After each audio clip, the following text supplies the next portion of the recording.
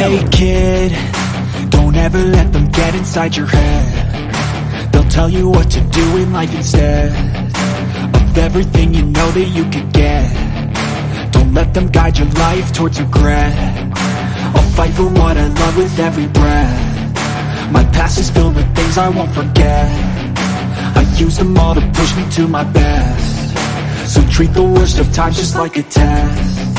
If only I could go back in time, I'd tell myself that everything will end up alright. Just push yourself, test yourself, figure out what you like, and find your limits, don't be rigid, always work towards a prime. Surround yourself with open minds, people can change your life. A few friends with intent can help you feel alive. Find a passion, take some action, and with a little time, just be patient, make a statement, try to enjoy your life. They'll try to kick you while you're down. They wanna rise up while you drown. They wanna fill your head with doubt. They're silently scared that you'll figure it out. I'll make it look like I'm losing, won't bother hiding my bruises. And when they finally think you're wounded, then it's your chance to be ruthless.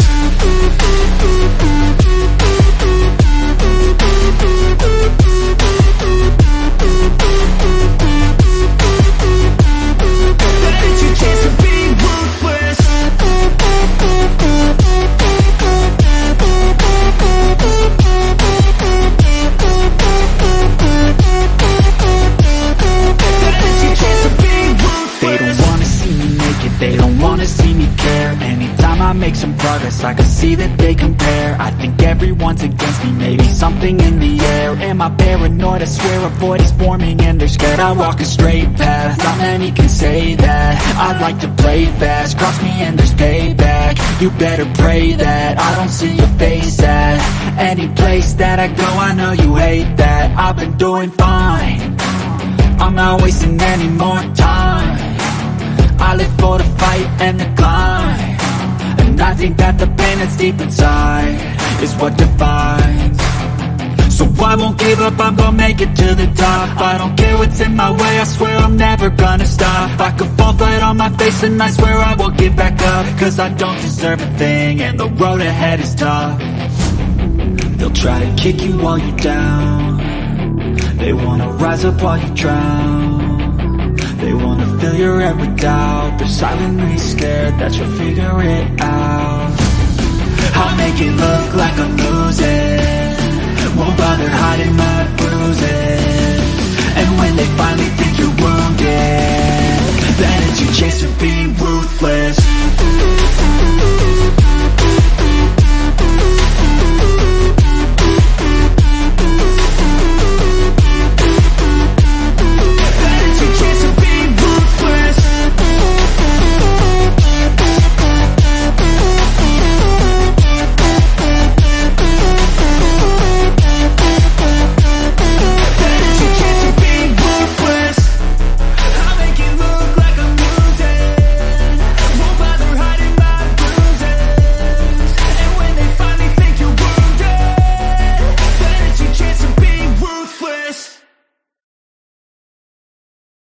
When there's nothing left but the fire in my chest and the air that fills my lungs, I'll hold my tears and trade my ears for a glimpse at kingdom come. On the other side of misery, there's a world we long to see. The strife we share will take us there to relief and sovereignty. Oh, by God, we'll have our home again. By God, we'll have our home. By blood or sweat, we'll get there yet. By God, we'll have our home. In our own towns, we're foreigners now. Our names are spat and cursed. The headline smack of another attack, not the last and not the worst. Oh, my fathers, they look down on me. I wonder what they feel to see their noble sons driven down beneath a coward's heel. Oh my God, we'll have our home again. My God, we'll have our home. By blood or sweat, we'll get there yet. My God, we'll have our home. The road is dark, the way is lost. My eyes, they strain to see. I struggle forth to find a friend to light the way for me. Oh, brothers, can you hear my voice, or am I all alone? If there's no fire to guide my way, then I will start my own. Oh my God, we'll have our home again. My God, we'll have our home. By blood or sweat, we'll get there yet. By God, we'll have our home. Oh, by God, we'll have our home again. By God, we'll have our home. By blood or sweat, we'll get there yet. By God, we'll have our home. We're going to start off with some swashbuckling announcements today, and then we'll review a Yehudicentrist video who is critical of me and personally, and pro the naming them idea. We'll clear up some misunderstandings along the way, I hope. Go free lesson of the day, talking to friends and family at Thanksgiving. Two of the most powerful MCs that you can use. We'll talk about those while you're with your friends and family. We'll talk about anti-white. It's a noun, it's an adjective, it's a verb, it's an adverb. We'll go to the white glossary for the white guilt word of the day. And we also have the MCs for border crossers. That will come up quite a little bit, no doubt, along this Thanksgiving celebrations coming up. And also the MP we will address today. We are a nation of immigrants. Another one that you're likely to face with friends and family at Thanksgiving. Your comments, questions, and calls. And then there's this. A passenger was riding in a cab and asks a question of the cab driver, but the driver insouciantly continues driving as though he were daydreaming. So the normally shy passenger slightly raises his voice and asks again. And again, the driver shows no sign that he heard the passenger. So the passenger taps him on the shoulder, and when he does, the driver screams and loses control of the cab. As the driver fights to regain control of the vehicle, the passenger's life flashes before his eyes. They skid past two cars, dodge a pedestrian, hit a trash can, and finally come to a stop inches from a storefront window. The usually shy passenger shouts, "What the hell?" To which the now heavily sweating and discombobulated cab driver replies, "I gotta apologize, Mac. I just started driving a cab last week. For 10 years prior to that, I was driving a hearse."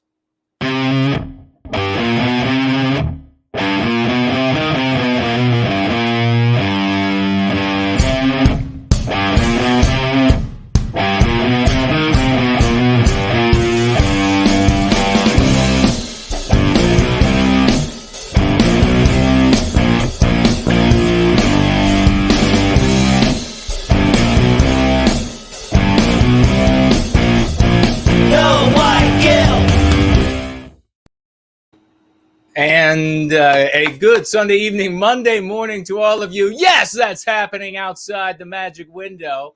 As you can see, it is 5 p.m. outside the nation's capital, Mordor in the Potomac in the once great state of Virginia, and 7 in Sydney, 10 in London, midnight in Moscow, and it is glorious to be with every one of you. Please let me know if you can hear the audio is just fine. It's full and rich and beautiful. If you would like to financially gift over the course of this gathering, I would love for you to do so. And you can do so over at Entropy. It is up and running. Over at Odyssey, running as well. And Cash App running as well. Surrounded by monitors, getting my daily dose of radiation. Although I'm told radiation does not come out of computer monitors like it used to come out of television sets. You may also tag me as No Why Guilt over the course of this gathering, or jump into the question widget over on Entropy and leave a question comment for me. Be respectful, and I will speak to those, and my troll slayers will leave you alone. If you are not respectful, if you show disrespect, they will descend upon you like the plague, and there will be nothing left. So let's try to have a wonderful gathering. It's great to see every one of you here. I asked the wonderful Maximilian von Fock if he could train the magic window on the flag that would soon fly over the White House. And this is what he returned to me. It is epic. It is glorious, as you all can see. And yes, that is the little monkey. He continues to be stuck on the outside of the magic window looking in because he is an attention whore. We're going to jump right into, if you would like to, by the way, even though cryptocurrencies are dead, you can cryptocurrency financially gift over on Cash App. The URLs for everything is in the description below. You can also go over to nowhyguilt.org, financial gift tab. You'll see the wallets we use. Great to see everybody here today. As I say, I hope we're going to have a lot of fun. And also, I think over the course of this first hour, we're going to try to clear up a few misunderstandings with the honest folks out there. I know there are a lot of dishonest folks out there who continue to attack yours truly. But we are going to try to clear up the misunderstanding with the honest folks. But before we do that, we are going to get into some swashbuckling announcements and say happy Thanksgiving to everybody in the United States. Should you not hear from me again between now and then, you may. But should you not, a big happy Thanksgiving. Swashbuckling announcements. We're going to start off really quickly. And this is not taking the place of the announcements later in the gathering. This is just going to be a brief number of announcements to celebrate our swashbucklers out there making it happen. And there are some extraordinary people doing extraordinary things in service to white well-being. We're going to start off with Helios Abbott, swashbuckling across several fronts. He's on Facebook. He's on YouTube. He's even reaching out to law firms across the United States who are dealing with cases that are in one way, shape, or form associated with anti-whiteism or anti-white white people getting fired on the basis of race and that sort of thing. He's reaching out to these people and he's saying, hey, you need to be empowered with this lexicon. Make sure you watch No Why Guilt. Make sure you reach out to him so that he can tell you exactly what you have to do to make the most out of this case. Helios Abbott, swashbuckling. We have the great Clips and the great Franklin, both swashbuckling. And let's get out raucous emojis and our swashbuckling flags, if you could. And for Helios Abbott and everybody moving forward in these brief announcements at the very beginning of this gathering, Clips and Franklin, raucous emojis. Franklin sent in a $5 and a $5.50 financial gifts, super chats over on RSPN. I think it is what it was. And I should have what he wrote here in text message, what he wrote in those environments. He also wrote, or was a $20 RSPN. The other two were on another. I don't know who that guy is, but Franklin was there with $5. He said, we need candidates that will oppose anti-whiteism and white erasure. That was the $5. And the $5.50 was Trump DeSantis 2024 to help end anti-whiteism forever. 3 exclamation points. Thank you for the show, Steve. Okay, it was Steve something or other. Franklin will know, and he'll put it in the live chat now. God bless you for that, Franklin. Then he was over at a $20. How many times was it, Franklin? A $20 financial gift, it looks like, on RSBN the other day.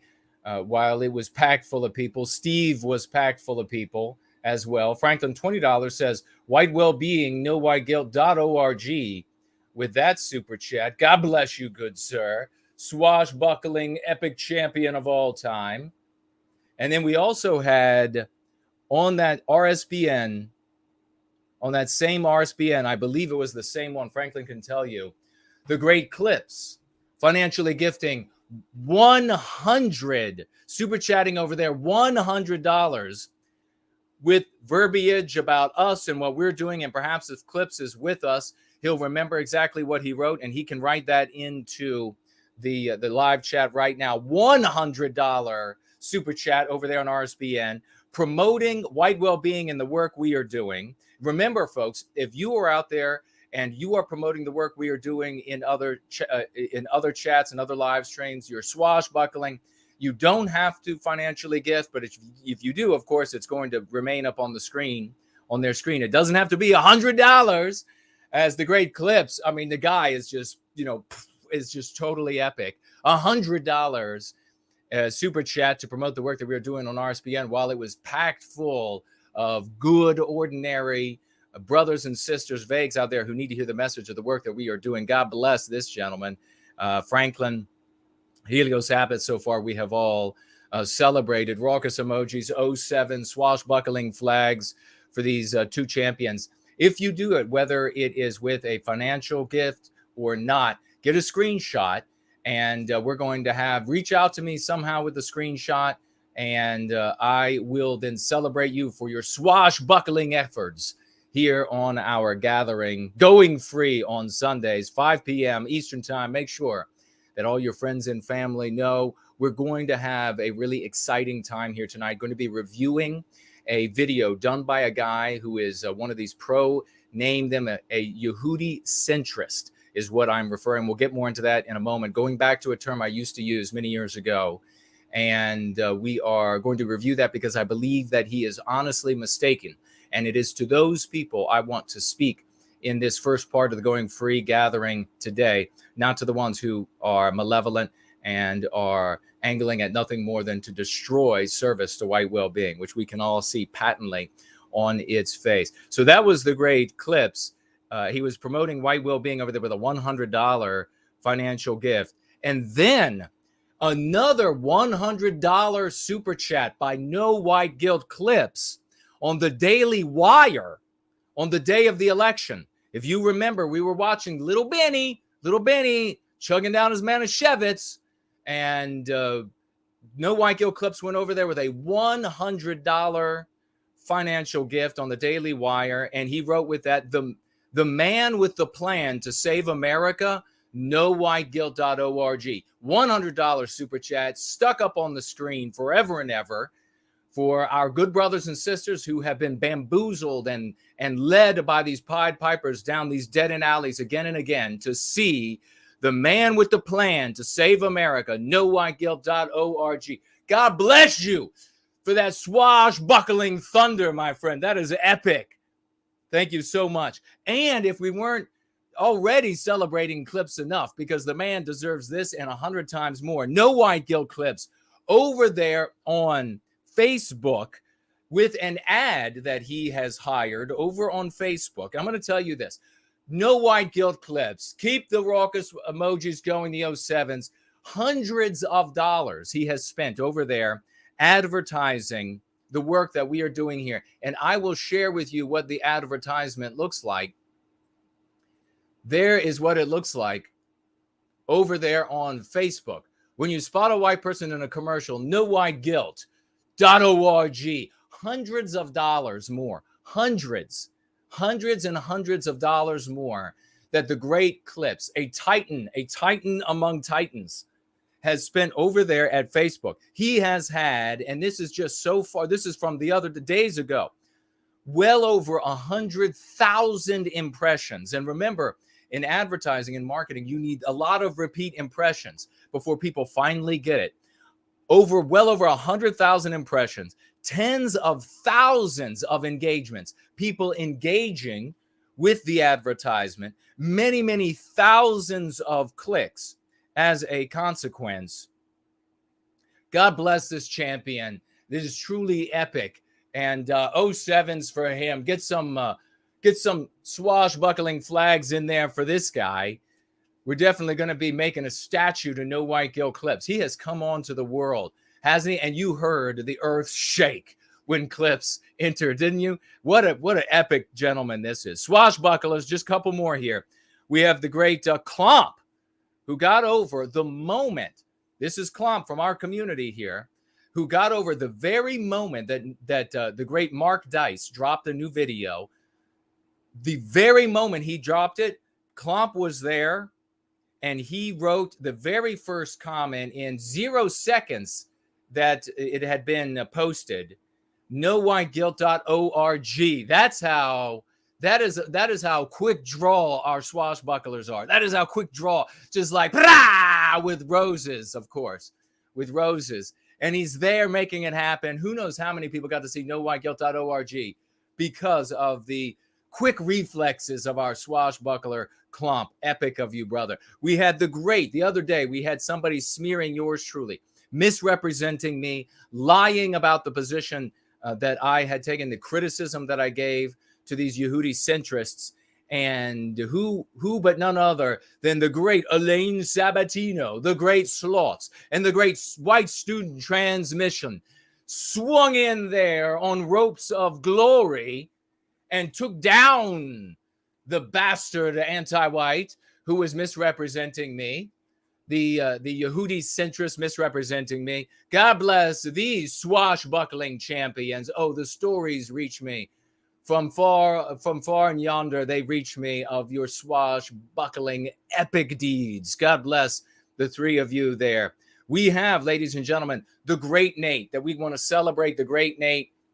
Nathaniel Nelson finally taking a break from his cross-country tour of spreading white well-being. God bless that swashbuckler in the real world, in your face, posting stickers and flyers and posters across country. God bless that champion. Deserves a little break from all of that hard work. We love you. Great Nate. He also pointed out just yesterday, and I spread this on Twitter, that as a consequence of our efforts, folks, as a consequence of our efforts, anti-white is regularly trends everywhere now. It regularly trends everywhere. And I made note of this, that every time you have one of these me-nots that want to come up from behind and from underneath and say, you didn't do that. That wasn't you. That's just happening. That's just percolating up. Those are the same losers, the same jealous losers, that the moment we walk away, they go from saying anti-white to communist, to woke, to calling themselves right-wing and goy. Folks, it is us we are the ones doing this. If we don't have our shoulder behind it, it is not happening. And I'm just going to share just a few names. We got a few people that we have influenced on a big scale, and we have others that we've influenced, and we will continue to influence. Tucker Carlson, how about that? Charlie Kirk, using our exact verbiage. Mark Dice, using our exact verbiage just the other day, making a video. Don't call it racism, call it anti-white. Elijah Schaefer, using our exact verbiage. Paul Joseph Watson, using our exact verbiage. This is how you change the world. This is how you recapture our destiny. This is real. This is not the fantasy and the dreams of others. This is not the hopes that are not a plan. This is a plan of action put into effect in the real world. And people now speaking in a language that is our tongue for our benefit, where we are the heroes. God bless these champions. I want to reach out again also with a big salute to another champion in service to white well-being. We will call him the Confederate Captain. The Confederate Captain at Arms down there in South Carolina reached out to me, and he said, Jason, I want a giant banner of No White. I want a giant banner. He's the owner of an epic Confederate store in South Carolina.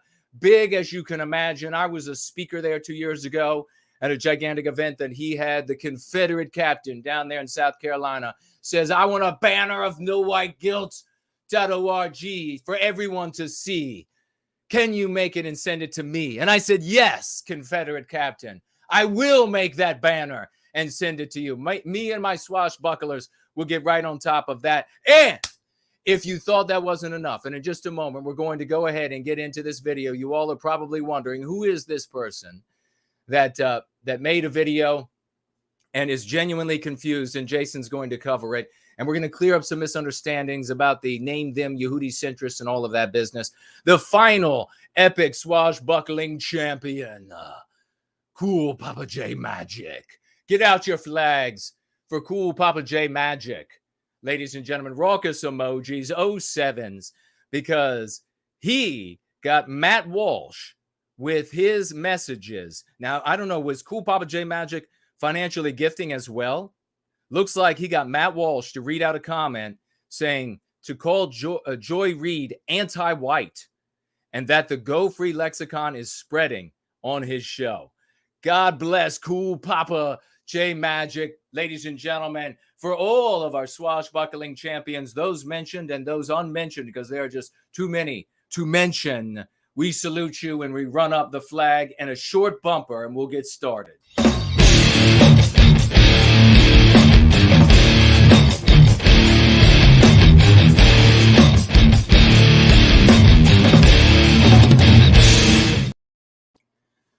All right, folks, let me go ahead and grab this video and we will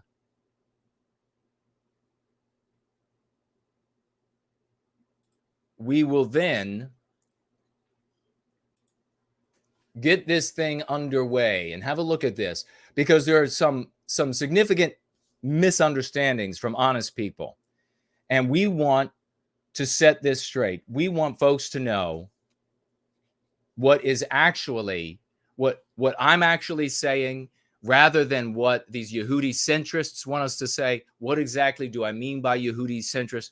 What they want people to believe I said, because they want to turn people off from white well-being. That tells you that these people are not good people. They don't care about the white race. They want to turn folks away from something that's working to something that does not work, to something that runs people off. What is that something?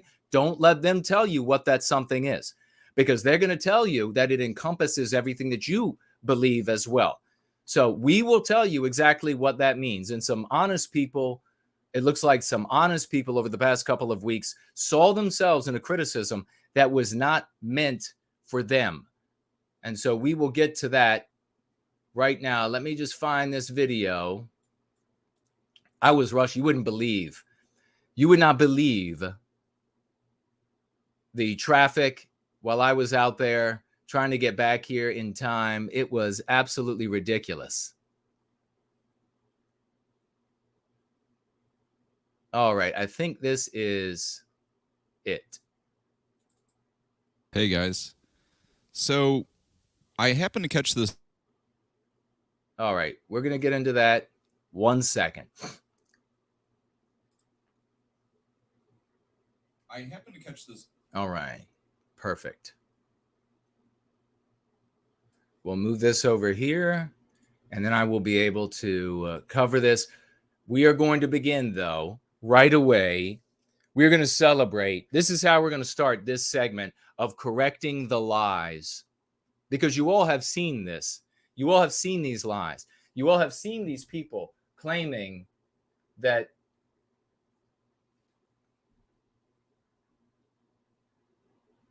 you all have seen these people out there, Yehudicentrists, claiming that I mean something very different than I mean. And you have seen honest people who have made an error, who have included themselves, and this sounds like a young man to me, is one of those people who I believe has honestly made an error about my criticism.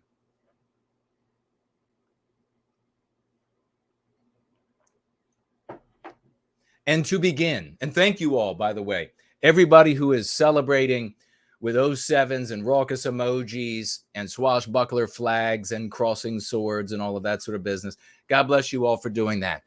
The Golden Globes, the Oscars, the on and on. Those are anti-whites giving awards to anti-whites. Anti-whites celebrating anti-whites.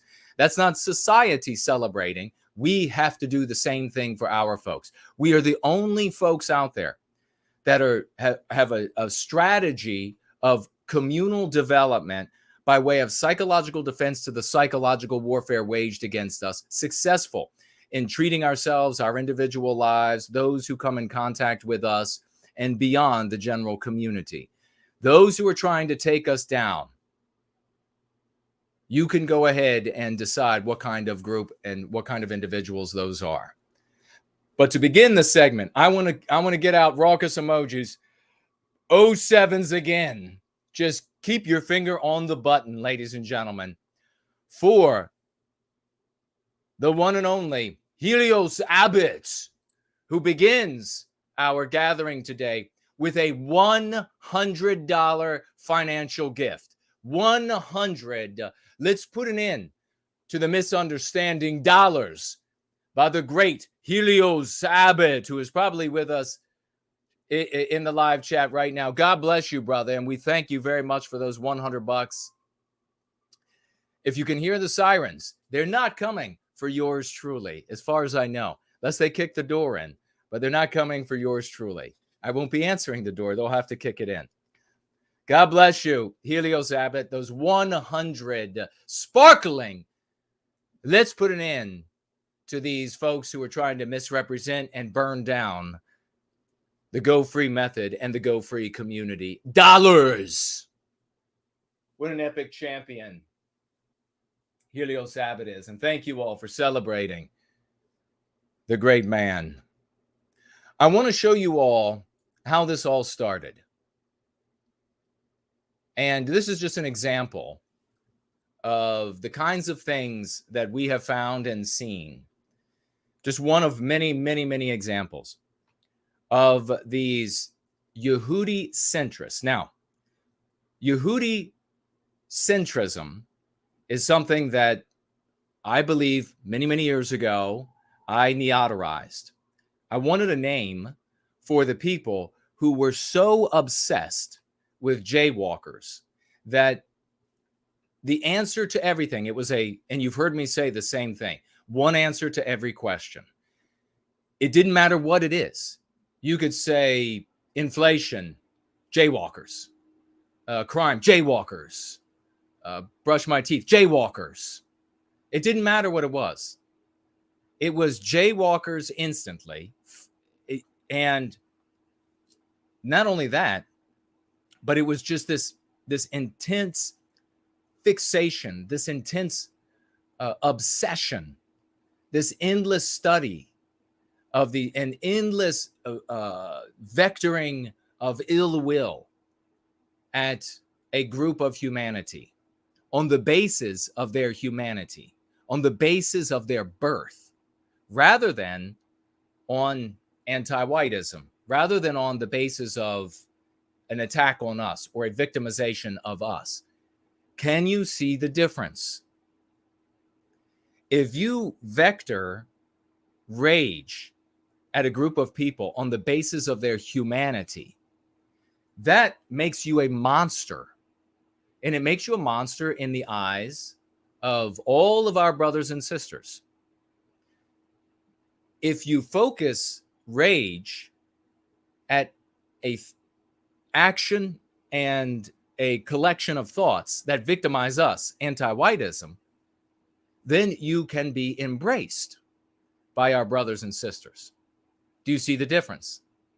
So over the years, I tried to talk with these people, and I tried to tell them, first of all, it's totally immoral to focus, to vector rage at someone on the basis of their humanity. Because technically it's not even accurately right unless you really are a monster.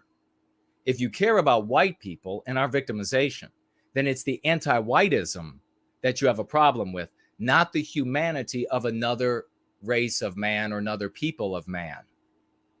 Now, I have come across some, not many individuals that are so out of it, that are probably should be in insane asylums, that would say, yeah, it's just the way that they're born. It's the way that they're born. It's what they are intrinsically or whatever.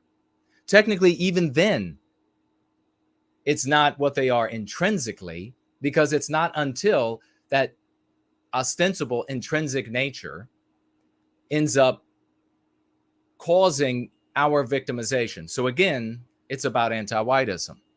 But with these people, and this is why I said this and I said repeatedly over the past couple of weeks, is that for these people, the well-being of white people is just an excuse.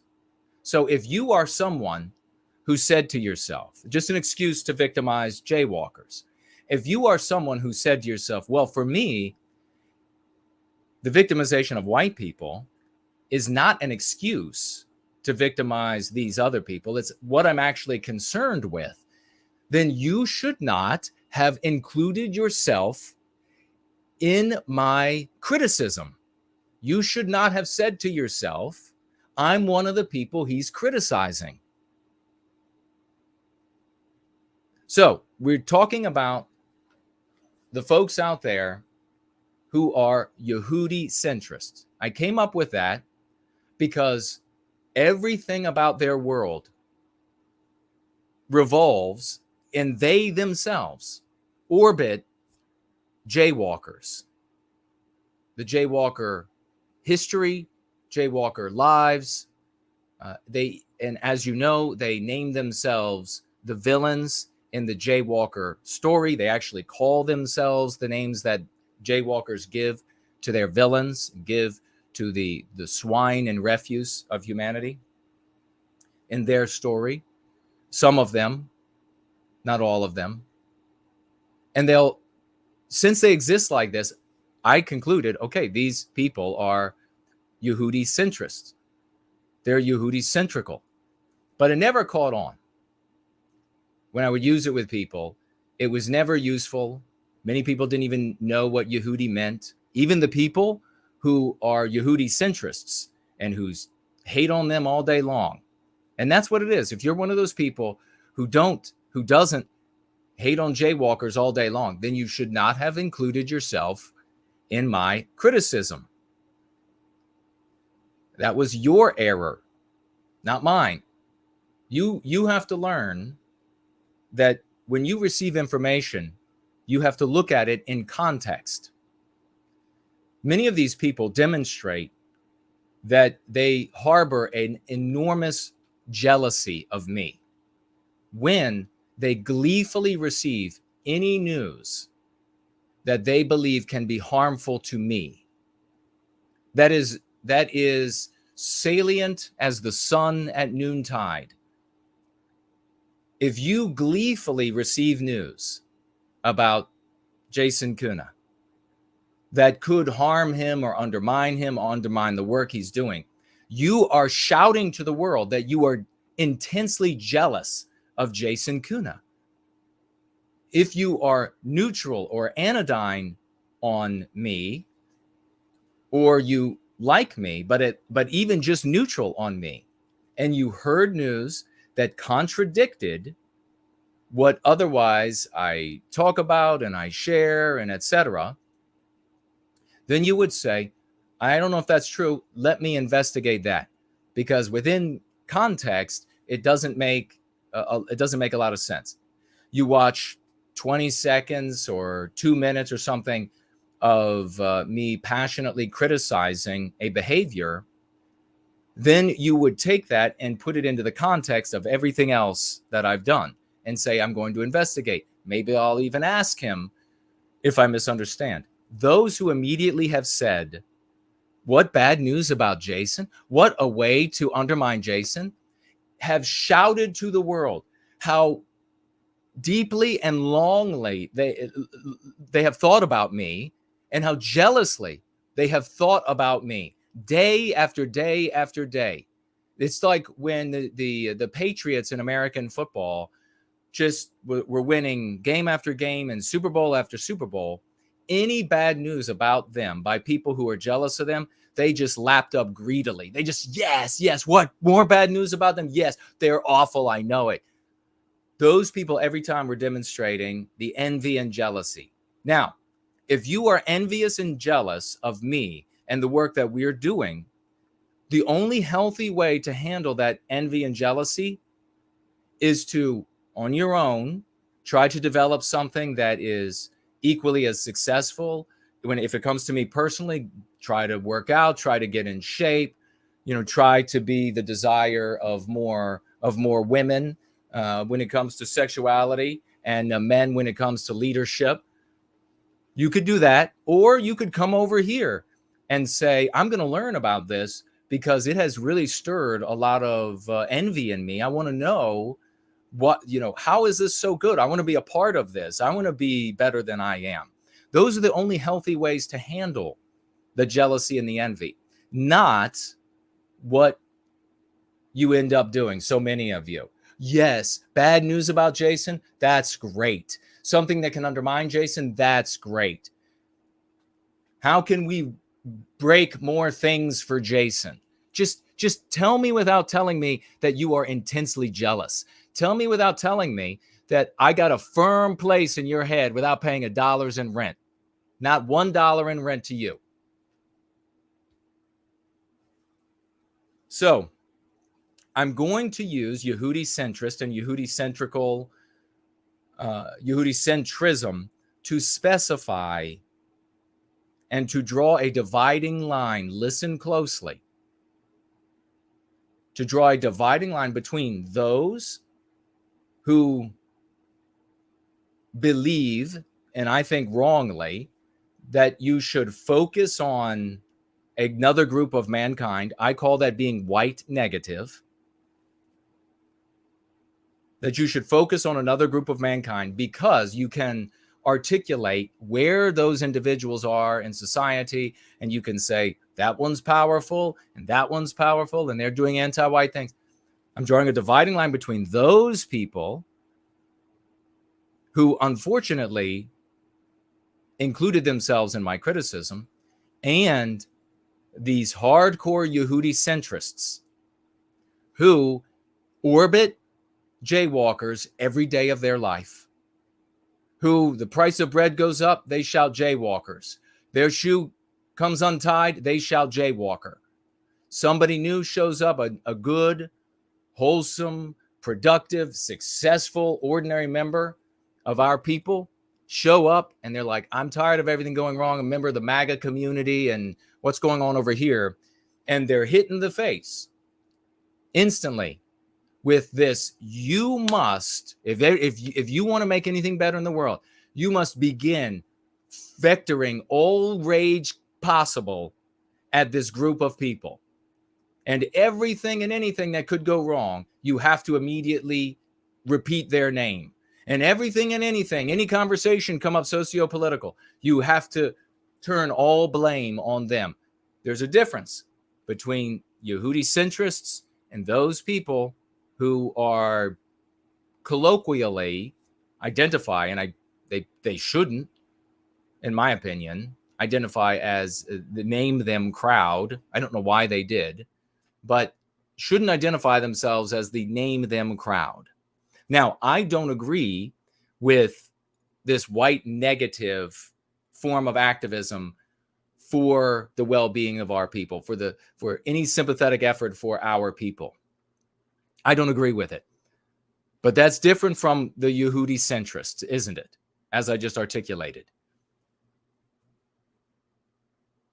I would rather have you focused on our people, white positively, and building us, ennobling us, reaching out to our brothers and sisters with love, and then protecting us from all thoughts and deeds of anti-whiteism, not defaming, antagonizing, bad-mouthing a group of humanity because of their humanity, and then having to throw into your formula this like caveat, oh, but it's not all of them. None of our brothers and sisters are ever going to hear that. They're never going to hear and care, oh, but it's not all of them. All right? So we're going to start on this video. So I hope that's clear. I hope that is crystal clear. Difference between folks who are including themselves in what I refer to as name them. And the reason why I called them a name them was because after Ye did what he did, all of these folks, everywhere you looked, all over my community, everywhere, it's like their cackle. It's like the call of the animal.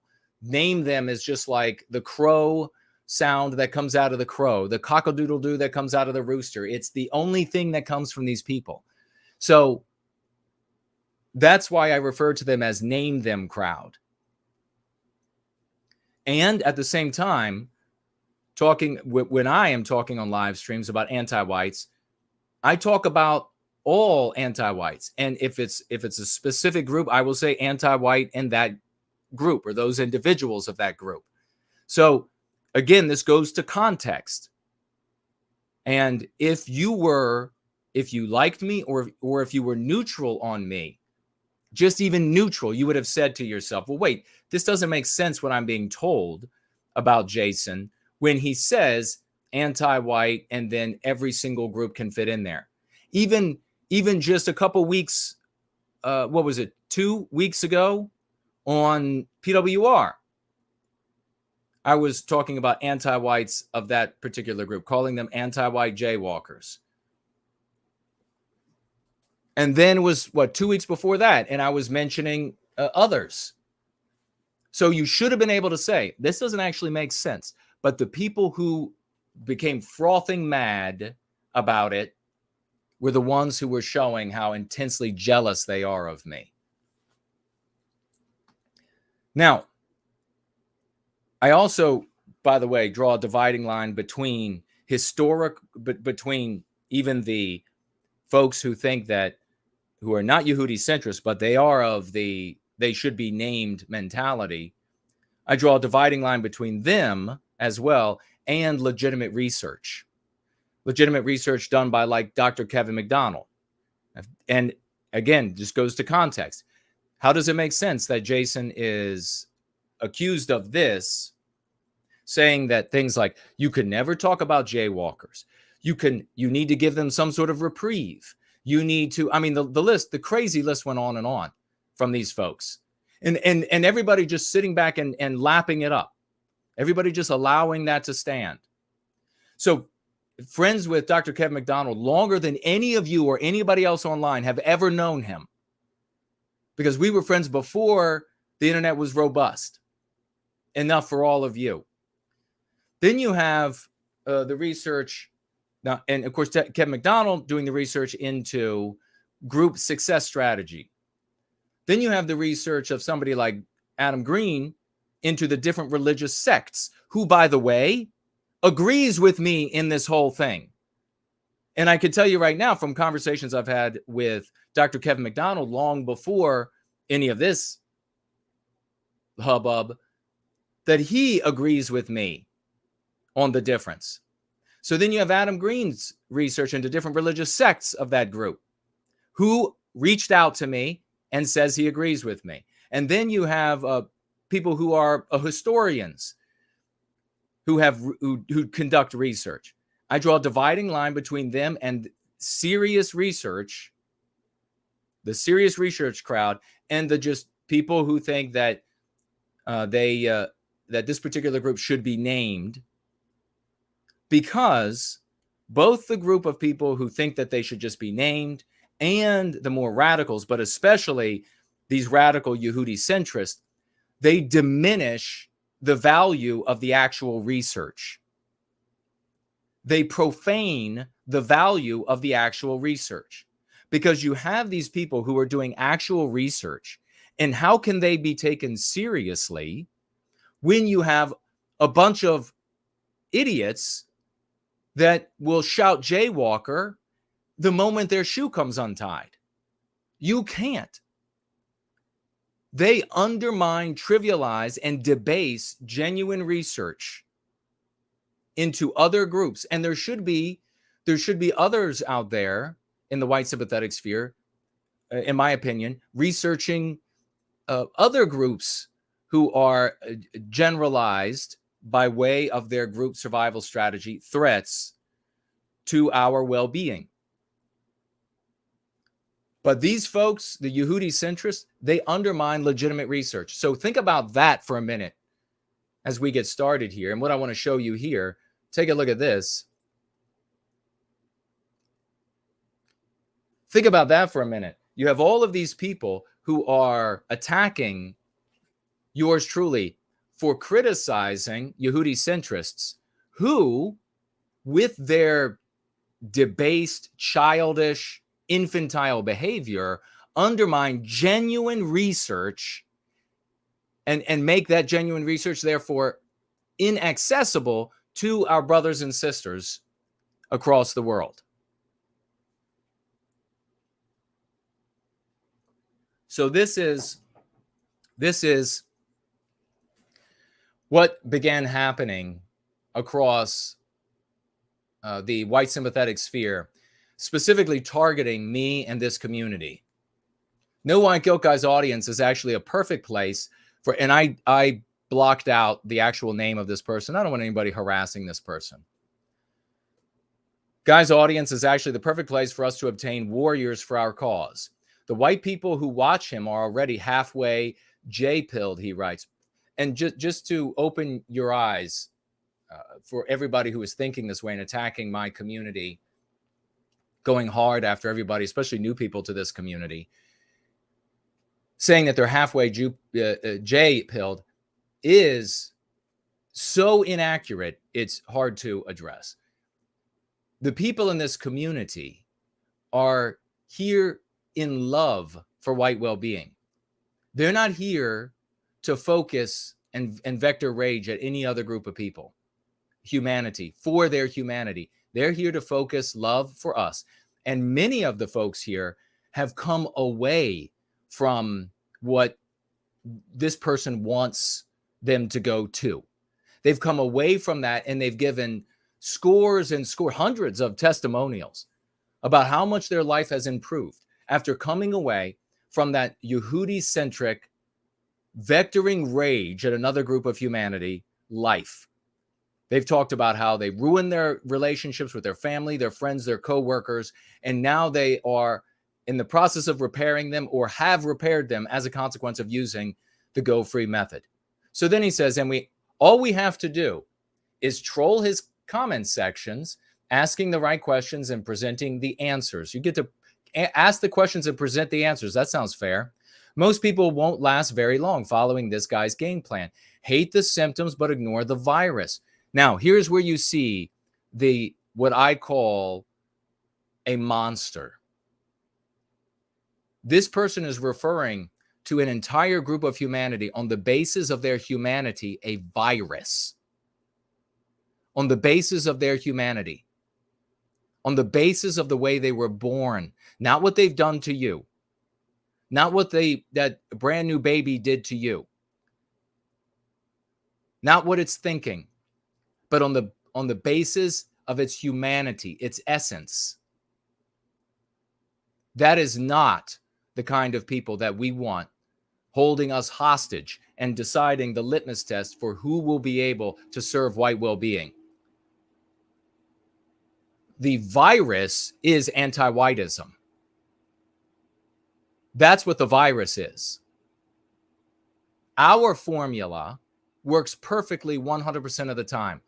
That formula there has to continually be amended, but not this one or not that one. And then there are some of the more radical Yehudi-centrists that say, yes, all of them, all of the time. And let me ask you, what ends up happening to a people that are considered a virus, an entire people, on the basis of the way they are born?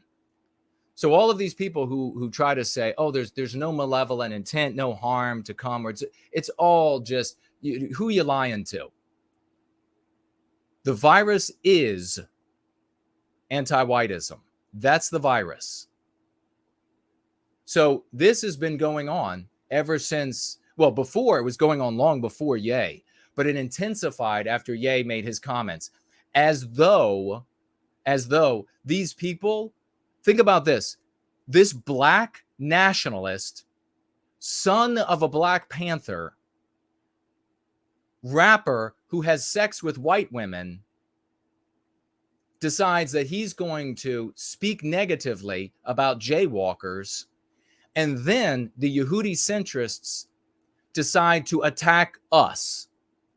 The Yehudi-centrists decide to come over and troll everywhere that I am attacking me personally with lies about who and what I am and what I've been, threatening my life, threatening the lives of my family members. They believe they have doxed me, which is for a content creator in the white sympathetic sphere, is effectively putting a hit on somebody like me in response to yay. So it's some sort of solidarity with the black nationalist, son of a Black Panther, rapper who has sex with white women when he decides that he's going to vector rage at the jaywalkers. So it's just as one of many, many examples. Let's go ahead and begin this.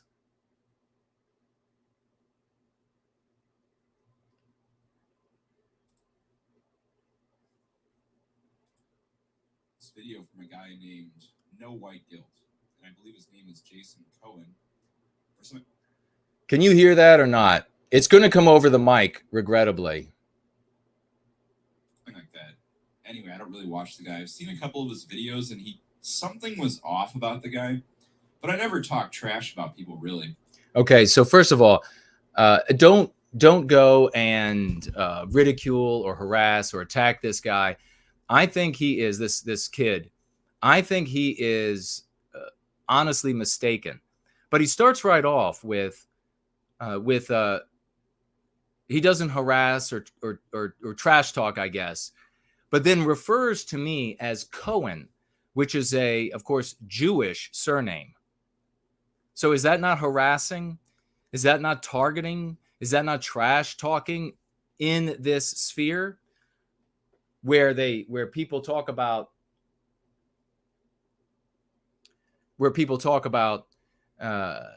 this whole group of humanity, jaywalkers, as though they are the spawn of the devil, and then include you in that number? Of course, that's trash talking. Let's continue. You know, he seemed like he was pro-white, but kind of a strange guy. I don't know what it is about him. I couldn't get into his content. This is another thing that they do. These critics of yours truly, is they talk like they're 13-year-old girls. You know, they're like, he's strange. He's creepy. He's a creepy guy. Just look at that creepy guy. He's so strange. He's so odd. They really like this whole to say, oh, he licks his lips. Well, they're just jealous that I have lips. But as all of you know, I have to take Claritin for allergies, and it dries you out. But don't expect any consideration from these Yehudicentrists who hate those who do great work for the white race. But, you know, if you're being pro-white, I'm not going to attack you. However, I saw this video that he put out where this guy, No White Guilt, he's on YouTube. This is a huge red flag, right? I'm gonna say right now, the ears against the door. I disagree with everything in this video, and I do not go over to any other platform looking for this person. I want you all to stay on YouTube. If you can find him or his content on YouTube, that's where to find it. Don't go to another platform. I disagree with everything he says in this video. I am reviewing this video for the educational purposes of my community. And I find the references, the stereotypical references to other races of man that are meant to be derogatory, to be repulsive. And I condemn those statements.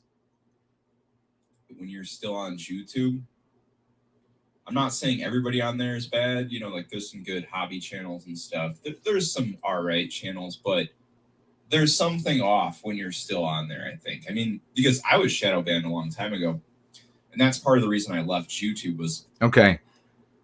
That is another fallacy as we hit the top of the hour tonight, folks. Another fallacy right off the bat from this young man.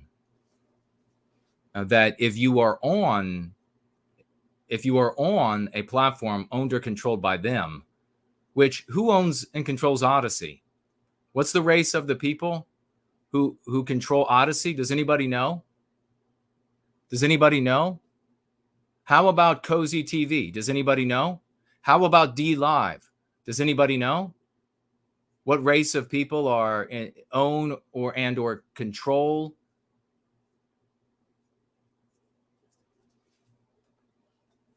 So this is a fallacy. That if you are on YouTube, something is off about you, and they come to this conclusion because they are unable to stay on a victimizer's platform. In this case, YouTube. Although they are on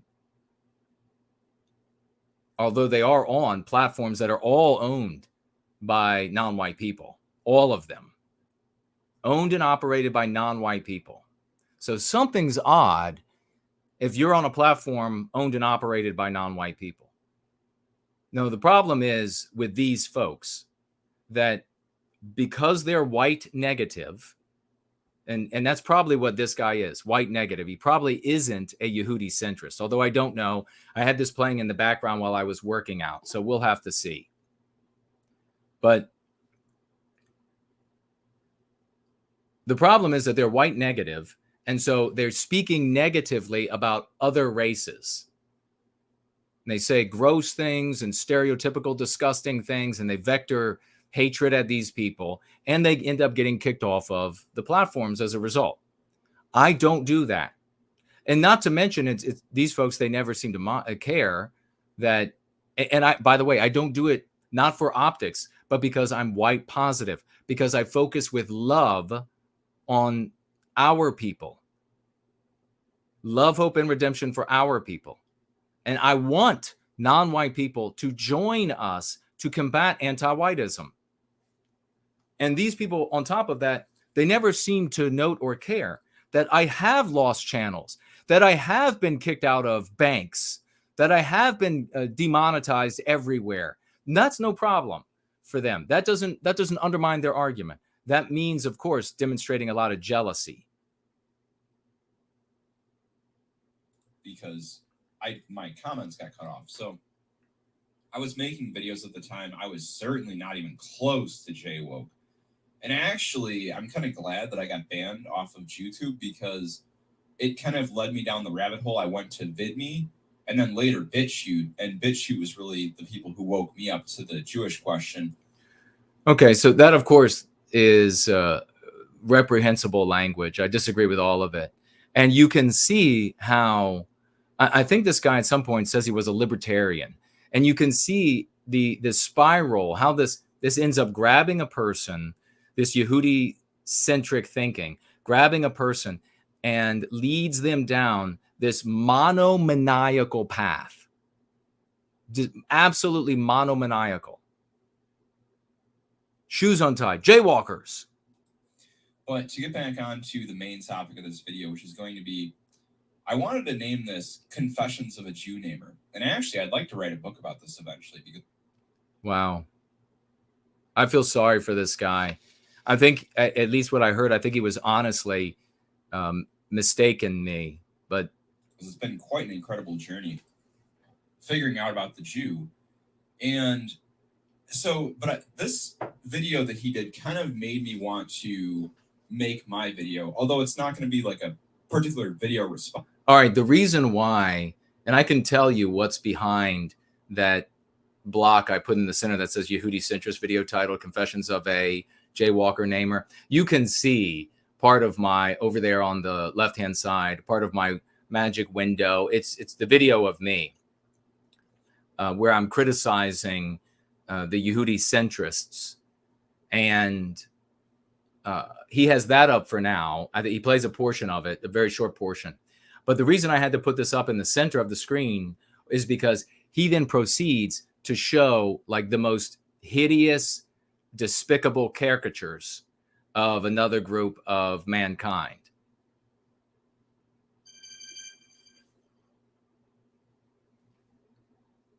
I am going to respond to some of the things he says.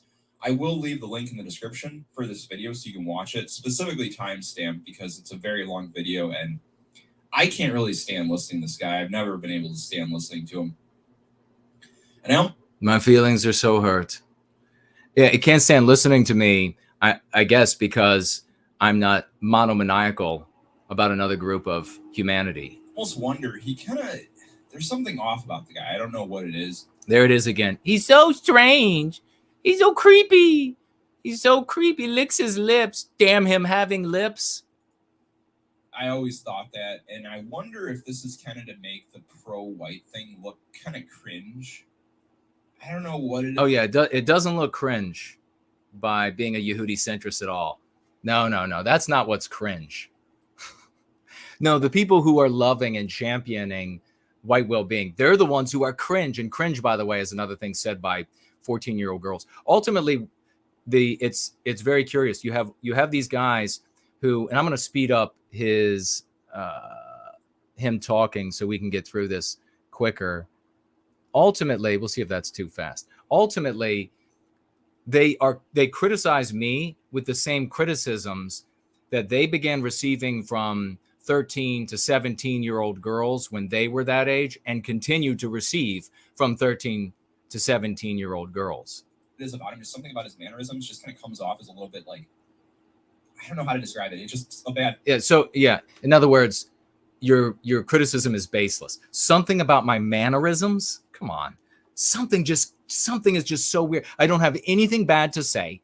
So I'll just say there's something that I can't put words to. No shit.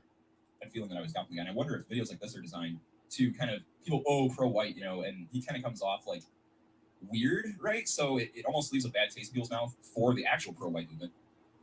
The exact opposite is the case.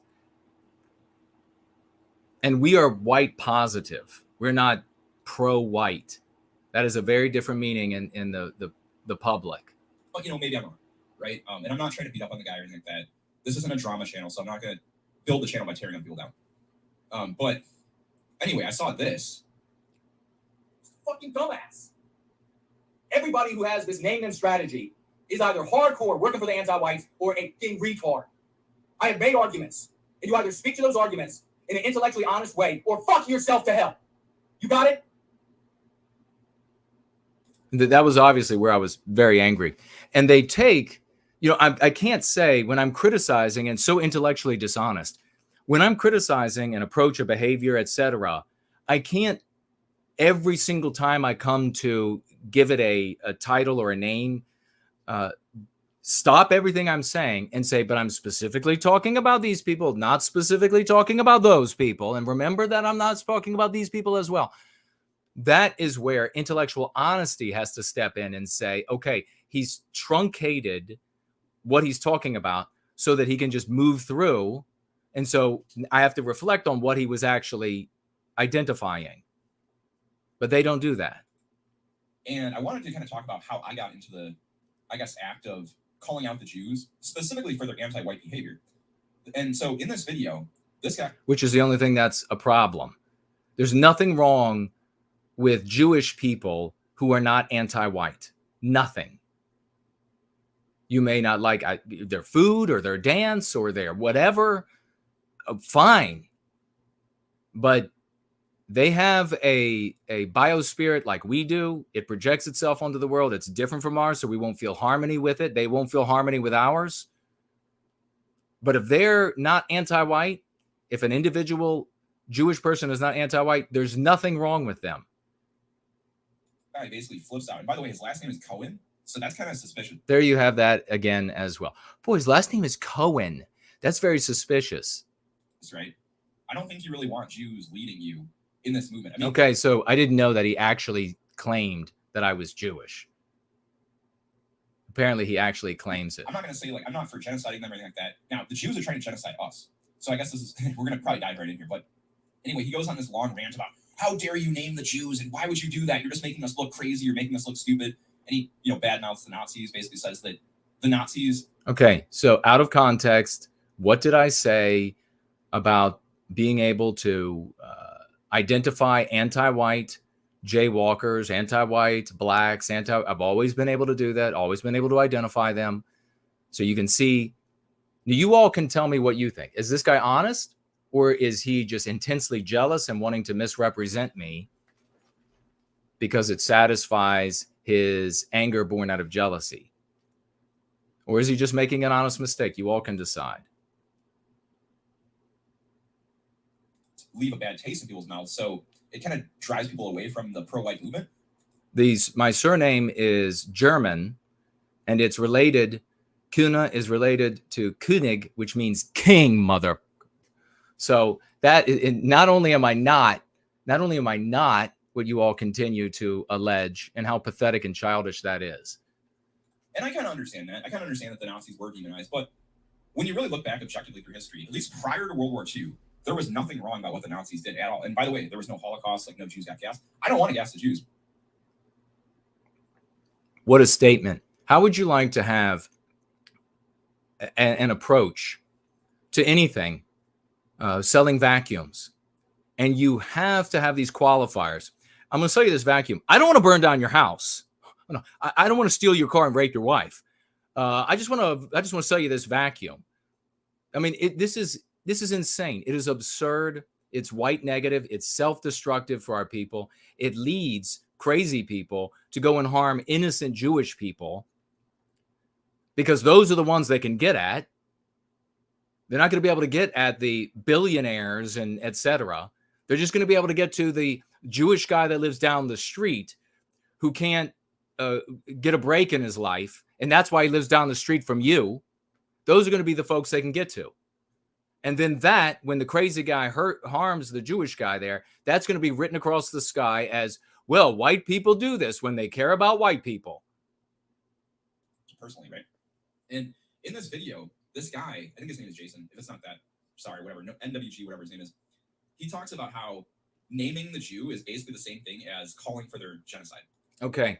Let's say if you are telling people, and this is the real disingenuous part, if you're telling people that a group on the basis of their humanity, the way that they're born, that they cause negative outcomes for society at large, for the individual or individuals you're speaking to, the purpose of doing that is to prevent those people from this other group of humanity from being able to do that anymore. That would mean that you would have to take away their wealth, their right to own property, their right to be in charge of the businesses that they've built or operate or whatever. You'd have to fire them from there. You'd have to do on and on and on, right? You would have to take their things away from them. What do you think the odds are that all of these individuals, whether they're anti-white or not, and trust me, they'll all come together all the stronger, whether they're anti-white or not, when you decide they all get to lose their property, their right to vote, or whatever else it might be, to be able to stop them from doing all of this machinations and all of this harm to society. You think they're just going to say, okay, I'll just hand this over? No, they're going to escalate. And then you'll have to escalate. And then they will escalate. And then you will escalate. And we all know that it would have to end in intense violence. So this is a supremely dishonest. And it doesn't matter what's happening out in what happens out in the future, because your future that you imagine is just a fantasy in the present. That the future is going to be very different from any fantasy you imagine in the present. Even the highest IQ people can't foresee that. They can get broad strokes at best. So this is a really disingenuous thing to say, oh, I don't want anything bad to happen to them. No one believes that. But more importantly, your disingenuousness is not fooling any of us. But more importantly, none of our brothers and sisters in the world are going to believe that. You're not going to be able to go to our brothers and sisters, and that's what this is all about, isn't it? You're not going to be able to go to our brothers and sisters and say, because these people say you've got to tell everybody that it's the jaywalker behind all of the bad things. And you're going to have them believe that and then act on that, right? You're not just, Isn't that what they say to do, the Yehudicentrists? So what would acting on that look like? So the important thing is that our brothers and sisters are never going to side with that sort of outcome that they're going to immediately be able to see in their heads. Ever. They're going to see you as a frothing at the mouth monster. He's making the argument that if you're even naming them, that's the same as like trying to kill Jews, which is pretty interesting because it shows this kind of, okay, just naming them and calling. These are the same people that will make the argument that by saying that white people are responsible for slavery, that it harms white people. How can you make the argument that claiming that white people are responsible for slavery harms all white people? How can you make that argument and then say, because there you're naming the Westmen? How can you make the argument that when they name the Westmen, that harms all of us, but when we name the jaywalker, that doesn't harm them? Calling attention to all these problems they've created is going to cause them to get genocided. I mean, what does that say about their behavior then? If calling attention to this immediately leads to, oh, you're going to genocide us. I mean, I could talk about other races, right? And why is it that we can't discuss this question here? No, you can't. It's white negative to focus on the warts of other races. And here's the really important thing that you got to take away from this. You can see right away that this young man does not understand my criticism, because you can see it in his defense. You can see in the arguments that he puts forth. It's really just one argument that he puts forth in response to my criticism.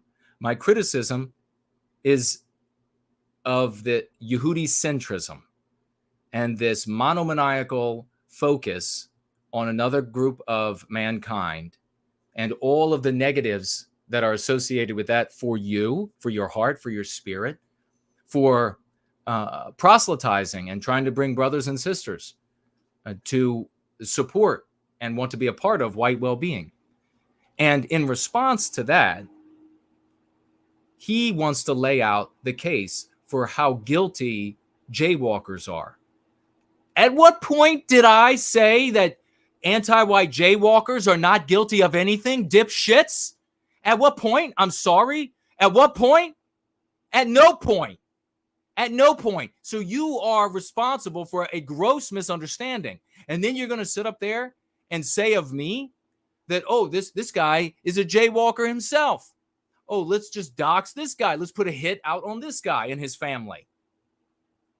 At no point did I say that anti-white jaywalkers are innocent of anything. So making this argument of how guilty they are demonstrates how wrong you got it. It's time for your apologies. Why is it that you're still on YouTube? And anyway, so he says, quit naming the Jew. It's making us look crazy. He just wants to be pro-white, right? And the thing is, I kind of get that, but once you understand the Jewish question, once you understand where this anti-whiteism is coming from, it's almost impossible to not at least discuss the Jewish question involved with this. And again, this is entitled Confessions of a Jew Namer because I wanted to explain, you go kind of step by step, right? We're all on a step-by-step process of understanding this. Maybe some of you on the channel don't agree with me right now, but I'm going to launch actually a page on my website where it's going to be called the Ultimate Red Pill or the Ultimate J Pill. Maybe both, but okay, so what's happening is he's dedicated his life. It looks like he is a Yehudi-centrist now. Like I said, I had this going while I was working out and getting into better and better shape. Rock hard, chiseled body. And I didn't pay as much attention. So clearly he's dedicating a whole channel to showing all of the anti-white jaywalkers that he can find. I am going to launch a repository for all of this anti-white stuff that the Jews have been doing. By the way, you're welcome, young man, for anti-white. You would not be calling them anti-white. You would not be saying anti-whiteism, I think he says somewhere in this video. You wouldn't be saying these things if it weren't for us. So you're welcome. You'd be calling them Bolsheviks. You'd be all of this other stuff. And by the way, I'm not saying it's every single one. I've actually had Jewish friends. So it's not like... Oh, and there is the caveat My formula is perfect, except when it's wrong. And he actually says, oh, he's got Jewish friends. And again, imagine that landing on our brothers and sisters and how they're going to take that, how they're going to perceive that. Like I'm saying, I want to genocide, everything like that. Personally, at the very least, I want to call attention to this. He's not saying that he wants to genocide. Again, imagine that you're selling a vacuum. I'm not saying I want to rape your wife. I want to make white people understand where this problem is coming from. And then, you know what? Let the cards fall where they may, because justice must be served, right? Okay. So there's what he's saying. I want to make this problem known. I don't want to actually personally do the killing. Just want to make sure that it's known, and then let the cards fall where they may. Whatever ends up happening to them people. That's disgusting, because you know exactly what would happen in your fevered fantasy. But we'll never get there, thank God, because none of our brothers and sisters are going to agree with you and to desire that sort of outcome. They know what you're being disingenuous about. They know what would happen. Do I think it's every single Jewish person? No, I don't. And it's kind of weird because it's really hard to even define this, but I just see this massive pattern. And a lot of us have noticed this. And this is the reason we start. Anomalous host. No, he didn't. I began using anti-white and anti-whiteism in 94, giving talks. And I celebrate Whitaker, who came on the scene in the 2009 or so. And I celebrated and defended him. So you people need to stop this. I was a champion of his. I like everything that Tim Murdoch does. So knock it off. It takes nothing away from Whitaker and crew. And but to claim that Whitaker and crew are responsible for everything we're doing, all of the anti-white, anti-whiteism, anti-white narrative, etc., that's showing up in the mouths of Mark Dice and Tucker and everybody else, to claim that that's a result, that that's a consequence of what Bob Whitaker did back in 2009 when no one started using it, is just to try to cause trouble and just to try to undermine the success of this community. So come on, get the chip off your shoulder and play ball. Start calling attention to it. It's almost impossible to be pro-white without invoking the Jewish question, because they actually block us in a lot of positions. You know, if you start a pro-white advocacy movement, even if you're not naming the Jew, they'll start calling you anti-Semitic, and they'll start. Okay, why is it that you will be called anti-white slurs? You're called anti-white slurs because you're inhibiting an anti-white's ability to inflict injury on Western kind. That's why. Calling you a racist, etc. When every other group of people has this in-group preference. And it seems to me that the Jews are able to kind of blend in with white people. Every other group of people has a group preference. So it's not just jaywalkers. White people are the only people who don't have it. And in-group preference does not equate to evil. In-group preference does not warrant me monomaniacally fixating on another group of people. It's not their in-group preference that's the problem. It's anti-whiteism that's the problem. Like I said before, if you want to be one of these people who want to talk about jaywalkers, you're not Yehudicentric, and you want to talk about them because they have, as a people, certainly, but as individuals, absolutely, have a lot of power, and there are a lot of the ones that have power are anti-white. You want to talk about them for that reason. That is different than my criticism of Yehudicentrists. They open their mouths and it's just jaywalkers start to finish.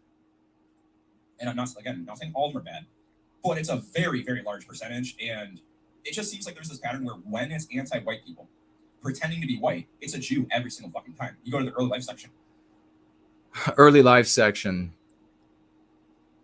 And this pretending to be white, why does that matter? As an anti-white.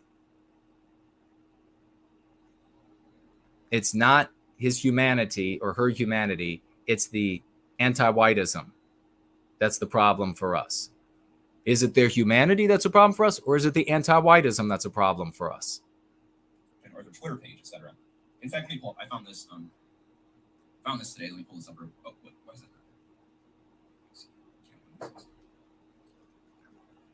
There it is. I mean, and these memes are all over the internet. Again, I'm going to compile this into a map. Okay, what you're seeing around the rectangle there is not what I'm seeing. So this is I think what you're seeing around the rectangle looks like it's a little bit later in that stream. The audio and the visuals are separated here. And I have different visuals. So it's a different part of the video. So what he's just pulled up at the point he's talking at now is just this gigantic page. I think it's Twitter. And it's nothing but anti-white jaywalkers. You know, now is like where you begin playing in the background. It's like you're watching a horror movie now. Like this is like, I don't know, does a banjo start playing at this point? This fixation. Wow. Massive repository for all this information. And again, it's not like I was born hating Jews. In fact, I don't even hate them, right? I want them to stop doing what they're doing. I want them out of the media, central banking, and government. No matter. Oh yeah, that'll happen without any violence. You want to get rid of all Jewish people, irrespective of whether or not they are anti-white. Out of all of that, media, banking, governance. No matter how that has to happen. And the problem no matter how that has to happen. We have a better way, folks. Anti-whiteism becomes immoral by way of our concepts. And then no one, not even jaywalkers, will be able to act in an anti-white way. They've used the power, right? So it's kind of interesting how they turn it around. There's an old saying, they cry out in pain as they strike you. I mean, this entire image you're looking at right here is all Jews being anti-white. And again, yeah, you got Interestingly enough, I think that he reads, I was doing bench press, I think he reads one of these that is clearly fake. White people from all races, but you kind of have to call attention to this because they run the banking institutions, they run financial institutions. In fact, BlackRock, right? A lot of people will say, well, you know, this company isn't owned by a Jew, it's owned by for example, PayPal. Somebody's talking about PayPal. And I pulled up the investor list for PayPal. And who are the top investors in PayPal? You know, you can look at this sort of thing. And when I look at it, and what I think is, I want to create a world where our brothers and sisters work together like this group of people work together, so that we end up being all the CEOs, all the CFOs, all the business people come together, and they just get more and more powerful and benefit the totality of the community. That's what I see when I see their community effectuating what Dr. Kevin McDonald has researched. And I don't look at their community and vector as much rage at them as I can for their success. BlackRock and Vanguard. BlackRock is explicitly owned by a Jew. Vanguard and BlackRock are basically the same thing. They have cross shares, right? And what did BlackRock do? They're pushing for diversity. In fact, if we pull up this right here. Okay, and there you have another error. It's not diversity is not the problem. It's the victimization of whites as a consequence. So that's what you have to be talking about. This article on resumebuilder.com. This is not a far-right white nationalist website. Everybody is starting to notice this anti-whiteism. In fact, this was published. Anti-whiteism. I knew he said it in here. You're welcome, young man. November 7th. So that was, what, a couple days ago? People are starting to wake up to this. And as they wake up to it, they have to understand the root cause of the problem here. Anti-whiteism is the root cause. At least one of the major ones, right? This is a centuries-old, in fact, millennia-old beef. And I don't know what it is with the Jews and hating me.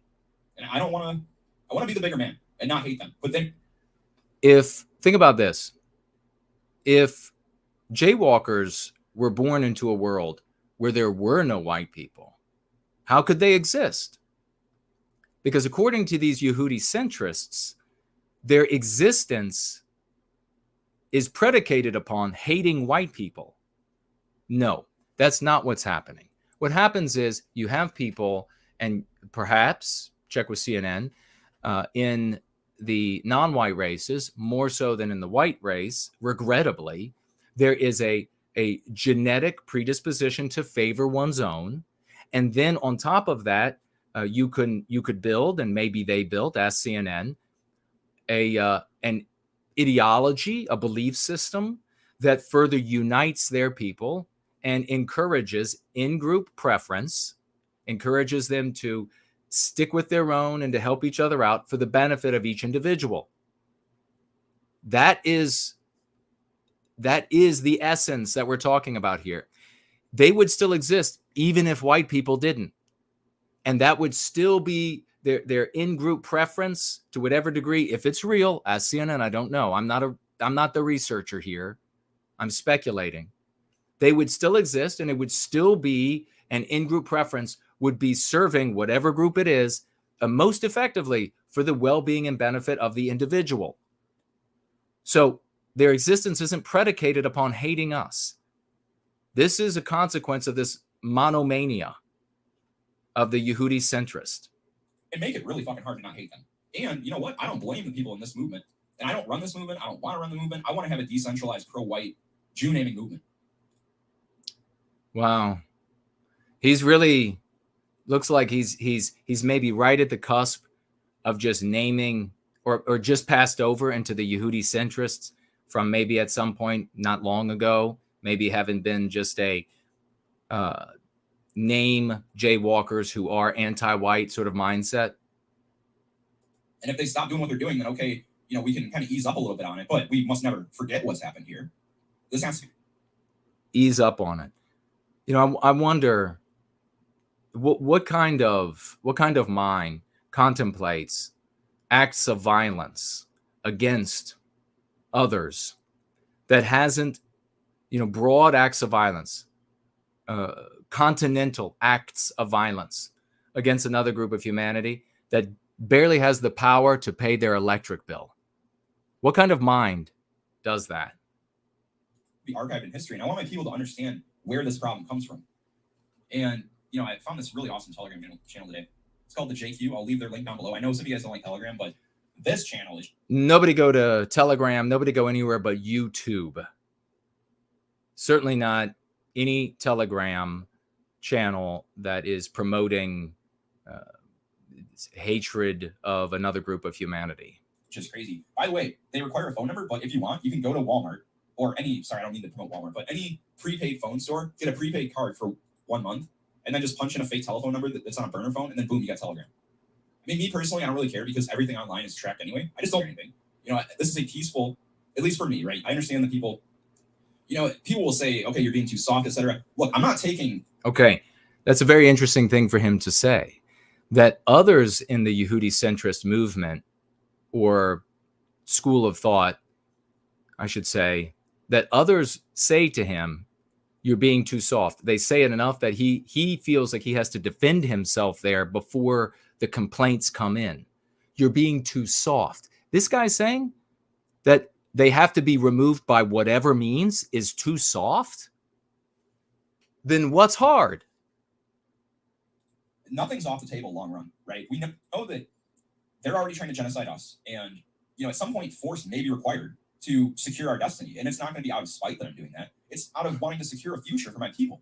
So if he really cares about, you know what's going to happen? The longer you spend in the Yehudi-centristic school of thought, I've met these people, the longer they spend in it, and maybe the lower their IQ, the whole excuse of white people, at some point, it might have been real, the victimization of white people for them, that eventually goes away.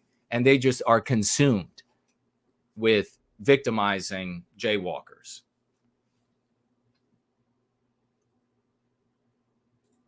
I mean, this anti-whiteism has just gone so far that a lot of the normies are starting to notice this. And so here's an example that I pulled off this the JQ channel. This is an excellent freaking channel. I pulled a ton of memes off here. So here you go. Here's a meme. This is amazing. In their own words, not having Jews in power allows for increased national pride and a reduction of non-white immigration. And this is the thing.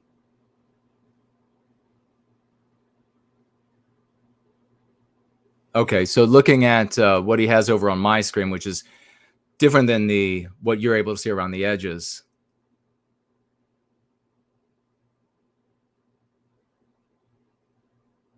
Let's see what he says here. I can't read what it says. That a lot of people who are new to the JQ need to understand is if you dig, you'll find them bragging about their influence over the media, over Western governments. Oh, yeah. For example, saying, yeah. Oh, yeah. I grew up with different groups of non-white people And they all were very happy about, and I write about it in my books, very happy with their growing influence. Jews control, we have disproportionate power, and we earned it. And we need to maintain that in order to have a moral world. But quite frankly, on the whole, these people are not very moral. And you do not want them leading your society or running your society or having any power in society, really, other than, again, I'm not saying I genocide them, but when they... Oh, gee, thanks for that. Not saying you would genocide. Oh, wow. I could just see our brothers and sisters going, oh, that makes all the difference. You personally wouldn't do it? Okay. They occupy these institutions and stuff when they kind of have this horizontal and vertical monopoly over banking, finance, industry, government, media, Hollywood, right? And they use this power to try and genocide whites. That's the problem. So their anti-whiteism, not their humanity. You need to, folks, you've got to get this clear. That's the big difference between Yehudicentrist and folks who are serving white well-being. It's not the humanity of any other group.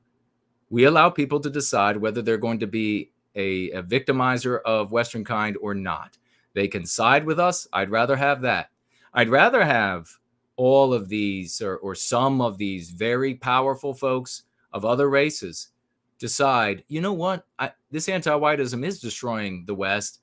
I'm going to pick up this go free method, and I'm going to start implementing it from the top of my media empire on down. So if we want to secure our destiny, which is 1488, right? 14 words, 88 precepts. And that's where that comes from, right? 1488, 14 words and 88 precepts. We must secure a future for... That's what we're trying to do here. That's what I'm trying to do. Absolutely. And that involves calling attention to this problem, right? You know, and I've talked about this before in the past, but it's kind of like when people just make videos about the problems, when they're just showing you, oh, look what the Jew bankers are doing. Look at what the Jewish... You've seen these people who, anti-whites, maybe you've seen them. Maybe you haven't gotten into arguments with these folks. And they can cite to you massive banks owned and controlled by white people right off the tip of their tongue. So just another way that Yehudi-centristic argumentation fails. Media is doing, but they never actually call attention to the problem. It's much like you go into a doctor, right?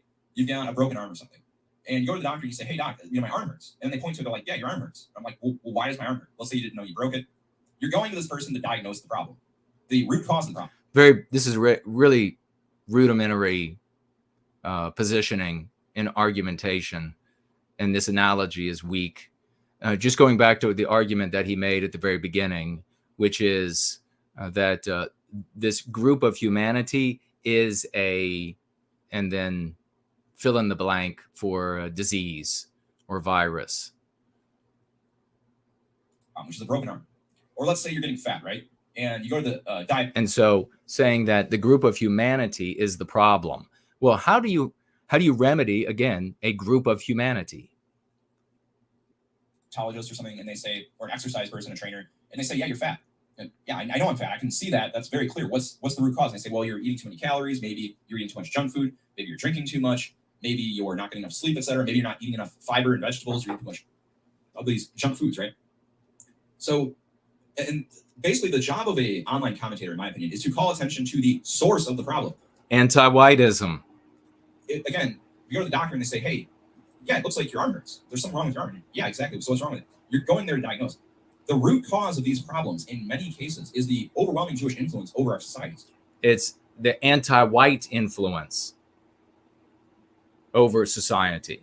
What if, for example, it was in the West, in the United States, we had the white race was a people rather than a deracinated group of radical individualists. And therefore, it was considered totally immoral, and that we were vigilant against any attempt to alter our morality vis-a-vis the victimization of our people. And you had this group and other groups in our midst. They obviously would not be able to take anti-white steps, even if they wanted to.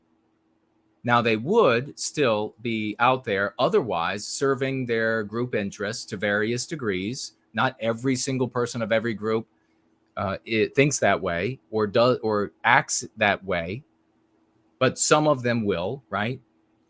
And what if they ended up with because they felt like it would be good for their people to have a giant menorah on the White House lawn during their holiday. What if they ended up with a giant menorah on the White House lawn? Would it matter? You're not, if the victimization of white people is not possible, maybe you end up with religious symbols of various groups out on the White House lawn. But if we, as Western kind, can't be victimized, what would it matter?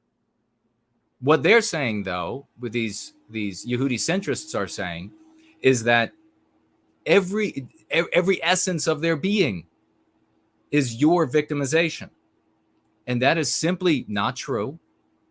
And it is not in a real tangible sense not true. It's not true in a meta sense.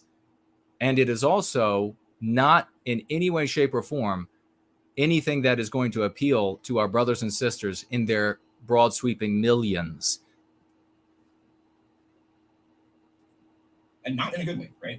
If they do good stuff, I'm not gonna hate on that, but it seems like the overwhelming majority of the contributions are not good. Here's an example, especially when you consider mass immigration and anti-whiteism on television, in movies, right? They push this race mixing thing. And here's an example, Jerusalem Postal. Opinion, Poland's lack of Jewish influence to blame for bigoted stance against non-white immigration and toxic national pride. Look, they're calling it toxic national pride and stance against non-white immigration. It's the Jerusalem Post. Of course, wouldn't you like to have a newspaper for white people that was, and by the way, did anybody in the United States do a more complete job of this name them strategy than Henry Ford? He had a major establishment, respected media organ, Dearborn Independent. He hired researchers to research this group of humanity. They printed in the Dearborn Independent, major respected media organ, all of this information they found. Talk about, naming them. He was one of the fathers of the Industrial Revolution, one of the wealthiest people on planet Earth, Henry Ford. Can anybody do better than that? And for naming them, and he did it in a country that was 90+% white. What ended up happening? Did it work? If this works, if this young man who can barely get enough money together for his electric bill is going to succeed at naming them, then surely Henry Ford in a 90+% white country with a respected media organ, Dearborn Independent, would have success, right? Well, no. Actually, he had to apologize, and now Ford Motor Company is largely controlled by that same group of people. Is largely operated by the same group of people. I should say individuals who belong to that same group of people, to be accurate, because there is no hive mind for every one of them. That leads back to it's their humanity, and the Jewish guy who lives down the street from you needs to be harmed thinking. So that's despicable. So if Henry Ford, you all have to, people in the Yehudi-centristic school of thought have to grapple with, why didn't Henry Ford succeed? And the thing is, I don't have a problem admitting that I want to live around white people, because, and I'm not saying that to be mean to the other races, it's kind of in-group preference, right? I want to live around people who look like me. And even more importantly, I've seen what happens, and I know what happens when you live in an area where you're a minority. And the thing is, nobody told them to come here, right? They say, oh, we treat the minorities so bad. No. Once we lose the white majority, which we've already lost, we've already lost the majority, right? And minorities. That's why skip forward some. We're going to wrap it up. Are not going to treat us like we treat them. It is going to be really bad. And I can see this. Obviously, that's true. We're not going to be treated by the anti-whites as favorably and as kind as we've treated everyone else. Kind of trained. But it's just Jews going to break down our spirit and everything. We're meant to do that. A television, especially with whites, especially with white women, the main thing that they push to normalize, lower our birth rates. That is called genocide. So anti-whites do that. not the humanity of Jewish people. The Jews, they're already trying, and I can't really think, right? Like, every single thing that I've talked about on my channel for years, this started, I was kind of a libertarian channel. And I'm going to wrap this up in a minute because it'll be the top of the hour coming up. And I'll reiterate some of my points then. But people who take the position are either Yehudicentrist or they are not hyper-focused on jaywalkers, but they still employ the name them strategy. They have to grapple with the fact that, and defend the fact that their criticism is of the humanity of an entire group of people, rather than their thoughts and deeds that harm us. You really have to grapple with that. And you have to deal with, you know, if you want to say to me, Jason, I think you're wrong, that you still want to focus on the humanity of an entire group of people, then so be it. You can do that if you'd like. I don't think that is a moral thing to do. And I also know that it's going to be destructive for your life and harmful for our advocacy for white well-being in general. But that's a choice. If you want to make that choice, then fine. And maybe you can develop some arguments about how their humanity is the problem rather than their anti-whiteism of individuals. In some ways, I am definitely for liberty. There's no doubt about that. But the problem is when you have unchecked political influence, when you don't have a cohesive... That's really funny. In some ways, I'm for liberty, except when I want to genocide a whole group of people. Oh, but not me. I don't want to personally do it. I just want any steps to be employed to achieve that outcome. Pro-white movement in our own countries, when you don't understand the racial question, the urgency of actually living around your own people. We do not want to become a minority, and they are already setting this up to dehumanize already. In the something as simple to be. I wish it for a country. I'm just jumping forward. I mean, you all can find this. Somebody will probably know where it is. I obviously, with the ear against the door, I'm not going to say, do not harass this person. Do not make up lies about him and his life and what he does sexually and what race he is. Control over your own destiny as a people. I would rather have him become a very healthy, productive, getting in touch with the biospirit of the West inside of him, young man, and go on to be a great man of the West. That's what I'd rather have. People have Indian. I bring up Indians. Let me just somehow, but you're not like and you. I want to take a look at what you all are saying too, which is a longer book, more in depth, and what some of.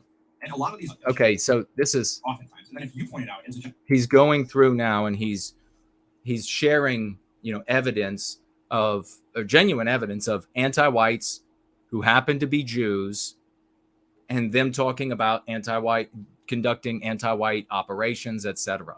He thinks that's a rebuttal to what I said because he erroneously has concluded that I had claimed that you should never talk about anti-whites if they happen to be jaywalkers. That is such a misunderstanding and otherwise such a gross lie made up by jealous people who just want to undermine me and the work that I'm doing. Gentile and know them. Interesting. Yes, I've been told to stop her women. Women talk. Okay, you enact witches. Are they glad? Change. And I think that was terrible. And it makes me wonder in some ways about Hitler. I'm not going to. Oh, God. Jews, the UK World War, right? And we, that Indian shit about it. Now just go. There are disagreements. Okay, look at this. We all agree on the. This is one of his saved tweets that is obviously fraudulent.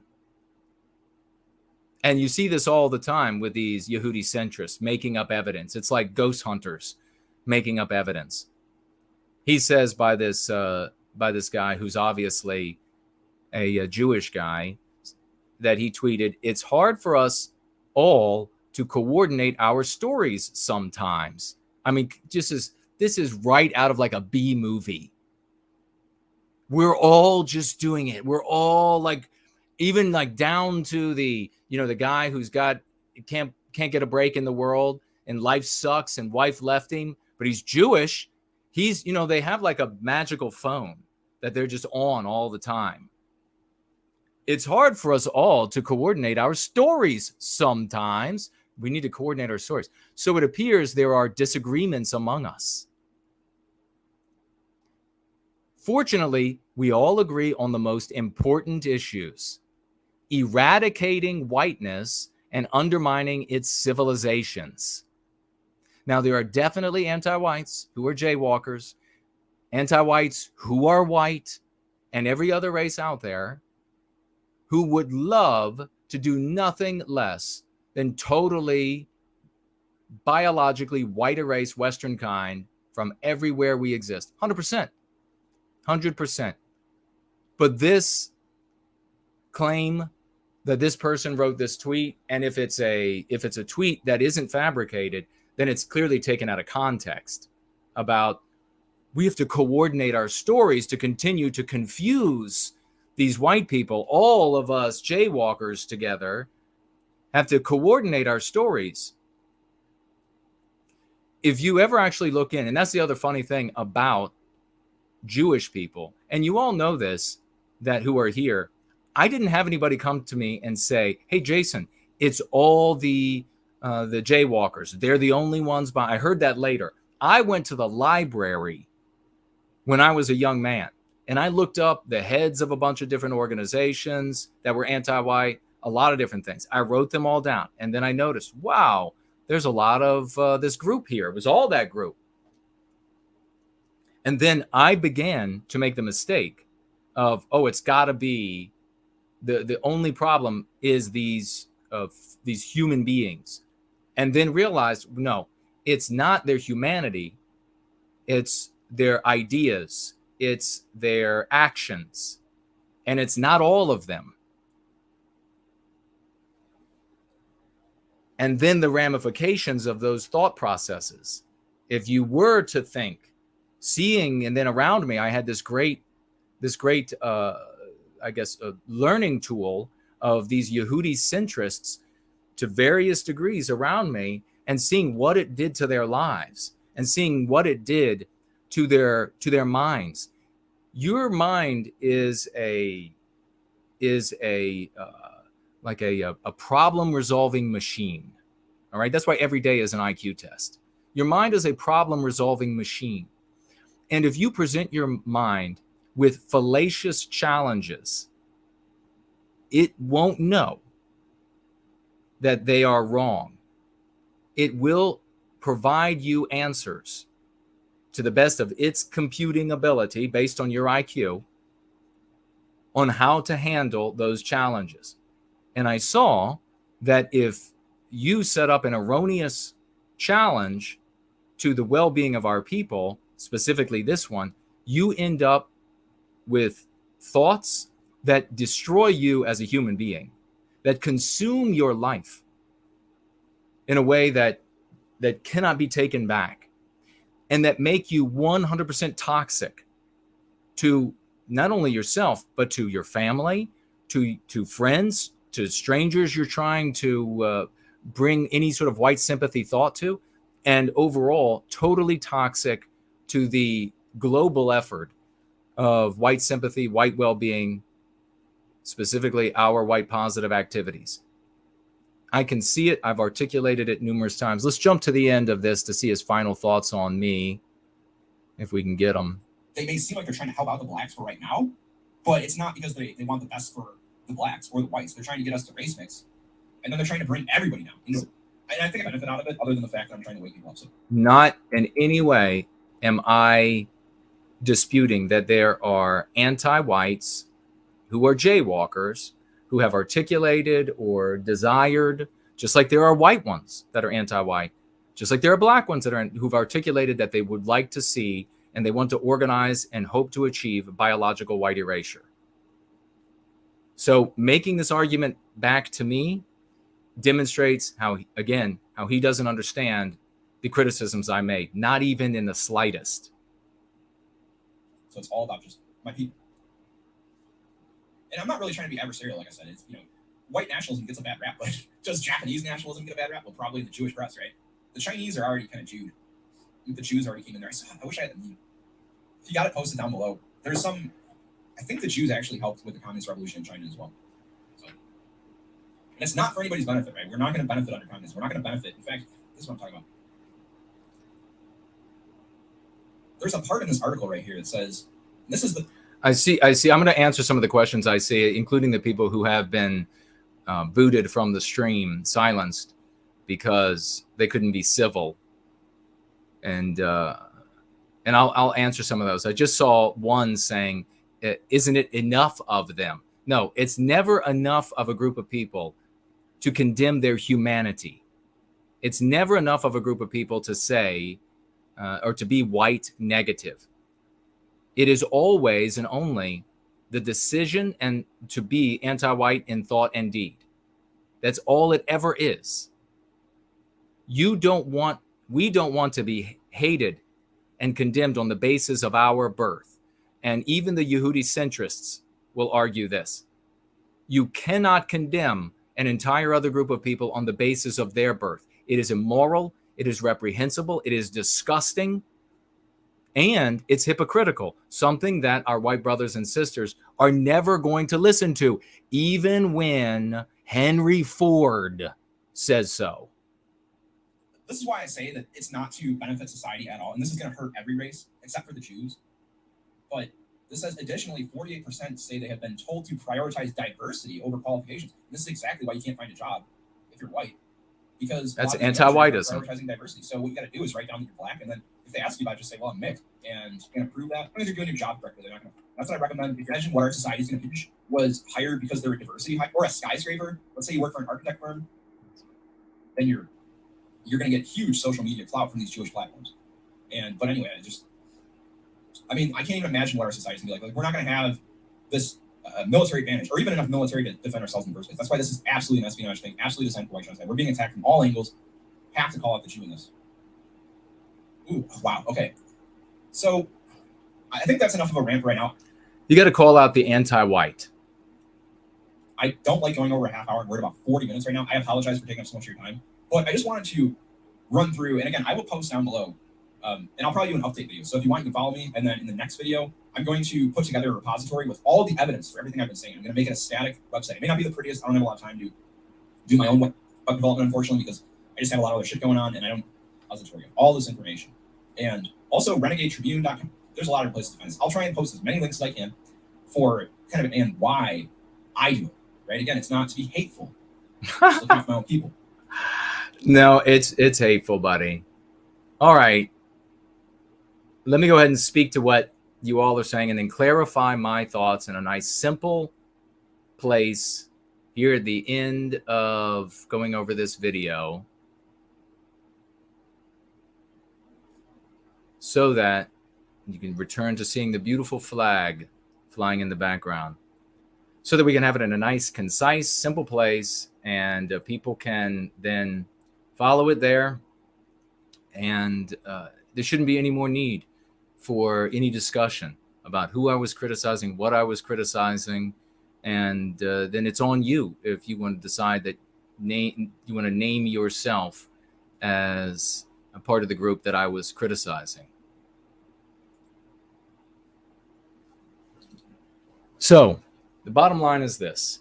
I was criticizing Yehudicentrists, the people who focus on another group of human beings, condemning their humanity, condemning their essence, pure white negativity.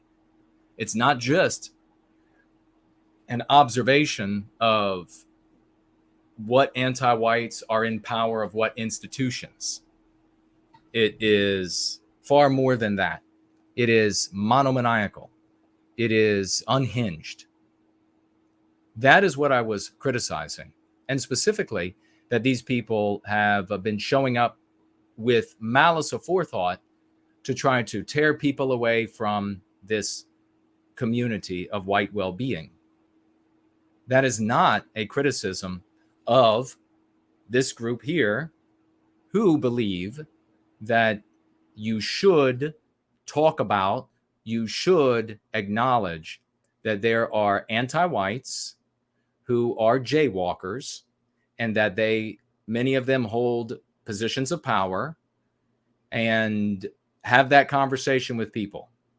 I disagree with that, but that's not what I'm criticizing when I was referring to colloquially the name them crowd, because that's their bark. That is their crow. That is their meow. That's just what comes out of their mouth all the time with nothing else coming out. And then there is the third group of actual researchers, which I have always supported, and therefore makes it even more ridiculous. When you look at these lies about me and what I said, that this whole group should never be talked about, or that there no jaywalker who's anti-white has any guilt or responsibility, or that no one anti-white should be punished unless they're jaywalkers, all of these sorts of lies. It is all destroyed by the context of years and years of work of mine. So it is on you then, if you want to take the criticism that if it doesn't apply to you and apply it to yourself, that's on you. It's also on you if you want how you decide to respond to it. Do you want to make an argument about why your perspective, your approach, your strategy is superior, or that it works at all? If you want to make that argument, then be a white man and do that. Don't instead make up lies about me and slander me and undermine the work that we're doing. Say that I'm a jaywalker and a Fed and all of these other things to turn people off from me. Everyone knows what you're doing. So I've made it very clear who I was criticizing: the Yehudicentrists, who I colloquially refer to as the name them crowd. I was not criticizing the people who mention anti-whites who happen to be Jewish, and they put more importance on that than I do, because I hold anti-whites as individuals and all in the same group. Not criticizing them, and then definitely not criticizing the researchers whose research is undermined by these flipping idiots and their ignorant cartoons and their baseless claims and their faked evidence and etc. I'll take a look at what you all are saying. And I hope this, for anybody out there who was genuinely misunderstood, then I will say that it was my anger for these folks was definitely not meant for you. So in the future, look at the full context and don't go rushing to believe people who are so clearly jealous of me and the successes of this community. Let me have a look at what you are saying, and we're going to keep moving.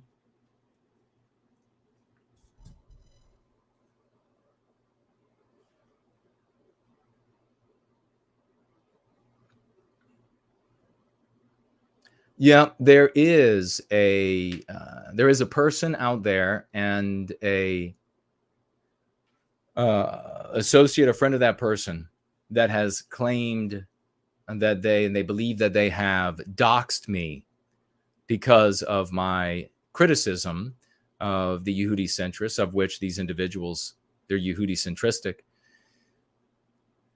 That is the most reprehensible thing imaginable, especially because if it is accurate in the position that that's claimed that I hold, would absolutely be a hit upon my life.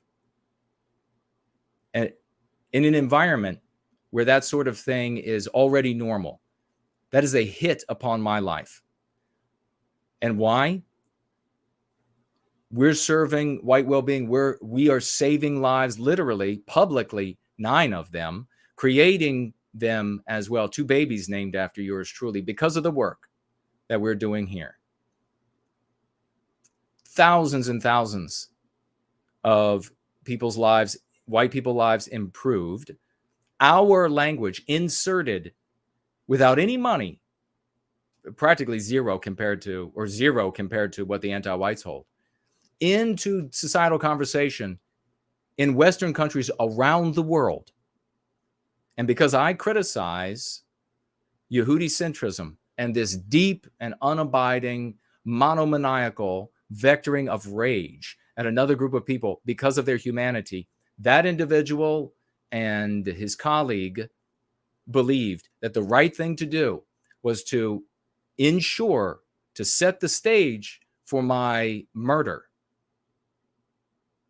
to set the stage for me, my property damage, my loved ones to be tracked down and hunted and attacked and loss of profession and all of this sort of thing.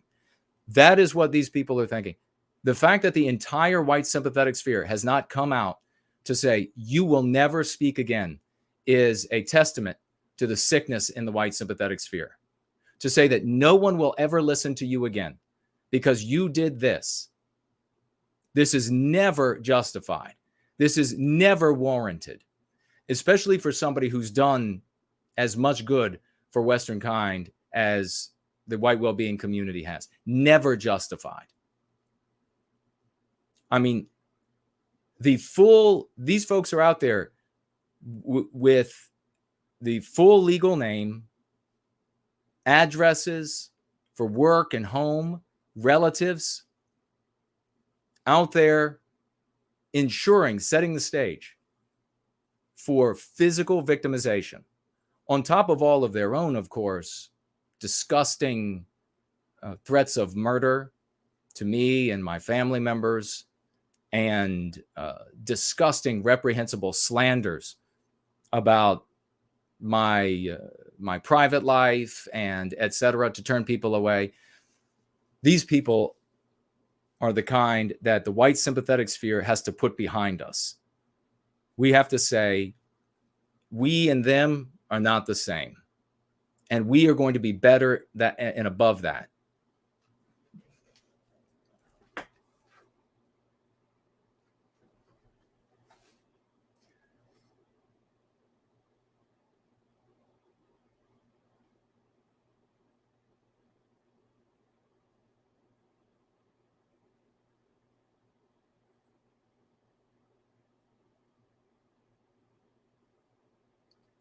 All right, I'm just taking a look at what you all wrote, and we're going to, after I respond to what you all said, and any financial gifts that might be associated, we will proceed into the Go Free lesson of the day, which is very exciting because we're going to be talking about Thanksgiving and what you should say or could say, and I'll listen to what the kind of arguments that are normally made by your relatives or friends that'll be at Thanksgiving, and we will productively prepare you for conversations at Thanksgiving, if you're obviously in the U.S., at Thanksgiving, so that you can overcome the objections, bring people to white well-being, seed them with key concepts, demonstrate the immorality of anti-whiteism, all powerful things that we need to do for our white families.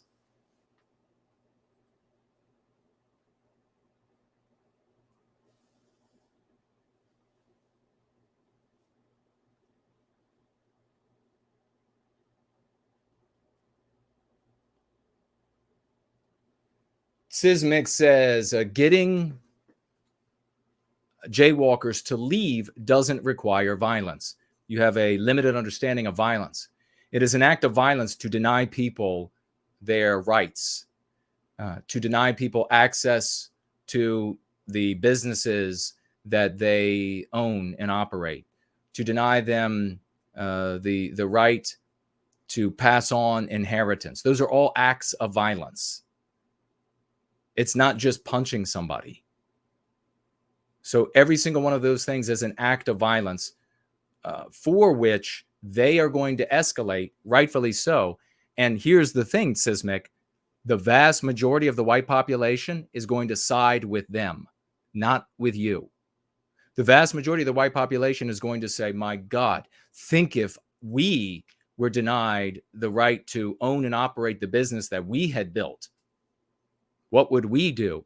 And then they're going to act out of a moral motivation to side with jaywalkers against you.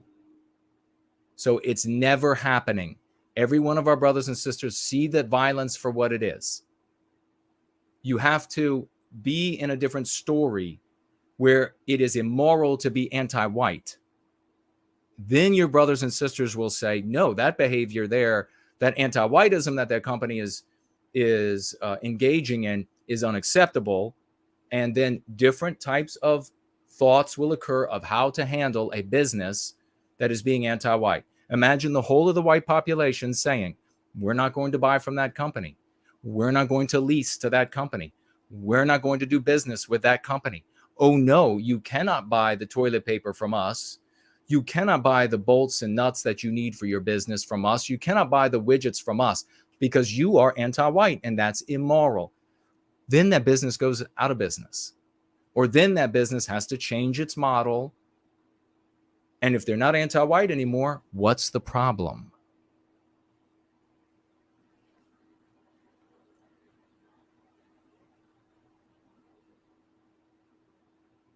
I'll answer your objections.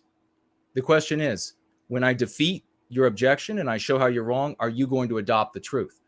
Or does it feel better to just continue to be monomaniacally focused on jaywalkers, blaming them for their humanity for everything wrong in the world, because that is easier than taking charge of your own life and becoming a better person, cleansing yourself of meme pathogens?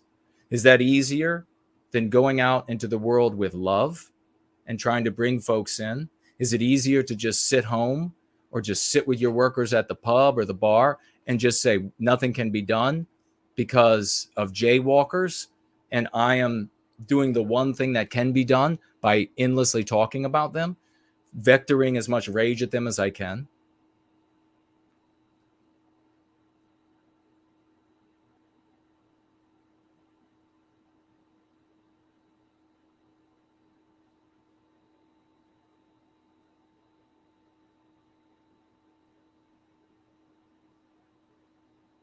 Sismic says he follows these folks for years, knows their arguments. Well, share it, and I will overcome the arguments. I have almost 3 decades of having these Yehudicentrist school of thought folks show up, even before the internet, and shut things down with just this totally bumptious, boorish behavior, bursting in where elevated thought is taking place, elevated strategy is taking place.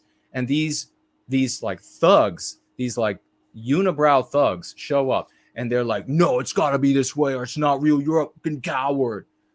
Everybody here's a coward if they're not going to say it's these people have to be violently forced out of, etc. So I've overcome the arguments. They just don't want to listen to arguments. Can you? Can you listen to arguments? Cowardly, somebody called Vicious got hidden, was saying cowardly. Cowardly is taking the easy road, taking the easy way out of this, which is just to say, oh, it's that group over there because of their humanity. And so we've got to vector the hatred at them and do no more other than just tell everybody how much we hate them and how evil they are. That's the easy way out. That's cowardice. Bravery is turning that vision inward and saying, what can I do in my world? How am I making an error? Bravery is looking in the mirror and saying, how am I wrong? How are we wrong? How can we be better? And then taking steps to amend those errors, those weaknesses. That's bravery. Cowardice is what you're doing. All these people who talk about cowardice, about fighting the government, you see this all the time. They're talking about anonymous, no pictures, online, not going out into the world doing anything. And me, with my name, my face, etc., out there for almost 3 decades, that's the coward. Give me a break. And this is really disgusting too. What is being done to Mark Collett? Mark's mother just died, for Christ's sake. Mark's mom, that he loved dearly, not like an estranged mother, Mark's mother that he loved dearly just died. And hordes of these Yehudicentrists go scurrying off, all of these jealous little pricks scurrying off to Mark, demanding that I not be a co-host on PWR anymore, pressuring the shit out of this guy who just buried his mother. He literally just buried her, pressuring him to death. You better not, because in the unspoken threat, if none of them have actually spoken the threat to him, is that we will do the same thing to you that we're doing to Jason.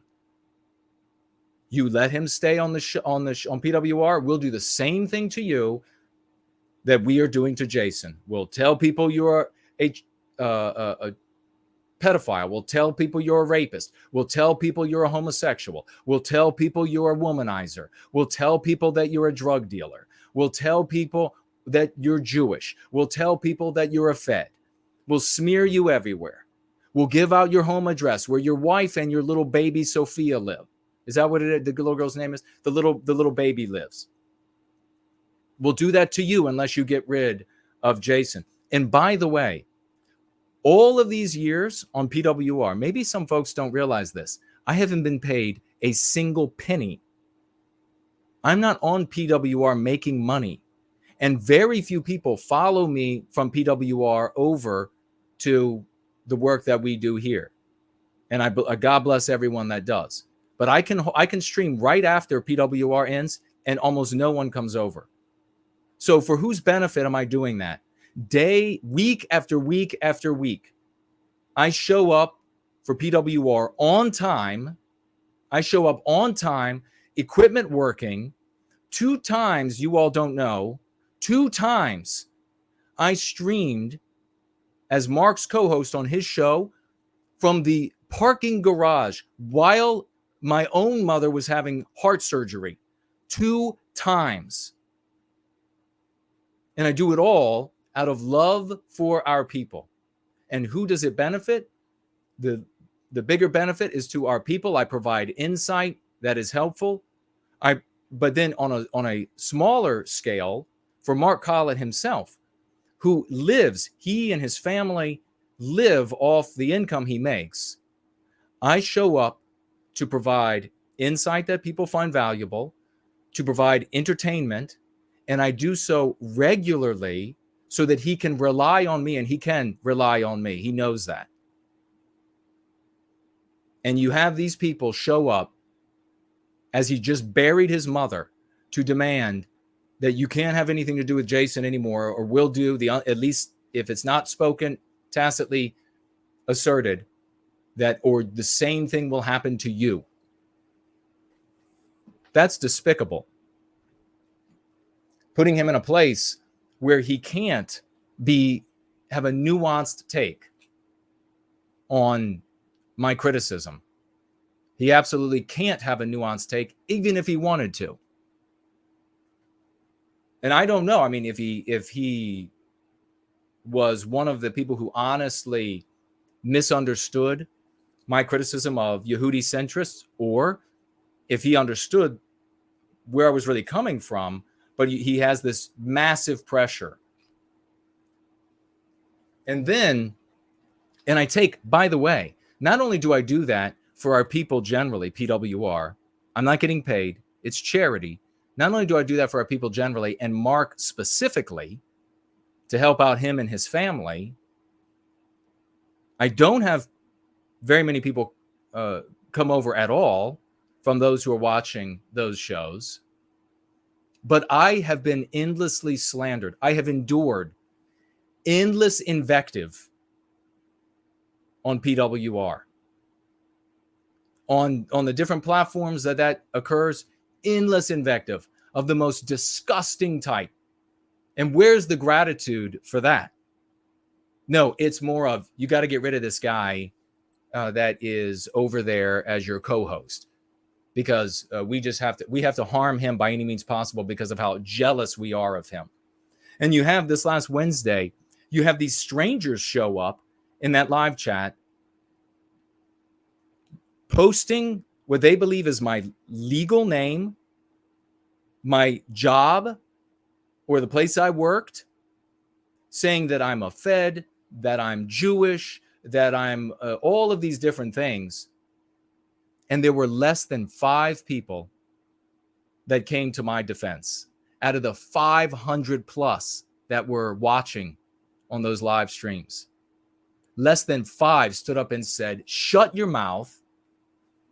This guy is here week after week, putting up with the endless slander on PWR, putting up with the endless slander from you scumbags, providing insights that are valuable for us, and helping out Mark and his family by being reliable and providing those insights and being entertaining. And you're going to show up here and slander this reliable guy? No. My friends over there, less than 5 stood up for me.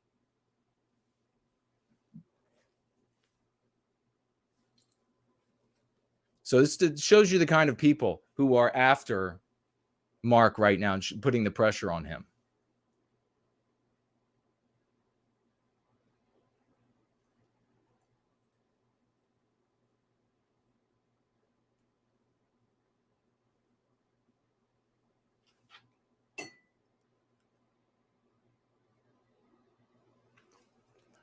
I see one person saying something about if jaywalkers identify as jaywalkers, it should not matter to you what they identify as. I don't care what other groups of people identify. Do they care what you identify as? They call you the equivalent, well, not all of them, of course. Some of them, anti-white jaywalkers, will refer to you with a gross word that has to essentially means beast, swine, etc. Do they care what you call yourself? No. You should not care what they call themselves. I don't care what people who are anti-white call themselves, because I'm in my story. I'm in our people's story. And in our story, if they're anti-white, we call them anti-white. If they make the decision to be anti-white, we call them anti-white. Couldn't care. They could call themselves the angels of God's ass. I don't give a shit what they call themselves. They're anti-white.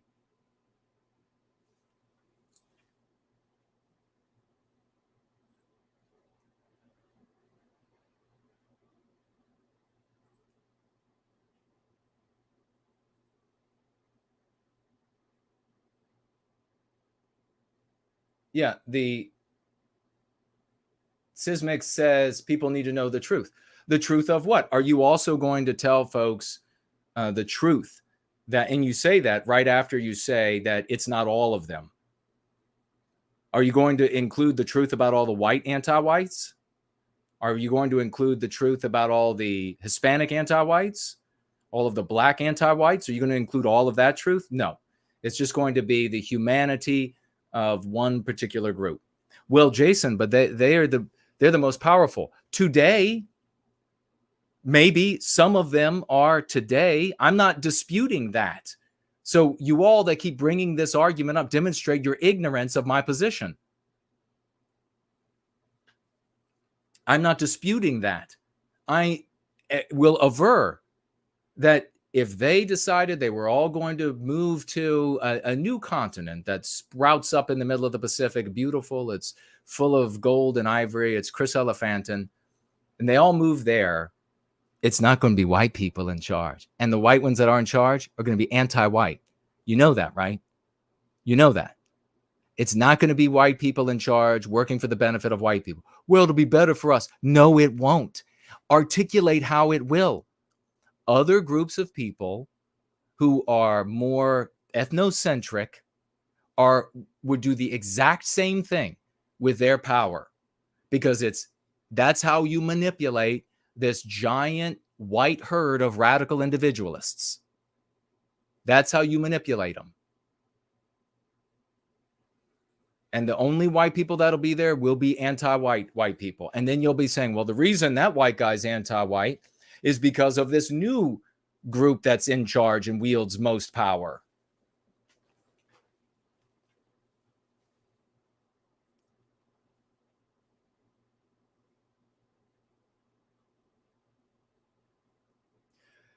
Catherine wants to know what it means when we say something works. And this is a good question because it goes to the objective. What's your objective? Now, our objective and the objective of the Yehudicentrists, very different. Our objective is to put an end to the victimization of Western kind. And so when we say that something works, we mean that it advances us toward that goal of ending our victimization, recapturing our destiny at the various levels in our world. Yehudicentrist, when they talk about something working, it serves their objective of victimizing jaywalkers. And don't let them try to back out of that. It's so sad.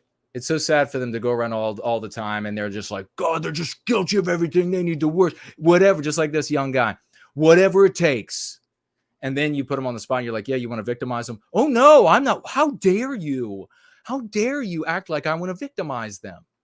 No, just don't be pathetic. That is the goal of the Yehudicentrist. And it is despicable.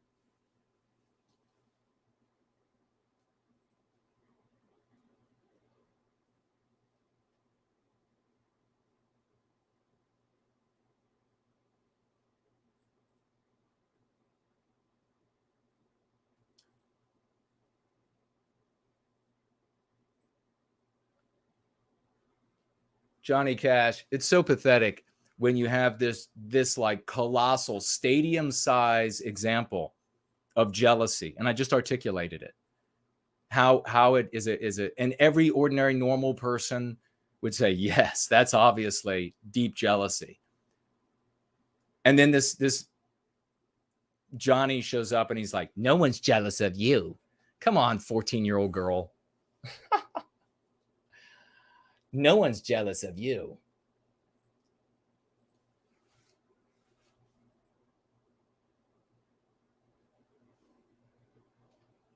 Affected areas saying, but they do the work and coordinate the stories, though.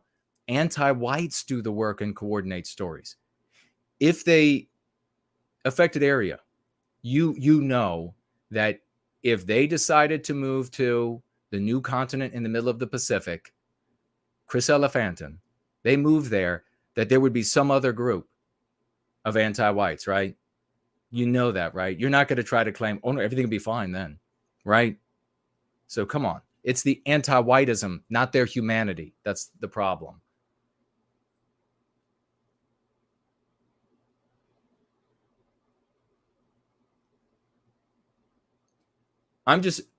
Let's see, someone who believes someone is a Yehudi centrist who I'm criticizing.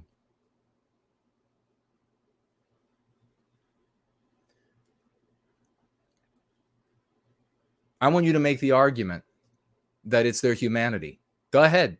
I want to see you make an argument for your position rather than just continuing with the same objections that I've already overcome. Because it's really childish. It's childish. It's like being a teacher in a school where, in elementary school, where none of the students have to behave or think clearly. If you're a Yehudi centrist and you want to say it's their humanity, it's only them, it could only be them, it's no one else, if they're gone, everything here will be milk and honey, then tell me how, or shut the fuck up, all right?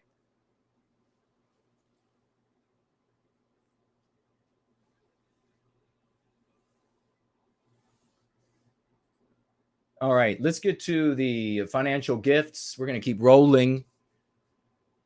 And let's see if we have any to read yet. Okay, with none on Cash App. Let's see about over here. We do have on Entropy 3. We have the great Dr. Frost showing up with 20 hopping dollars from Australia. 20 hopping dollars. God bless you, brother. He says, for white well-being, have a great day, my brothers and sisters. Hit the $20 mark, folks. Let's get some 07s and some raucous emojis for the great Dr. Frost. And we have Yiz, the unifier, the great champion, with $5 financial gift. Weekly Folk Tithe to wish you all the best. I'm putting up Christmas decorations with family today. How lovely. So I won't be able to catch most of the stream. Happy holidays to my lovely white well-being community, Kip. Kip, indeed, sister. God bless you. Thank you so much. And we have Simon JJ with 25. I get to say it, folks. 25 Bulldog bucks. 25 of those Bulldog British bucks. God bless you, brother. Let's get some 07s raucous emojis for Simon JJ. He writes here, imagine our numbers if these antique nationalists and J-namers would just give it up already and go free. Always doing a great stream, a great job, Jason. Well, thank you so much. I really appreciate that, especially after the endless attacks and the belief of their setting the stage for a murder for yours truly and my family members that so many folks are just like crickets on. They're like, yeah, well, I guess that's what happens. Guess that's what happens when you want to criticize the Yehudicentrists. Over here on the question widget, we have slots. To deny anti-whiteism as a source for destructive behavior is to deny centering even the existence of our people. Amen to that. We are here Westman-centristic. Westman-centristic. I guess you could say in a sort of scholarly way that Westman-centrism is what guides us. That's where our focus is. So therefore, since we're looking at our people, we build walls against those who would victimize us. These others are Yehudicentrists. They are focused on jaywalkers and how to harm jaywalkers and tell as many people about all of the bad things that any anti-white jaywalker has ever done. And then they get into the bad things that any particular member of that group has done to other groups of humanity, demonstrating that it has nothing to do with white people. It has everything to do with victimizing that group. Slots continues, the attempted white erasure of your surname, Jason, is anti-white. Amen. Thank you for that, Slots. That's brilliant. The attempted white erasure of your surname, Jason, is anti-white. It is anti-white. When these Yehudicentrists keep trying to say, oh, his name is Cohen or any of the other variations that they've tried to make up. You know, it's so insane. I thought the one thing, really, before the internet was robust enough, I thought the one thing that they'll when they go to lie, the Yehudicentrists, when they go to lie about me, or anti-white cryptos go to lie about me, the one thing that they won't be able to say is that I'm a jaywalker, because it is so obvious that I'm not. It is painfully obvious that I'm not. But it doesn't stop a Yehudicentrist, because they're not, all the pistons aren't firing up top.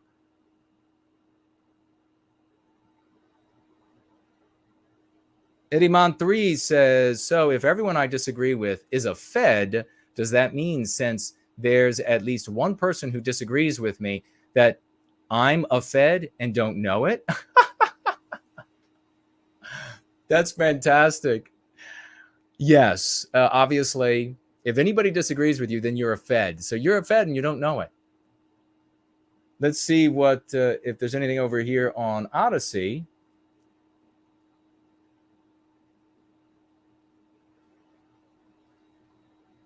And here you have another. Here you have another one of these Yehudicentrists going off in the chat over on Odyssey, saying, "What is jaywalker supposed to mean?" Figure that one out.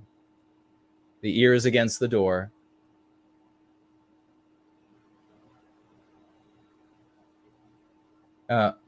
He's also, what is Yehudi? Look at the title.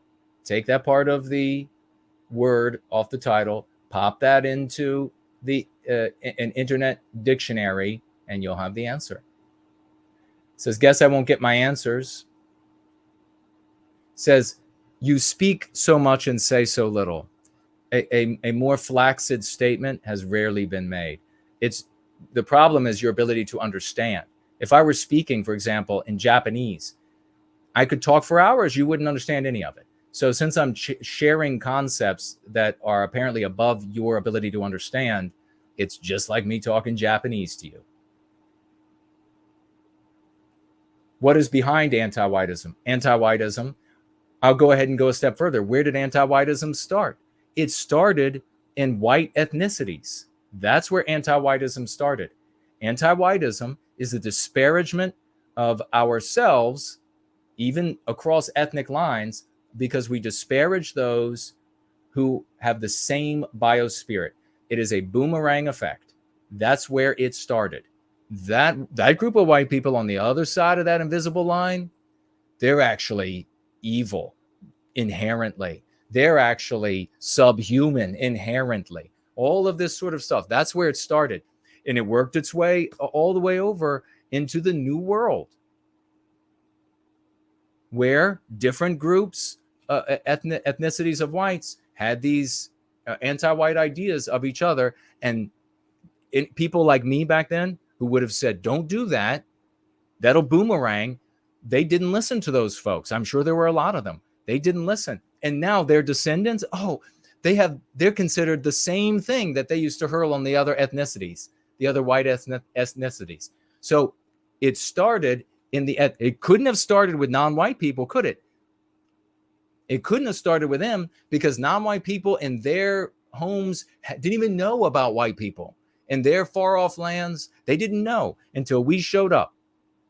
And then we said, oh, well, we're the good ones, or we're the ones you're going to listen to. And those other white people across the imaginary line with a different language, different breakfast, or different flag, they're all beneath us somehow. That's where anti-whiteism started.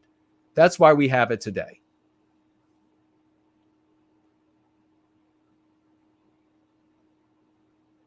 And even if, and we could put this into a laboratory of the mind, even if there was no such thing as anti-white, even if no white group had ever disparaged another white group as subhuman or beneath them or whatever it is, and then a non-white group came along and said, ooh, for our group interests, it'll serve us really well to make this group hate themselves, it still is to our disadvantage in this real context to say that every one of them on the basis of their humanity is guilty of it.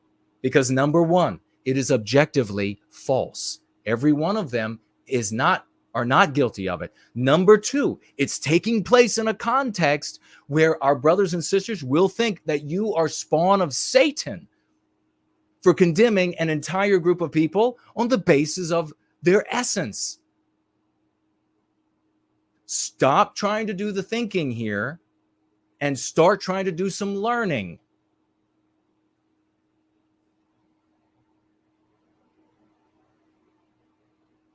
And here you have the same tired, it makes sense to treat the cause of the problem. The cause is anti-whiteism. We're treating it.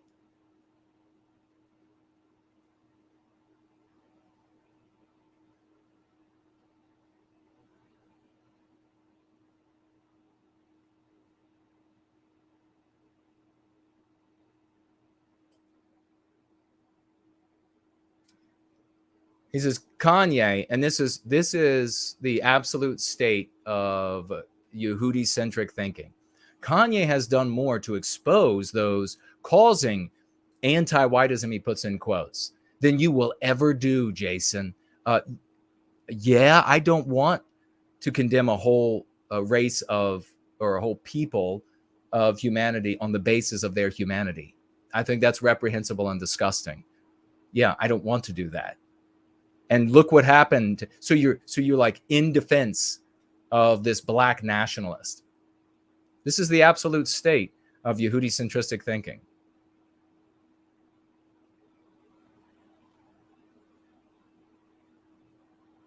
And this is the great argument that this person, we have to move on. This is the great argument. You are the meme of the guy riding the bicycle that shoves a stick into his own spokes. That's a great argument. Wow. Again, the absolute state of Yehudi-centristic thinking. All right, get out your raucous emojis, 07s. Things continue to get good in service to white well-being here. I've put out my hand, and I'm trying to help our people in love. The fact that I continue to be attacked by people who focus on the harming of people based on their humanity, that's all you need to know. That's all you need to know about who is the good guy here and who is the villain. Dude, bro moment has the answer with 50. Put them down, Jason Dollars. God bless you. 07s, raucous emojis for Dude Bro moment. 50. Let's put down these liar dollars. And he says, with those $50 for white well-being. God bless you, man, for that. God bless you. Dude Bro moment. He definitely came in on a rope the day that guy showed up. Swashbuckling to the ends of time. We also have Eric here, financially gifting $3. Thank you, brother. Have you ever thought of adding testimonials from people who have had the Go Free method benefit them greatly into the Go Free book for new readers to read? That's a great suggestion. I haven't specifically thought about putting them in one of the editions of Go Free, but I might. I only recently started saving them, just like 6 months ago, maybe. And I already have hundreds. And I'm not grabbing all of them because I simply can't. I want you all to keep making them. You got a great testimonial, share your testimonial. I will do my best to grab it and put it with the list of the others. But we have so much success here. It's just like, it's like a pot of roses that just keep blooming and falling over the edges. It's success after success with life transforming testimonials. That's a great suggestion. I really appreciate it. Again, big thank you to Dude Bro moment. $50. The guy is a godsend. And wow, it's getting more exciting here tonight. This is the rebuttal. To these Yehudicentrists. And folks, use this because Yehudicentrist, centrism, because I really want to draw a line between these psychos and the folks who, in a white negative way, want to mention that anti-whites are Jewish, that are Jewish, because not all Jewish people are anti-white by any means. And also to say they're anti-white, they are intrinsically Jewish their whole life, every moment of it, right? But your anti-white is a deed. It's a thought. It's not what you are. It's not the thing. And so a person of any race, I mean, we have white people here who were anti-white, who are now going free. They're not anti-white for all time. And any of these other people of any other race are not anti-white for all time. So I want to make that clear as well. But this is this is the community of love. This is people pushing back with their testimonials, with their dollars, to say, you haven't affected us. All of your lies are not going to undermine this community. And I want the Yehudicentrists to understand this. You have tried, and for years now, and that other Yehudicentrist who tried to put together a bunch of criminal-sounding allegations for years, spreading those in the background, finally coming forward, and me then sharing with with my inner circle here the video and the results of polygraph proving you 100% wrong. You too, all of these efforts have done nothing to stop us. Think about that. These people still love the Go Free method. They still love the results. They still love what's happening for our people. And they are demonstrating that with their words, their efforts, their swashbuckling efforts, and their dollars. So just know that. If anything, you engender us to be more passionate.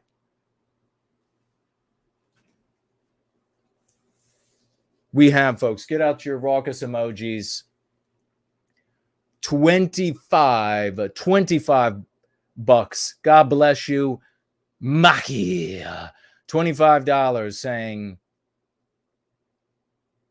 says euros can be difficult to work with. Euros can be difficult to work with. You meaning European people? European or Euro currency? $25. You can jump in the question widget over there and on Entropy and let me know or tag me. But God bless you. That's Maki, ladies and gentlemen, a great champ. 25. And at the $20 mark, we break out the 07s and raucous emojis and pirate flags for our brothers and sisters. And here you have the great first last. The great first last is here. Financially gifting 100. Let's support white well-being dollars. 100. Let's support white well-being dollars. The great first last. And he says, not capitalism, not communism, but Georgism. He wants everybody to know. Not capitalism or communism, Georgism. God bless you, brother. Let's get some 07s, some pirate flags, some swashbuckling flags for the one and only first last, a true champion, friend and brother in service to white well-being. God bless you, good sir. I see so many champs who are here today. Everybody, it's glorious, isn't it? We have, check it out. Douglas wants us all to know. And Douglas, we got you late last week. You got in late with your financial gift. Well, we got you in a follow-up roll-in. If people didn't tell you, keep your raucous emojis, 07s, and pirate flags going for Douglas. $50 to white well-being. 50. We're not going to let these Yehudi-centristic pricks hold us down. God bless you. Thank you so much for that. $50 from Douglas. A real champion. And there is our one and only reliable as I have been for Mark Collett on Wednesdays. I love Jesus Christ. Financially gifting $10 US. And she writes, for white well-being. Thank you so much for that. Thank you so very much for that, dear sister. And we got more. We got more over here as a message sent hard and fast and loud and strong from the swashbucklers in service to white well-being. Art Acrobats. Financially gifting $3.09. He says, you've been scrubbed from Google and people searches. That says, you've been scrubbed from Google and people searches. So they are anti-whites, are trying to prevent people from finding the work that we're doing. And they are, this is one of the ways, silencing us like we've been silenced on all these other platforms, as though Jason is some sort of, like, wouldn't it be the opposite? Wouldn't it be the opposite if what we were doing was somehow to undermine white people? It would be like conservative ink, con ink, wouldn't it? It would be like you type in anything about the white race, or you type in anything about how do we stop the communism or the wokeism or whatever, and it's in your face on all the search engines. You got to go to No White Guilt. You got to go to this plot. That's the way it would be if this were something that was intended to undermine white people. You can see by the fruits of our labors the exact opposite, for God's sake. If anything, we can say Yehudicentrist undermines white people. Yehudicentrist is what prevents our people from mounting a defense against our victimization. That's the problem. Everybody knows it. You go out there to talk to anybody, and I was seeing, these people sent me these clips of these other groups calling for murdering jaywalkers one at a time, calling for raping white women. I'm just absolutely disgusting, these folks. That is what undermines our defense against our victimization. Everybody that goes out there and talks with our brothers and sisters has to deal with our brothers and sisters saying, don't you want to kill all the jaywalkers? And we have here the great artificer, folks. Keep them going. 07s, raucous emojis, raucous emojis for artificer. Financially gifting 25. Enough is enough. Dollars. 25. Enough is enough dollars. He says, our words win. Theirs don't. Beautifully written, brother. He says, our words win, theirs don't. And it shows a fencer. It's a little emoji fencer. I love it. It's like fencing, like, well, because we are genuine. When I spoke with the Republican mayoral candidate, there was nothing hidden. There was no optics. I'm actually in love with our people, and I want to put an end to our victimization. There was nowhere that Suzanne could go. There was no way that she could say, oh, all this is a facade, because it's what's really in my heart. You've seen the interactions. You know the interactions you've had with friends, family, and strangers when you've tried this Yehudi-centristic effort. And you can imagine it if you haven't.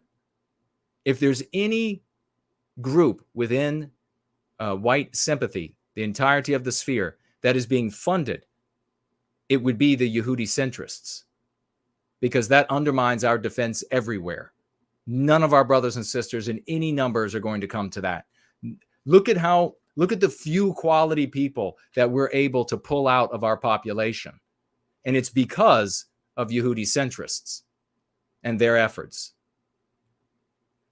And we have folks show up all the time. That really was angering me the other day. They show up all the time and they're immediately hit with this total rage. And you must hate this entire group of people on the basis of their humanity. And everybody knows where that leads.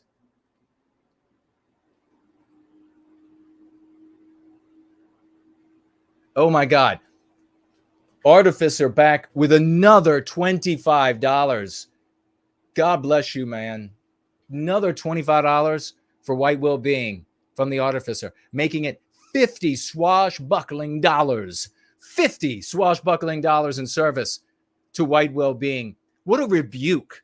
What a rebuke for all of these Yehudi-centrists out there.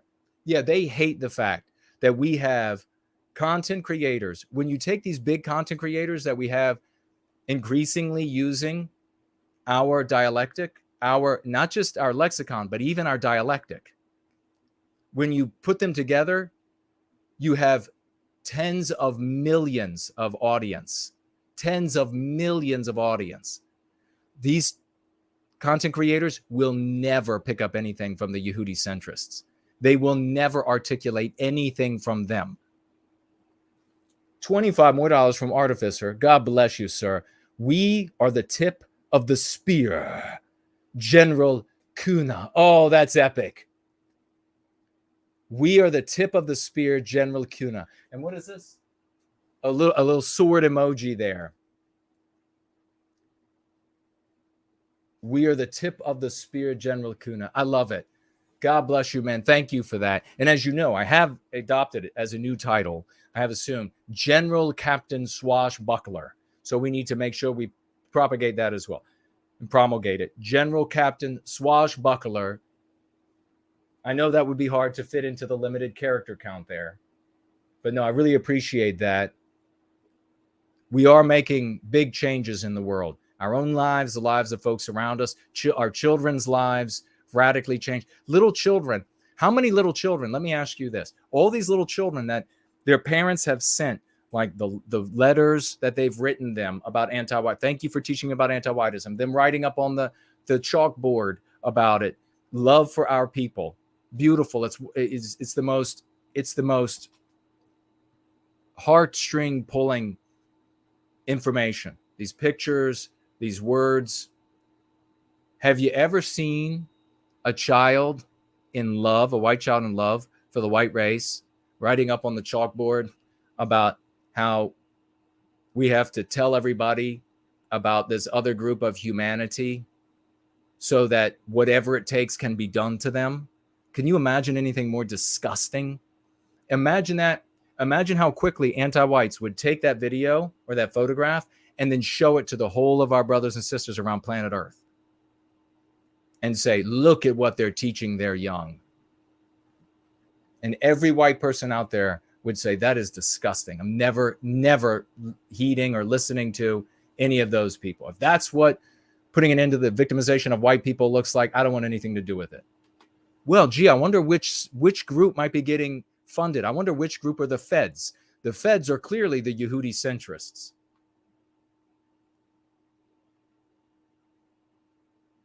We have over here on entropy. We have over here on entropy, Vincent, financially gifting $5 US. God bless you and thank you, brother. He says, I can't give more because I'm broke. Imagine that. Imagine being broke and believing in something so strongly that you give $5 for it. Brother, I've been homeless. I wasn't long, but I know what it's like to be broke. And I'm not far from that now and ever really at any moment. But $5 when he's broke. But I want to show up my support. I want to show up support for you as a guy doxxed at Charlottesville. Oh, you were doxxed at Charlottesville. Okay. I broke up with the cult nats because they started lying about you specifically. Keep up the good work. Do you hear that, folks? God bless you, Vincent. I was there as well, made videos about it. YouTube took them down, gave strikes. Of course, maybe I wasn't there, but so you were there and you were doxxed as a consequence. And then you left the cult nats behind because they started lying about me specifically. And he says, keep up the good work. Bless you, man. I really appreciate that. You're going to go infinitely further in your world by utilizing the Go Free method, cleansing yourself of the mean pathogens that you and all of us are infected with, and going with love to our brothers and sisters. I don't know what your situation is in life as far as, do you have a mate? Do you want a mate? Do you want a family? Do you have a family? Do you have kids? But if you implement the Go Free method and this love, hope, and redemption there, this is the most, by the way, the most heroic and manly thing that a man can do. You are going to end up with a life that would make the one that you would have lived look like night and day. And this will be the day. This will be the noontide sun for you and any children or nieces and nephews or anybody that you can influence. Know that a man, a real man of the West, doesn't go around hating other people. A real man of the West goes around loving his own, and he is firmly resolved that he is not going to allow our victimization. And remember what I've told you all many times. It is the love of the people behind you rather than the hate for the guy on the other side of that field that keeps and has always kept men of the West in the foxhole, in the trenches, in the battle lines. They never have joined and gone out for conflict, gone out to risk their lives, to strive for glory because of hatred of the other side. It is because of the love for those who are behind them that they are there. God bless you, Vincent. Thank you so much for that testimony. That's huge tonight. That's huge. We have Western Inoculator just chimed in with $10. God bless you, brother. What a champ. Says going free is the best medicine for our people. And he's got a little, I guess it's like a little syringe emoji.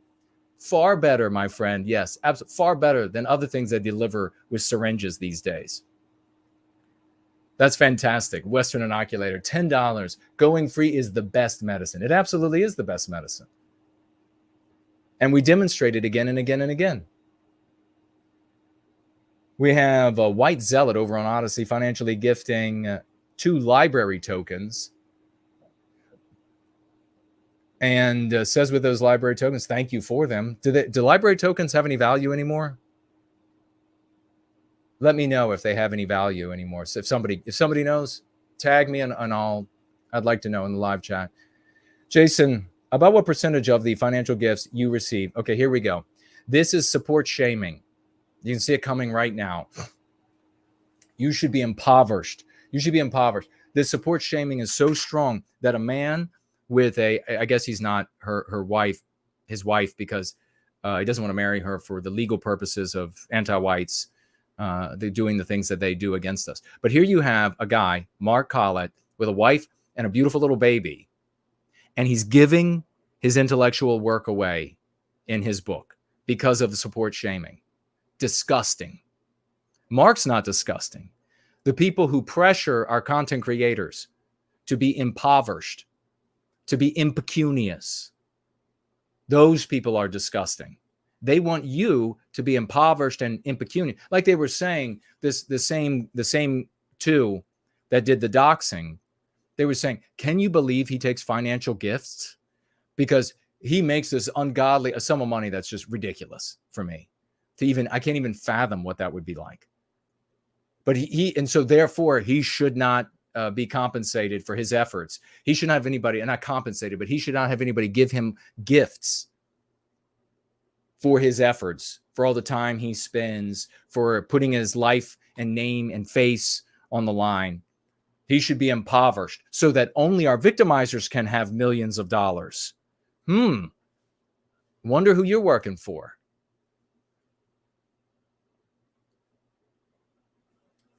So it's a concern troll is what I'm betting. So what percentage of financial gifts you receive goes to helping our movement? 100%.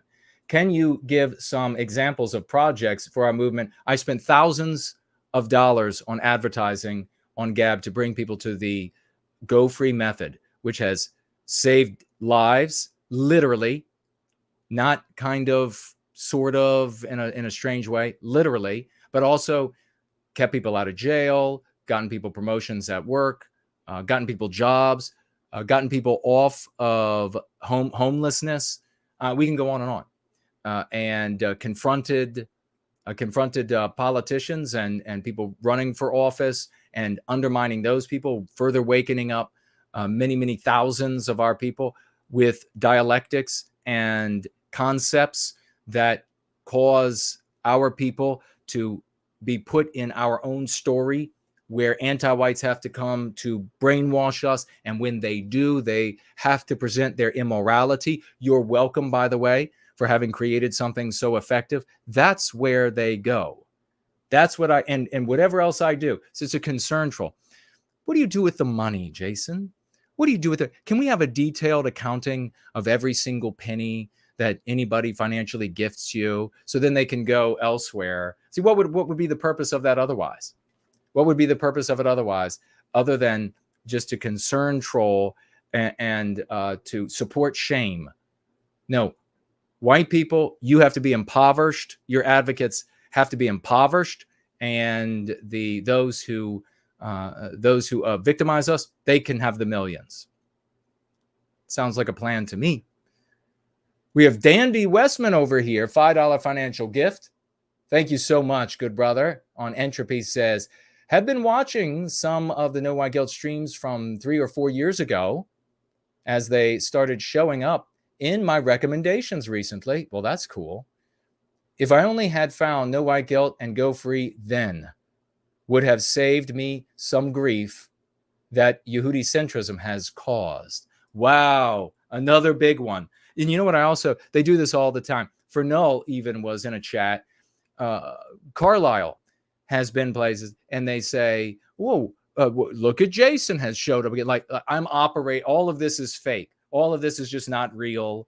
Nobody's actually, it's all real. At the same time, it's, oh, well, look, he should be shamed for getting financial gifts, but the financial gifts aren't real. They're just him faking it. Dandy Westman saying here, another account. That's obviously me. I'm operating somehow because I have a arm coming out of my ass. I lived near 3 Mile Island too long, apparently, and I'm busily typing away to myself. I can do that because I have 3 hemispheres, because I'm from another world. So, right? Makes sense. Dandy Westman saying with a $5 financial gift that he's been watching some of the No White Guilt streams from 3 and 4 years ago as they've started showing up in my recommendations.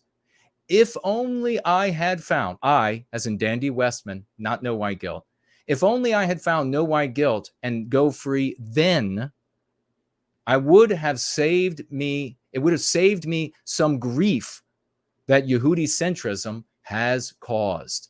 So he ended up getting hoovered up by this school of thought, Yehudi-centristic school of thought, and it has caused him great damage in his life, in his personal life, and who knows, maybe in professional life, ruined his reputation probably, as so many of these people, they spend so many years trying to get their reputations clean again after that so that they can convince and persuade those around them. And he's saying, if only I had found this sooner. Isn't that a testimony? Let's get a please, some 07s and raucous emojis for Dandy Westman. Dandy Westman, what a cool name is that? Dandy Westman. That sounds like that could be the cool name of like a character in a series of books. Dandy Westman. So we have with this testimonial saying, if only I had found the Go Free method sooner, I would have saved myself a lot of harm caused by Yehudi-centrism. That's speaking from the heart. So you can see what these Yehudi-centrists have been saying. Oh, go over there, harass, troll, malign, slander, ask these people questions and then give them answers, that it's all the quintessential essence of another group of mankind that you have to just vector all your anger at, because then all of your brothers and sisters will enjoy that. And you just have to angle it at that, because these people, they are just on the verge of all being Yehudi-centrists like us. No, it's the exact opposite. They come away from that. They come away from it because it causes the harm that it caused Kanye West until recently, and worse. Because if they can burn down somebody who was a billionaire net worth and now is not, if they can burn that down, they can certainly ruin your $25,000, $30,000, $40,000 a year ass. And by the way, they not only burnt down all his wealth, but all his family, all his friends. And I actually saw a picture. I don't know if this is real. I was sent a picture of him walking down the street with Milo. Is that real?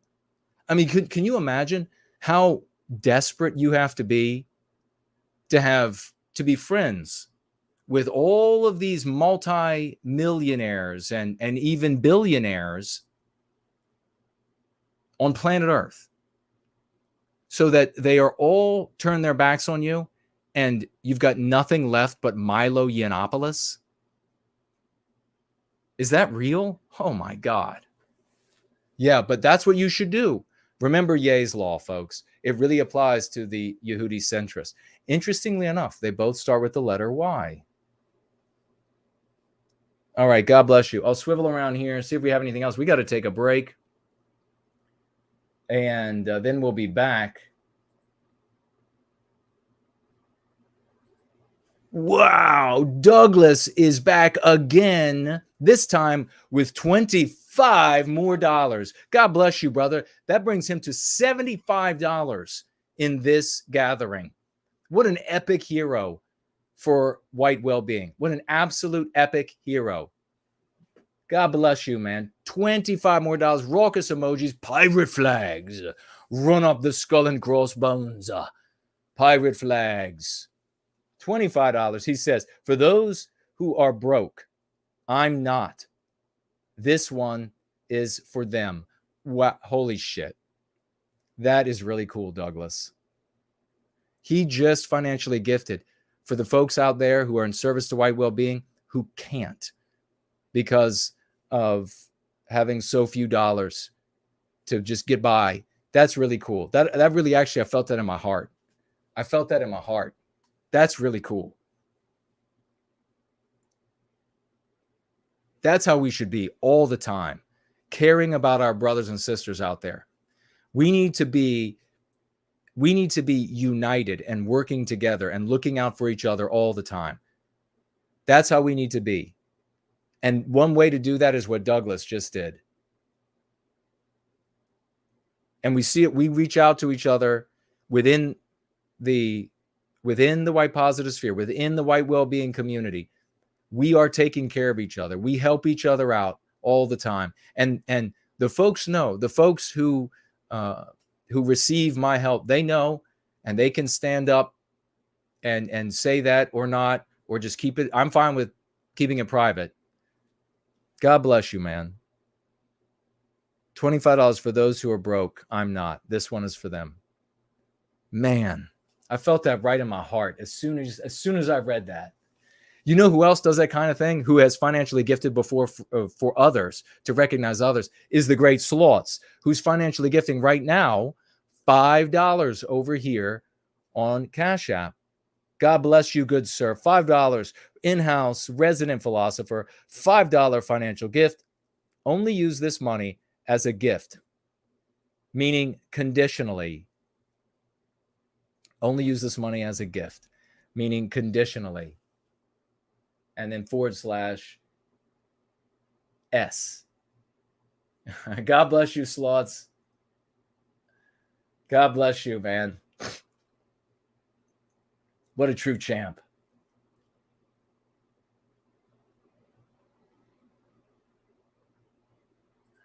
A gift conditionally. That's cool.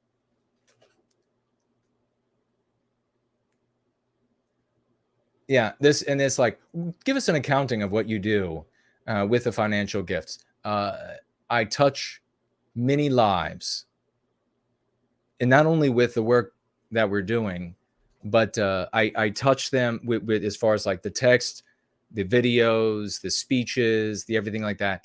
But I touch them in that exact same way. So you go ahead, and we have a growing community of people who know the truth about the way that we operate here. And they see it week after week after week for years and years and years and years.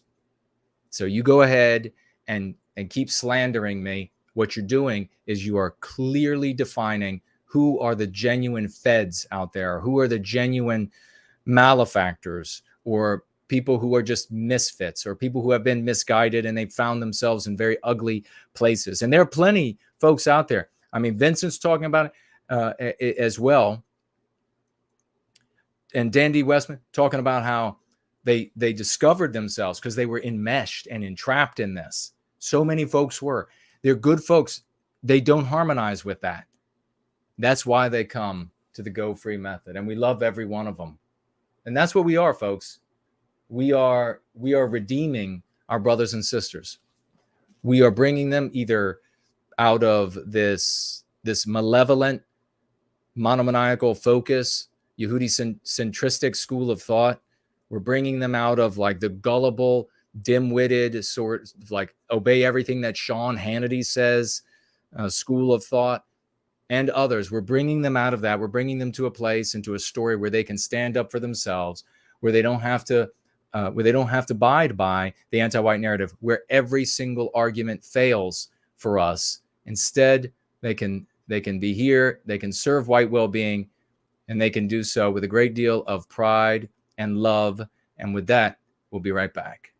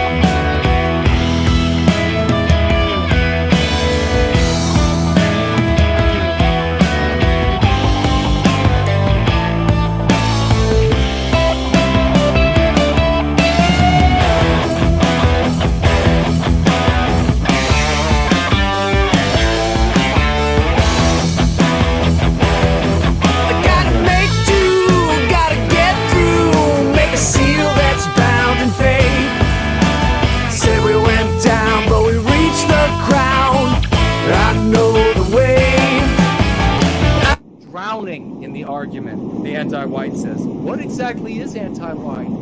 You have got to be animated with the righteous passion of reclaiming our destiny. We are the heroes of this era.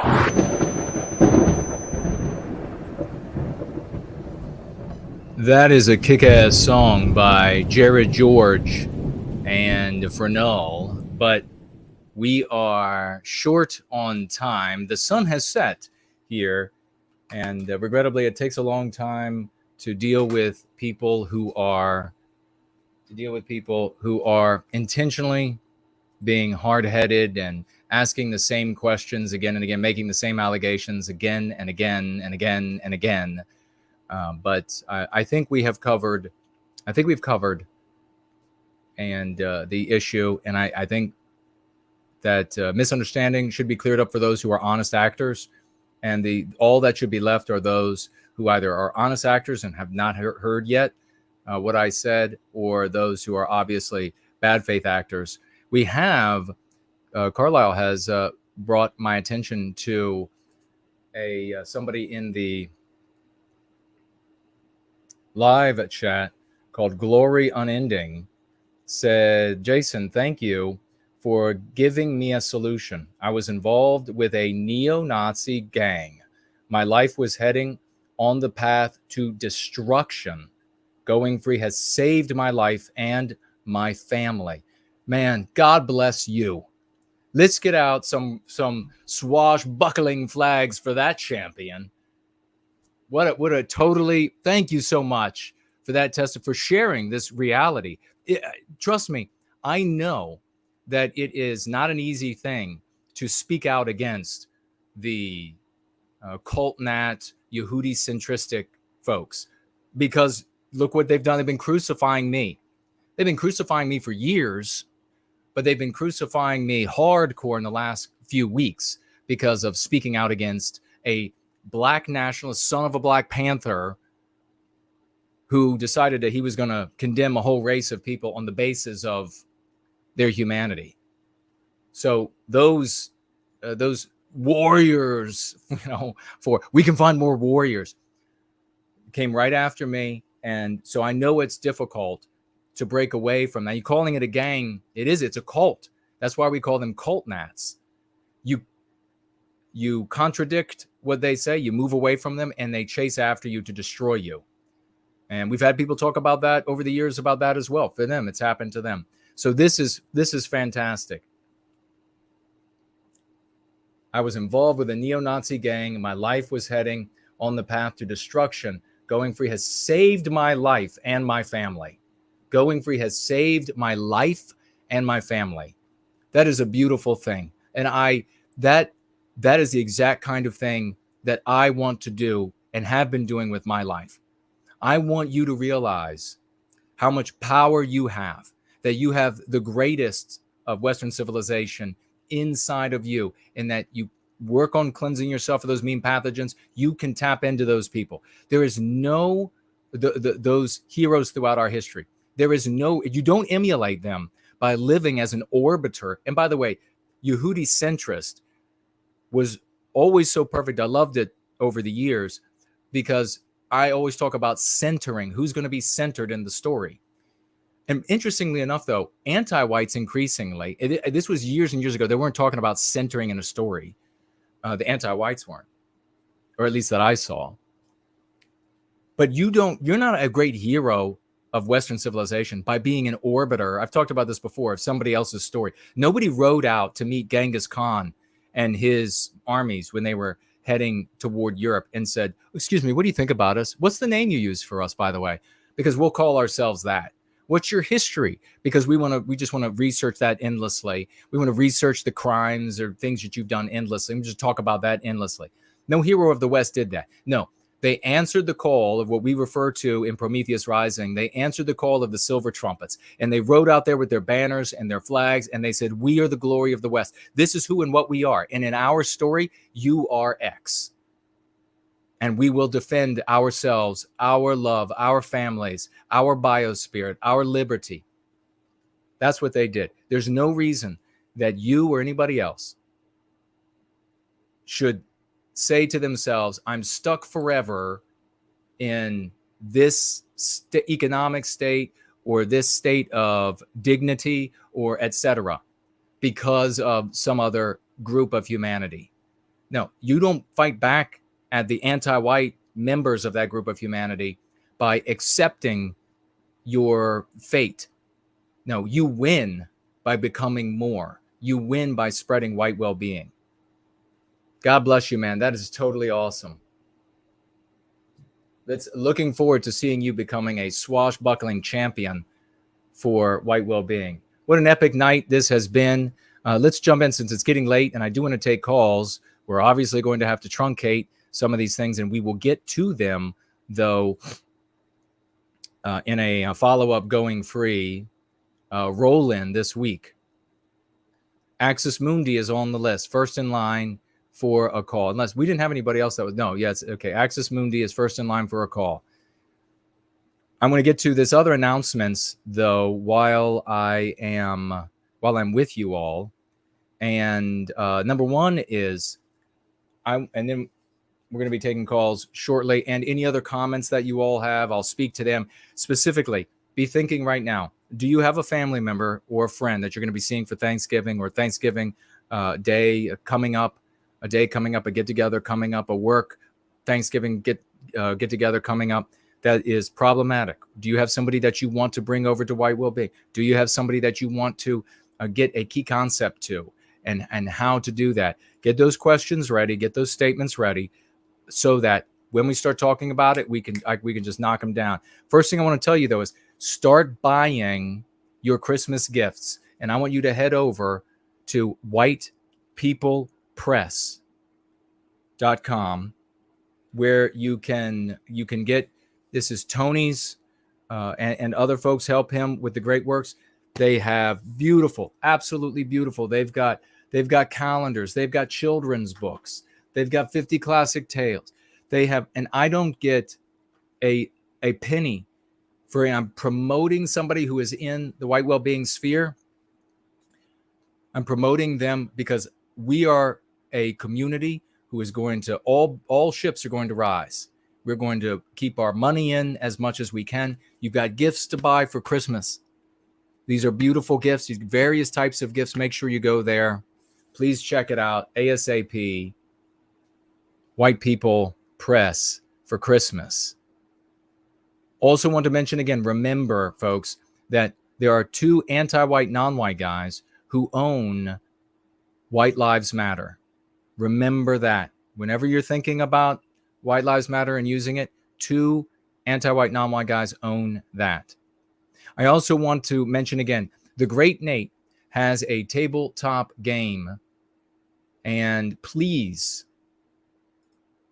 you might not be interested in tabletop games. It might not mean anything to you.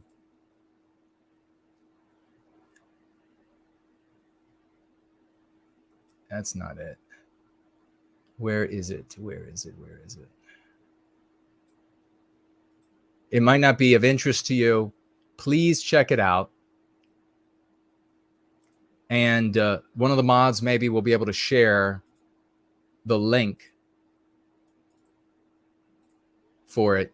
There you go. That's what it looks like. Blood and Thunder. He created this. This is the Great Nate's work. Check it out. Check it out. I might be able to. What's that doing? I might be able to share it as well if one of the mods can't. Check it out. Make sure that you support the Great Nate. Remember, he was traveling across country, spreading white well-being in stickers, posters, etc., as he traveled across country, in the face of course, all the Yehudicentrists saying, you don't do anything IRL, which, by the way, just as an aside, I've made this argument before, and you all please make the argument as well. Before the internet, everything was IRL. Did we win? So shut the fuck up, all right? Shut the fuck up about this. You're not doing anything IRL. By the way, we are doing things IRL, lots of things IRL, big things IRL, successful things IRL, other than just like standing on a street corner and confirming what our brothers and sisters know and believe by way of the anti-white narrative about white people who stand up for the well-being of white people. That's not doing something for us. It's terrorizing by confirming what people believe, showing evidence of what people already believe from the anti-white narrative, is not doing something, irrespective. So we've been doing real things. We've been providing people with real argumentation tactics, etc., tools, key concepts that they can take away. We have, of course, persuaded people with love in person. But irrespective of all the stuff that we're actually doing, this argument of you're not doing IRL, you're not having marches, you're not having stand on corner of the street activism, before the internet was robust, which was a lot longer than the internet has been robust, everything was IRL. Did we win? No. So shut up with that. Use the same argument. This guy's out there. He's IRL, making it happen. This is his tabletop game. Even if you don't like it, tabletop games, make sure you support this guy. It's the right thing to do. And there it is in the live chat. God bless that champion. We love you. And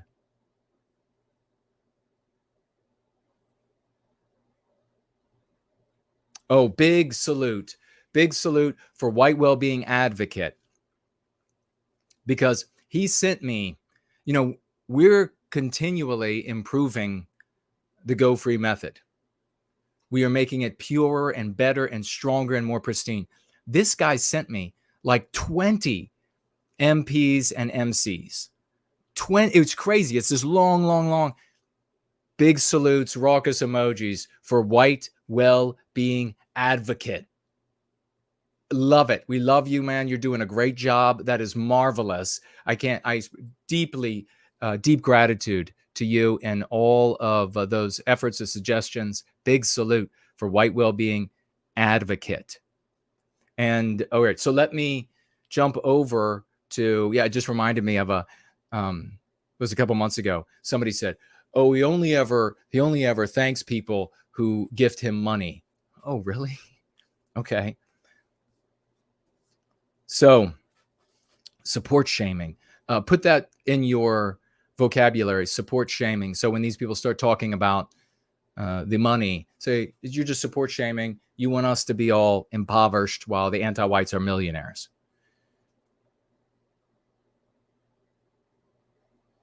Okay, we've got an action item.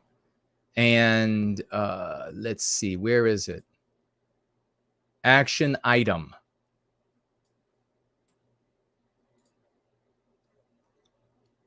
Action item is this. Do you have a Gab account?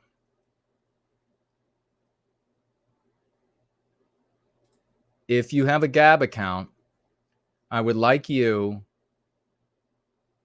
to head on over to my Gab account.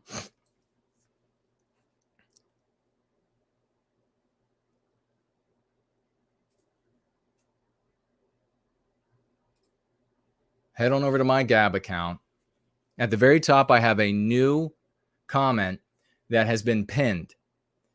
And as you can see here, the GIF is perfect because you have all of these Yehudicentrists who have been firing these arrows of lies at yours truly and this community directly and indirectly through me. And here he's batting off all of the arrows off of the shield. Comment at the very top. Give it a like. If you want to give a comment, go ahead. You can see that many of the Yehudicentrist CultNat types have been leaving messages and giving thumbs down and the other objectionable, like you object to the comment type of things that they allow on Gab, very childish things for childish people. So make sure you get over there. Let's make this comment that's pinned at the very top of my Gab. Let's let everyone know that shows up that, hey, there are a lot of people who support white well-being. And here you can see in the be mature in the comments so that they can, if you leave a comment, you don't have to, just at least give it a thumbs up.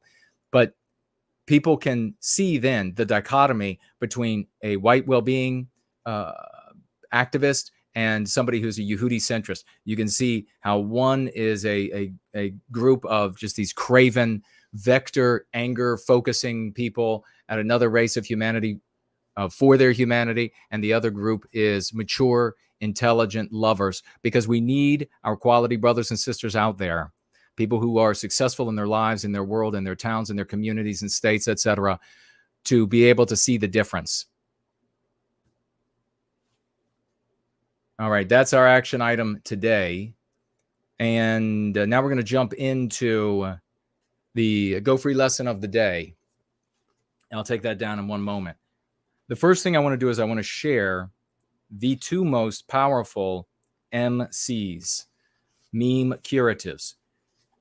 Are you going to be in a position over the next week or so to be in front of family members, friends, coworkers, strangers, where they might be arguing anti-white ideas, meme pathogens? They might be hardcore anti-whites. There are two MCs that will enable you to understand and dominate every single objection. You can find them on page 146 of the Go Free 2nd edition iteration 2. And I read from there right now. The two most powerful MCs. The first is a universal response that can be successfully used against any anti-white argument. And the second, anti-white screed, is the key to unlock, understand, and predict anti-white speech and action. So here is the universal response. The universal response. It doesn't matter how smart, educated your anti-white, your adversary might be, all of the excuses they give for why some anti-white outcome has to be achieved, you merely have to say this, quote, no matter what you say, if your conclusion is anti-white, I reject it, close quote. Keep that with you for Thanksgiving. Say it again. No matter what you say, if your conclusion is anti-white, I reject it. You'll have friends that'll be anti-white or what have you, that'll be specializing in like maybe immigration or maybe global warming or whatever it might be. You can use that on every argument, no matter how many pretexts they give for getting to an anti-white conclusion. And then you have this, the anti-white screed. This is how you understand anti-whites. You can retrodict as well as predict everything. The MC below encapsulates anti-white motives in a way that will help you understand and predict anti-white speech and actions. So this is not necessarily something that you would share with someone on Thanksgiving or one of the celebrations nearby, but something instead that you take with you. You're armed with to understand where they're coming from, why they're coming from there, and where they're going to go. And it is this: to understand and predict anti-white speech and deed, simply apply the anti-white screed. Ceteris paribus, which means excluding unusual circumstances, by the way. Quote, everything conducive to white well-being is negative. Conversely, everything antithetic, opposite or oppositional to white well-being is positive. So regularly applying the MC is an essential step to the process of going free. I'll read it again. Quote, everything conducive to white well-being is negative. This, again, I'm going to stop. It's what we call the anti-white screed. It's like their mantra without them having to say it. You don't share this with people unless you're helping them to go free. This is something you are armed with in your conversations. You just know it. So you know where they're going, where they come from, where they're going to go. Quote, everything conducive to white well-being is negative. Conversely, everything antithetic to white well-being is positive, close quote. This is the anti-white morality, is another way to put it. And so if you have any questions about that, let me know. Please remember the action item for today. I'm going to pull that down. And can you still see my flag out there? It's dark, but there's some moonlight. Let's move on to over this Thanksgiving. Remember that the word anti-white, and this is another big difference that, back in 94 when I started using anti-whiteism, I used anti-white in various ways.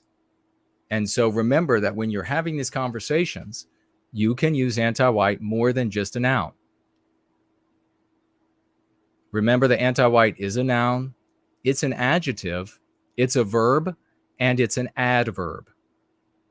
So noun is pretty easy. A person is anti-white, right? An idea. So here we have adverb and verb might be a little harder. So here we have the adverb anti-whitely.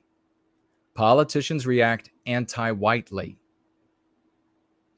Politicians react anti-whitely.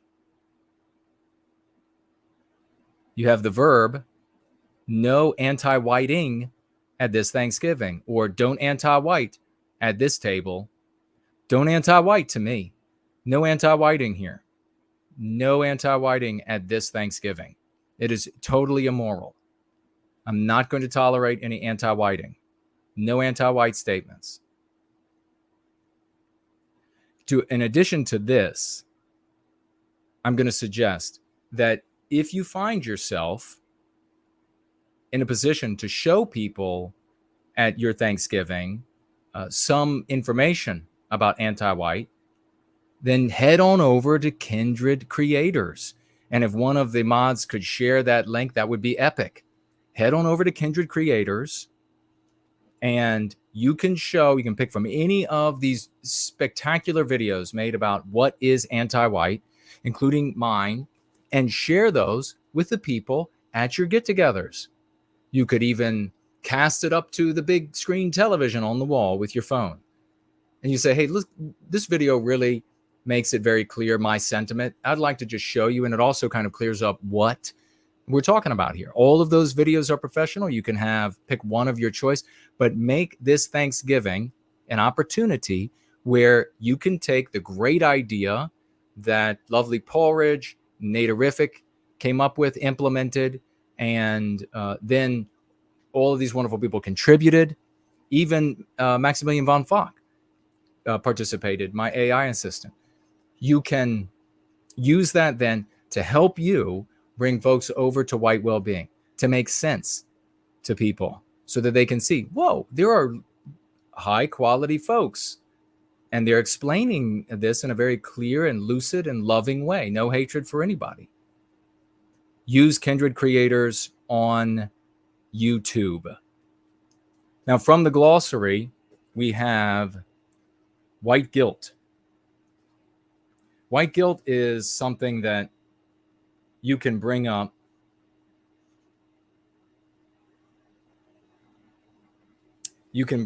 with folks. Remember, white guilting, they're white guilting us, right?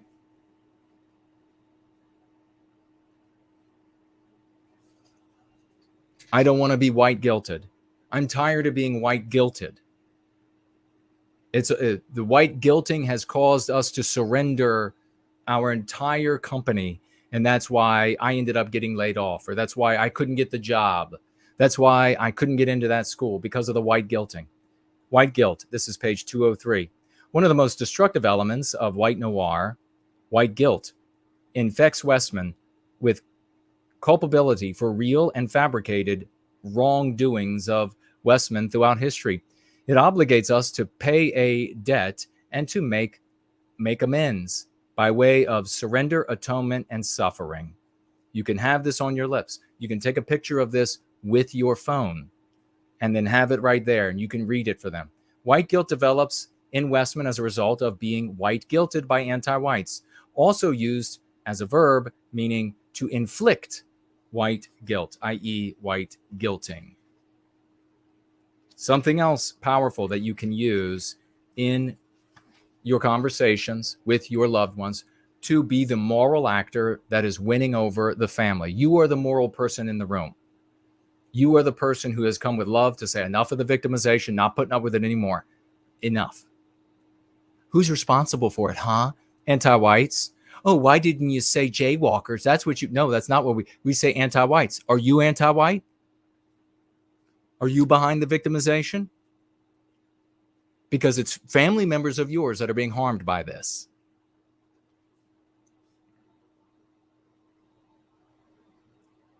Okay, we also have that, as you know, border crossers are going to likely come up since we have 500,000 a month into the United States or something like this. Ask CNN. And for that, we head on over to page 142. I want to make sure if this conversation comes up, I want to make sure that you're empowered for this and you're ready for this. Very often when they bring up border crossers and we start talking about how we are unhappy that our country is being changed, our environment, our country, our community, our neighborhoods are all being changed by this, and we don't like the change. Those around us, and sometimes it's not easy to conceal, and in fact, you shouldn't be going out of your way to conceal that it's upsetting. You know, we're not machines. Except when I'm horizontal, then it's kind of machine-like. But if they see your passion, very often anti-whites will say, oh, you're angry. You're just angry. You're just an angry person. When they say, and this is page 142, when they say that you are afraid or hateful, or that you are, when they say that you are afraid or hateful of border crossers, or anything else that you might be talking about this Thanksgiving, you say that you are a defender of white well-being, and that defense is a virtue when it protects the innocent. When they say that you're hateful or angry or whatever, don't say, oh, no. Say that you are a defender of white well-being, and that defense is a virtue when it protects the innocent. Let them try then to argue that protecting the innocent is somehow wrong, because that's the position that they will be put in.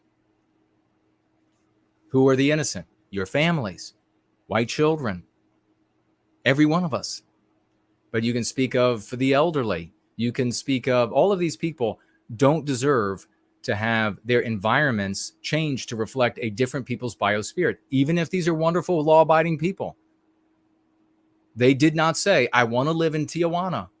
I want to have a Tijuanan lifestyle. They did not say, I want to lose my job. They did not say, I want to live in a country with stagnant wages. I want to live in a country where it's impossible for me to get a job because I'm white. So keep that on your tongue in these conversations. And then finally, we have the MP that is likely to come up also in connection with this, that we are a nation or a country of immigrants. There are various ways that people will suggest on how to deal with this. This is mine, and it's always worked.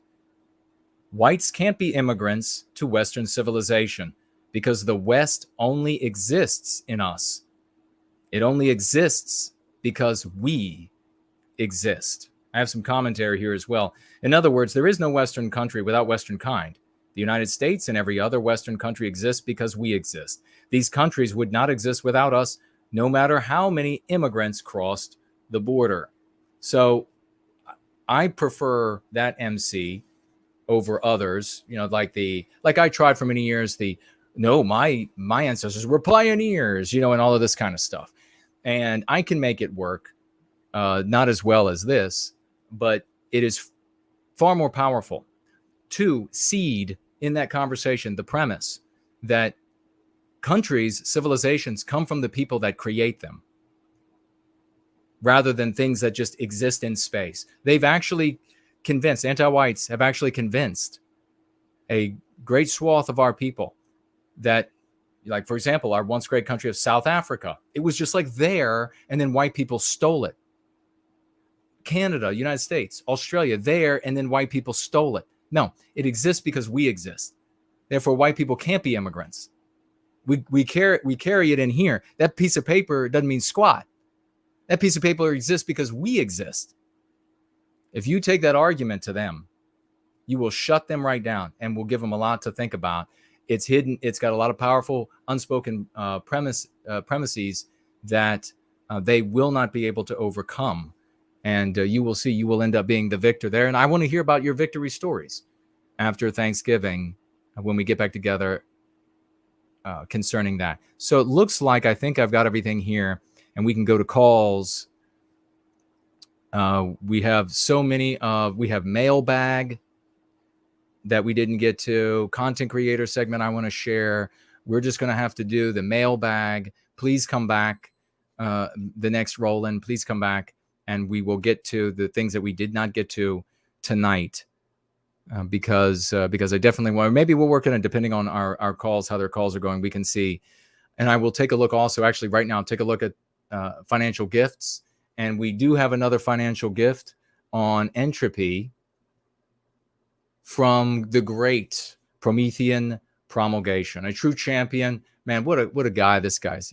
Talk about a swashbuckler. $10 financial gift. I want to make sure everyone snaps a bone in prayer when the great turkey spirits come to earth for our brother Patrick, who is being haunted by an anti-white ghost. He must be exorcised by Thursday or lose his speech until next Thanksgiving. All right, an anti-white ghost on Patrick. Want to make sure everyone snaps a bone in prayer when the great turkey spirit comes to earth for our brother Patrick. Let's make sure we do that. Who is being haunted by an anti-white ghost. He must be exorcised by Thursday or lose his speech until next Thanksgiving. God bless you, brother. I don't know what's going on, but maybe somebody can fill me in. $10 from the great Promethean promulgation. God bless you, sir. And let me swivel around here as the time ticks. All right, I don't think we missed any. It looks clear. It looks like I didn't miss anybody. If you think I missed you on Cash App, please speak up. And I'll have a look. Right now, I'll have a quick look. Axis Mundi, get ready because I will be calling you in just a moment. I'm going to have a quick look to see if I missed any comments in the...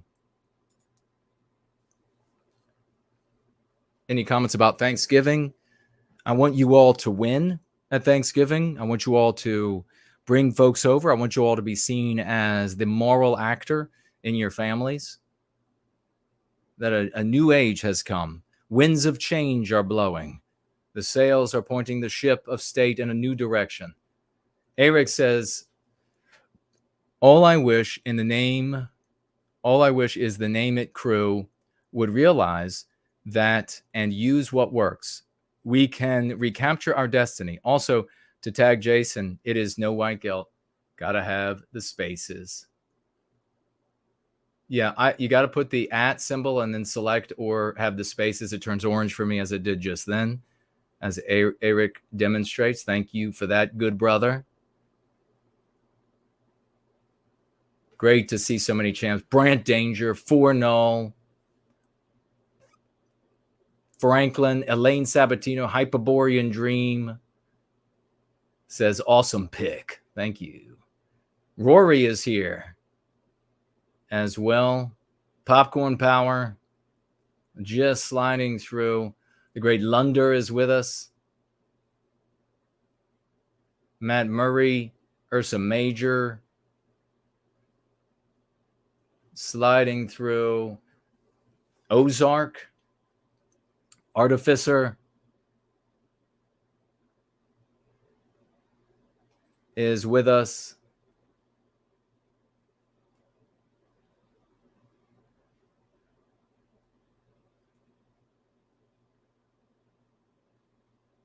Looks like you might have been asking a question. If you are pointing out something negative about another group of people to gain tread or advance our well-being, that's technically white negative. So just refer to them as anti-white. Always, if you want to say, like, if it's a specific scenario where the race of the non-white person, if it's a non-white person in that scenario is relevant and is going to provide something tangible to the conversation, then just say anti-white and then whatever it is. And then you won't get caught up in, oh, you're just demonizing that group.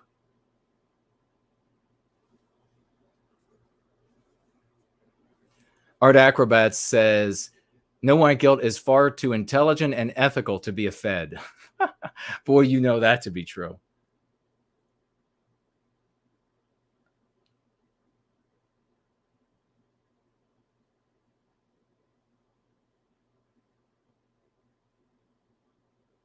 All right, moving through here.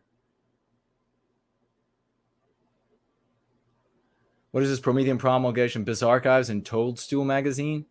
I don't know what those, maybe I forgot. I don't know who those are. But are those others that are white positive? Great. Caleb is with us. Mike is here.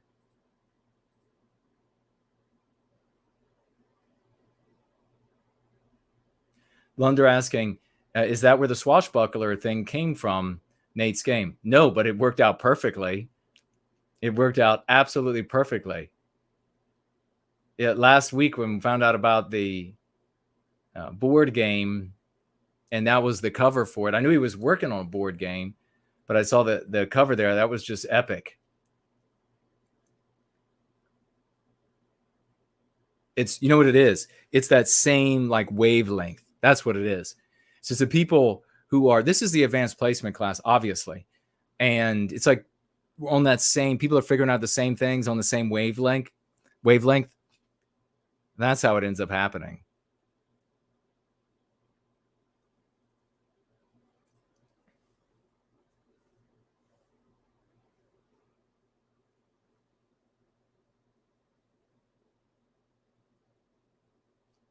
All right. Not seeing many people asking. Alex says, what is the best response if they just mock and laugh at the concept of being anti-white? Then stay serious when they do that and say, what's really funny about being anti-white? How is that funny to inflict injury on white children? How is that funny to inflict injury on the white elderly? Harming them on the basis of their race, being a part of that problem. How is that funny to you? Ask questions like this while because if they don't come down from, their loss of their senses and say, well, no, that's actually not funny at all. I've just never heard it. Or they try to do they try to do something like that. They stay laughing. Then they'll look like a buffoon. Everyone there will think, wow, what an idiot. I mean, that's like, you can also say about, you could say, well, that's like laughing about pedophilia. You laugh at children being sexually assaulted.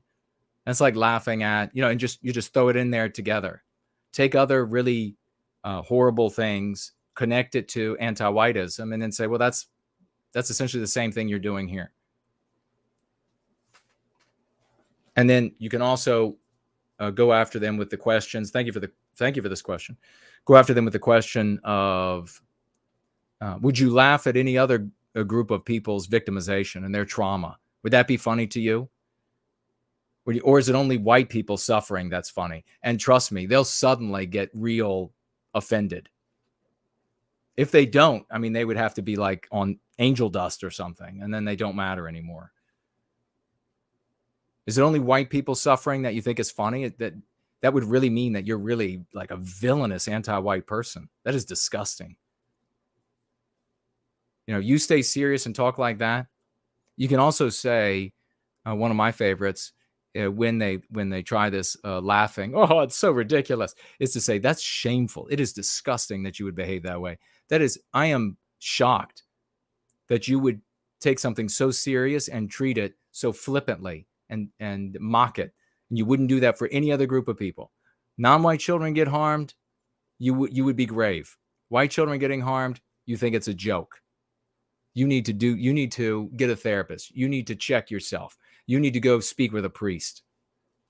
Whatever would work on them individually. Thanks. That's a great question. And you know people are bound to face it. If you think about questions, we're going to be rolling in this week at least once.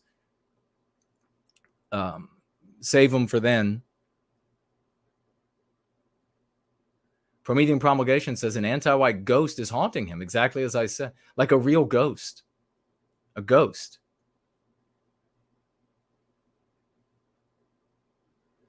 Oh, I see ghosts in the Elaine putting ghosts in the live chat. It's funny. Lunder said, "Did you get my Proton mail?" Well, I actually, you know what? I think I did. I think I saw it come up, so it worked, and I'll reach back out to you.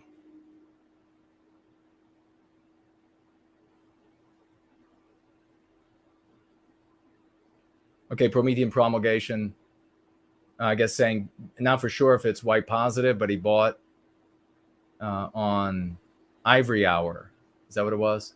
So bought 2 for Christmas gifts. Well, let us know when you get it, if it's white, if they're white positive or not. That would be great if they are. Elaine says, "Is no white guilt a Fed? I wish." Yeah, wouldn't it be great if the Feds were supporting white well-being? Wouldn't that be great? If it's like the government, it'd be like the Q thing, but real, right? The government is actually, there's a branch of the government or a group in the government that is actually advocating for white well-being and making it work.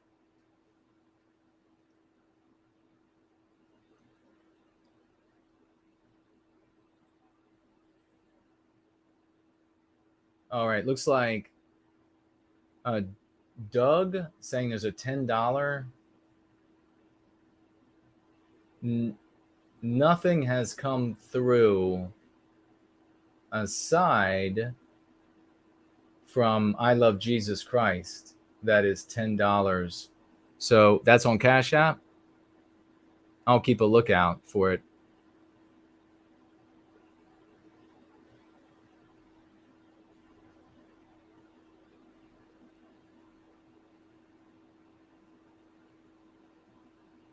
All right. We are going to go ahead and call Axis Mundi right now. And here we go.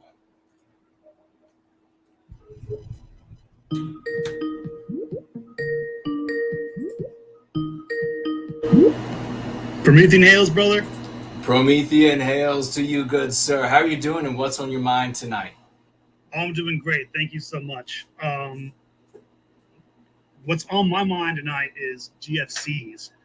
A lot of the discussion today seems to point in that direction. This whole talk of anti-white ghosts and the rituals to exorcise them. It's important information, man. If you want the information, you have to join a GFC. That's where you find it. So I strongly recommend everyone get on that as soon as possible. If you are not already in one or in the process of being vetted, get on it so you can know, what kinds of bones. Is it turkey bones? Do you need to break with a pork rib? What kinds of things do you need to do to exercise those different kinds of anti-white ghosts, Until spring comes and the dark season, equipped with that knowledge. So join a GFC ASAP. Amen. But on a more serious note, though. What's that? I said I underscore that. Please continue. Oh, thank you. Okay. On a more serious note, though, to be fair, that other conversation is serious in its own right. But on a note, the conversation you were having about these strange people that for some reason think that it somehow helps white people to talk about another race of people negatively instead of talking about white people and what we have to deal with. These bizarre people that have this very strange kind of, maybe on some other planet their methods are effective, but the problem is we're on Earth. Right. And we're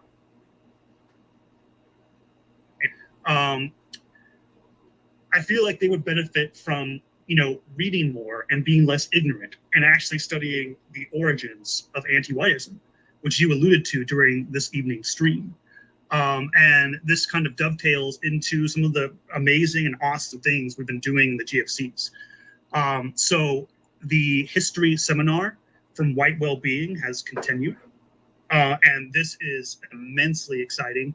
Reading history from a white positive perspective is just, it is eye-opening. It expands your mind and allows you to just understand how the world works so much better than you'll ever learn within the regime narrative. So we are finishing the first book of Julius Caesar's commentaries on the Gallic Wars.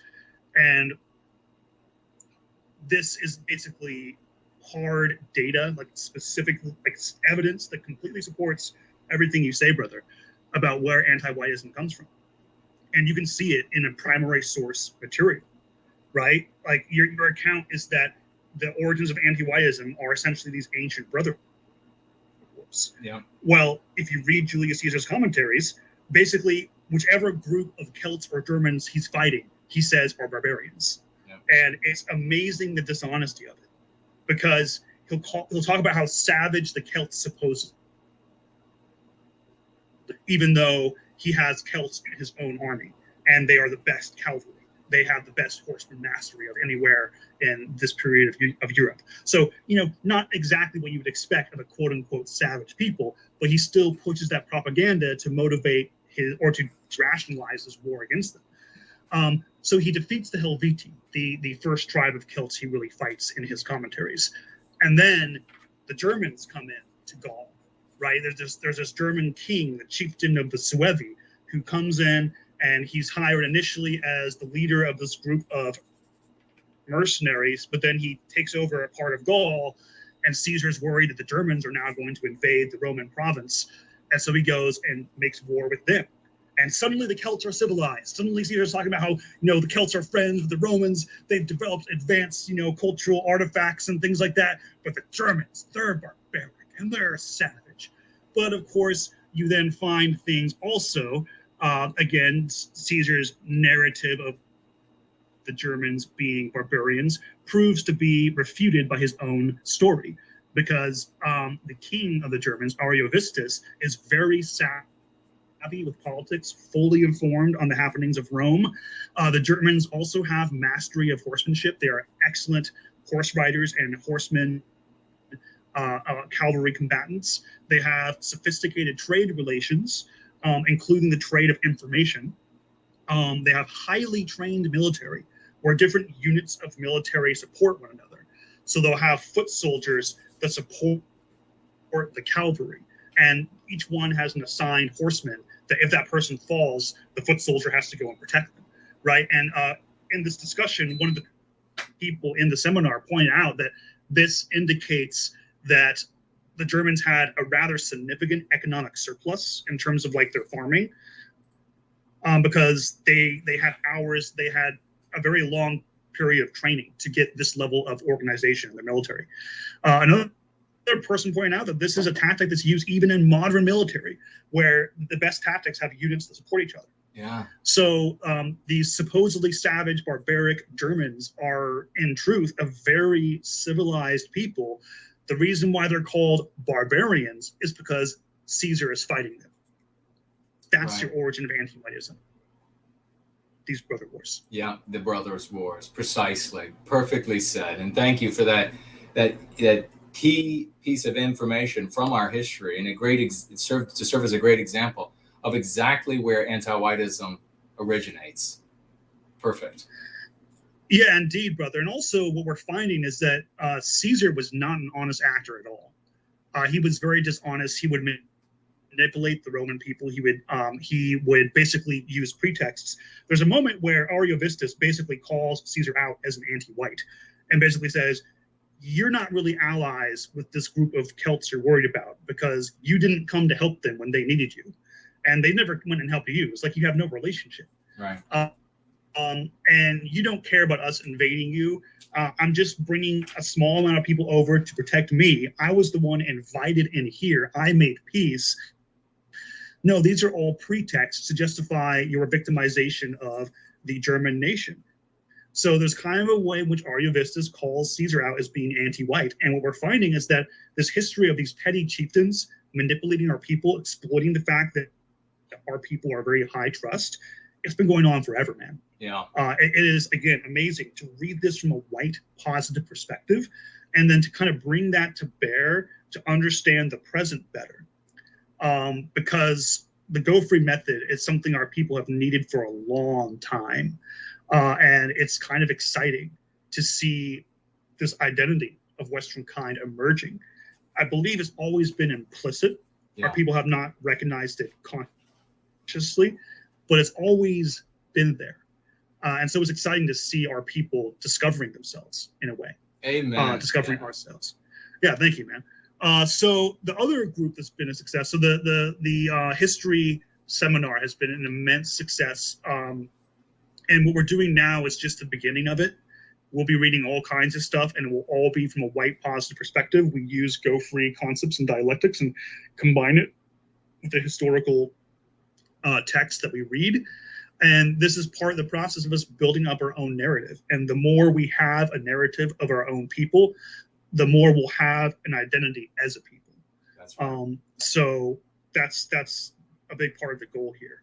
So if you're going free and you want to take your practice to the next level, I urge everyone listening to join a GFC as soon as possible. The other cool thing we're doing is the Ancestral Religion group. And this is kind of, we are reading a text. We are reading religious texts and philosophical texts from the perspective of those of us who practice ancestral religion. Our philosophy of Western kind is divinely inspired. And so we're reading through Plato, again, from a white positive perspective, with understanding that our people have a biospirit and that our people have a spirituality, a religiosity that is uniquely our own, right? That no one else can emulate, and they will always be with us no matter where we are or what we do. And so this is a very exciting perspective. We have people of all different points of view participating in this group. We even have a number of Christians in it, and they are wonderful members of the Ancestral Religion chat group. The whole idea, the perspective that I want to encourage people to take is one of the most harmful mean pathogens is the idea that our people are disconnected, right? That we aren't connected to nature, that we aren't connected to God. And my own personal goal in my advocacy for white well-being is to refute that completely. Because I detest that idea. I think that's just, anti-whiteism is ugly all around, but that is an especially ugly aspect of anti-whiteism. Yeah. The idea that an entire people is just cut off. It's like, are you kidding me? Yeah.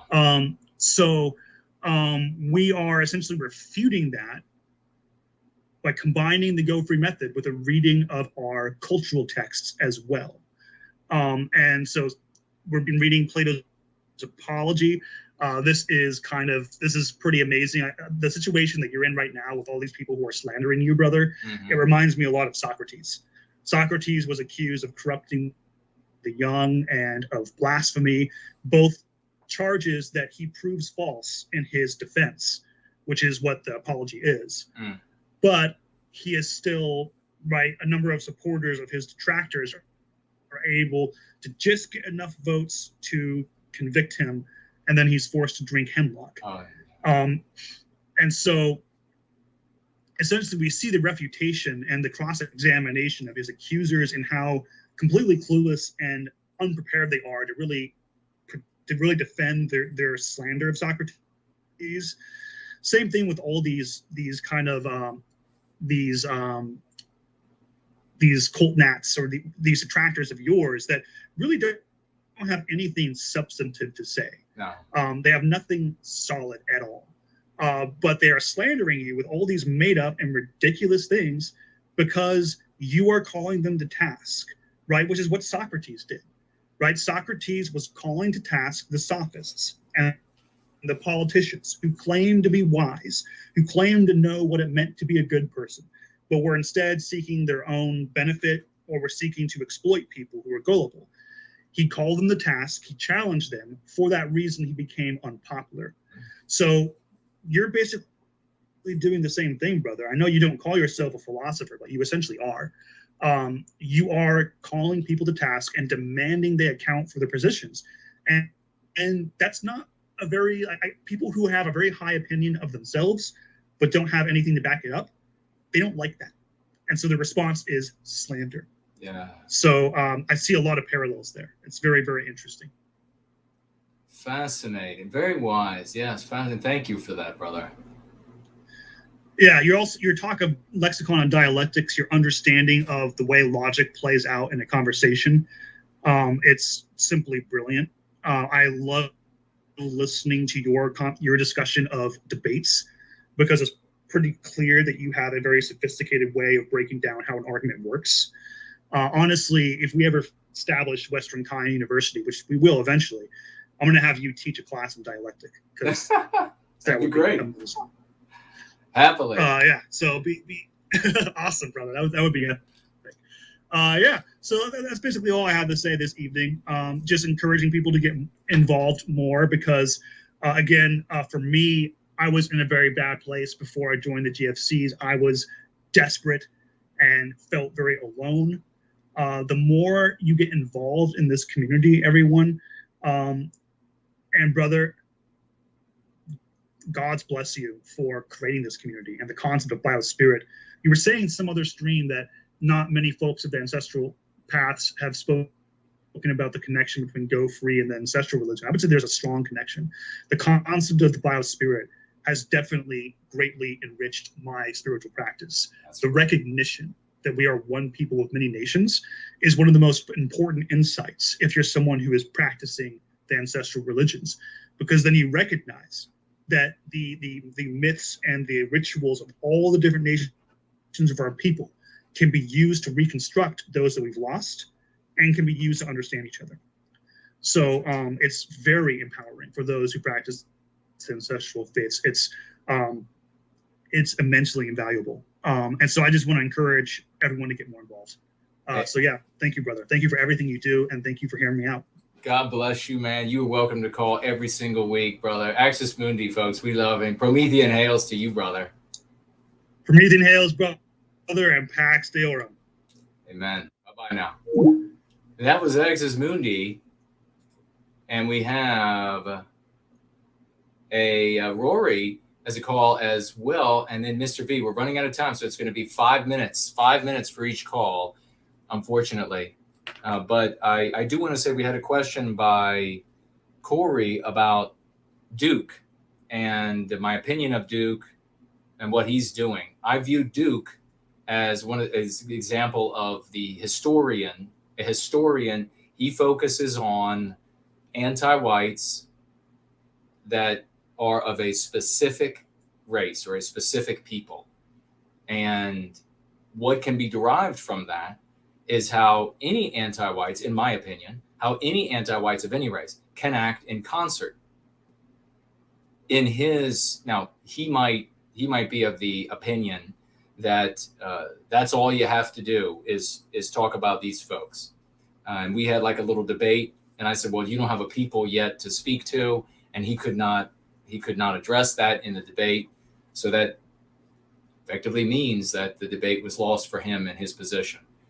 But I think that when you research how anti-whites, if you want to focus on a specific group, that of the anti-whites in that group, because even he will say it's not all of them. So I just say it's the anti-whites. If you focus on them, and something can be that research, you can find things to tease out to understand better how we have to defend ourselves from anti-white victimization. That's a powerful thing. By the way, his legitimate research is undermined by Yehudicentrists, childishness, monomania, psychopathic speech and behavior. So if you like what he's researched, just know that everything that he's researched and done and tries to articulate is undermined by these people who get to everyone else first. Let's give a call to Rory, 5 minutes.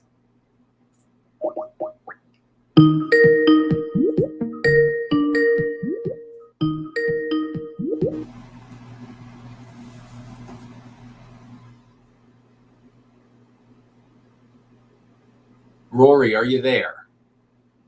Yes, I am, Jason. All right, brother. Unfortunately, you only got 5 minutes, but the mic is yours. Well, that's very kind of you.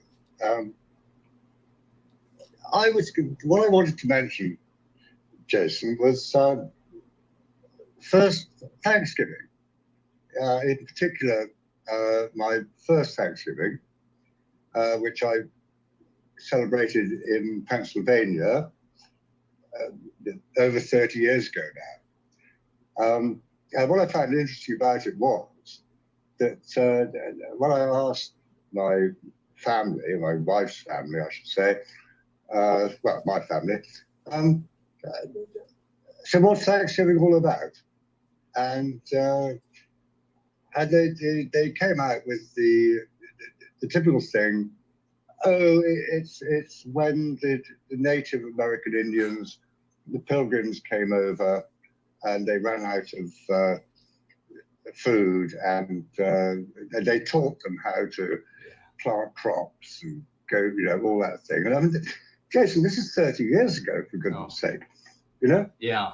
This was being taught back then. Yes. I mean, I immediately thought, well, hold on a minute. This is pre-industrial revolution in the United Kingdom. You're talking about people who build wooden ships, sail them across the Atlantic. Do you really think they do all that and they're not having enough food or seeds to see them through the winter? I thought, what an absolute joke. Yeah. I know I'm running out of time, but no, I mean, when you look back at it, you look at the real first Thanksgiving, it's really interesting. I just looked it up on Wikipedia, and there's a lot of debate about that. And obviously the main one is, the Plymouth colony in 1621. You could argue, oh yes, there was the Virginia colony 2 years earlier. I found a document a couple of years ago, actually, and this is one I really like, which is 1637, which was issued by the John Winthrop, the governor of Massachusetts Bay Colony. And this was the first gubernatorial, let's say, document that I could find about the first Thanksgiving. And you know what that was about? What's that? It was about defeating the Pequot or Pico Indians after a war that they had. But try to find that on the internet these days? No. I just couldn't find it.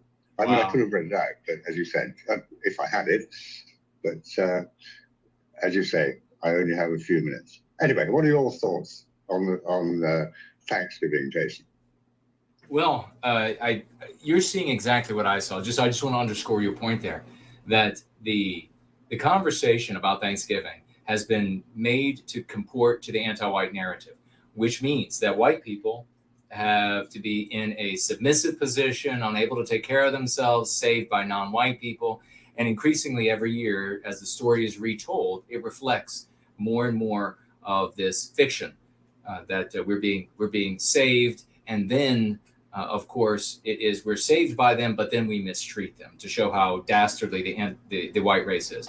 Your point is perfect, sir, that we would not have people who are in touch with the land, would not have in any way set themselves up for an easy starvation, nor would have intense predators. Now, there were some tribes, small tribes, weak tribes, in my opinion. Everybody can check it out for themselves. That we allied ourselves with. They were in no way to support us, certainly against the larger American Indian tribes that were trying to biologically white erase us, genocide us from the land. So clearly, this story will continue to get worse. 30 years ago, it was like that. It's going to continue to get worse. And we are going to have a parallel story as we are creating here for our people in general, if we're going to be able to really recapture our destiny and be able to convey what really took place at that time in a way that is beneficial for us to succeeding generations of our people. Not going to be able to entrust it to the anti-whites. But with the final 30 seconds, I give you the microphone. Well, thank you. 30 seconds. Let me wish you, your family, and everybody in chat a very happy Thanksgiving. My turkey is on order, by the way. That's fantastic, brother. Happy Thanksgiving. Thank you so very much for the call. You are always welcome. That's very kind. Thank you, Jason. Promethean Hales, brother. Wow, folks, that's the one and only, the great Rory. What a great gentleman he is. We have to move quickly. We're gonna get Mr. V in here. Here goes the call.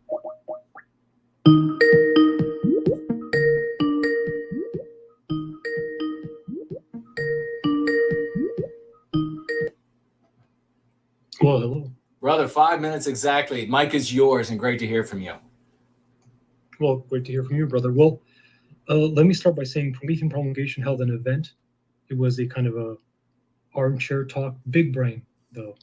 And that was awesome. Big thanks to Promethean Promulgation for hosting that. He did really, really well.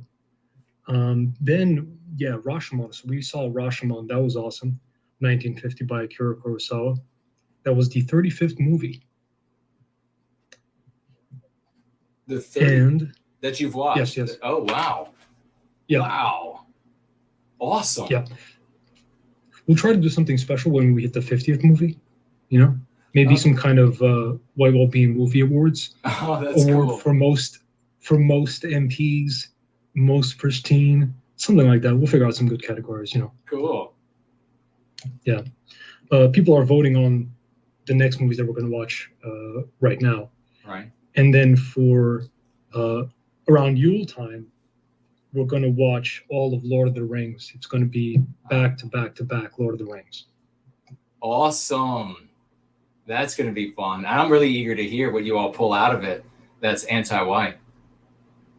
Yeah, that's going to be the challenge, is what is anti-white in Lord of the Rings? Can you find anything anti-white in Lord of the Rings?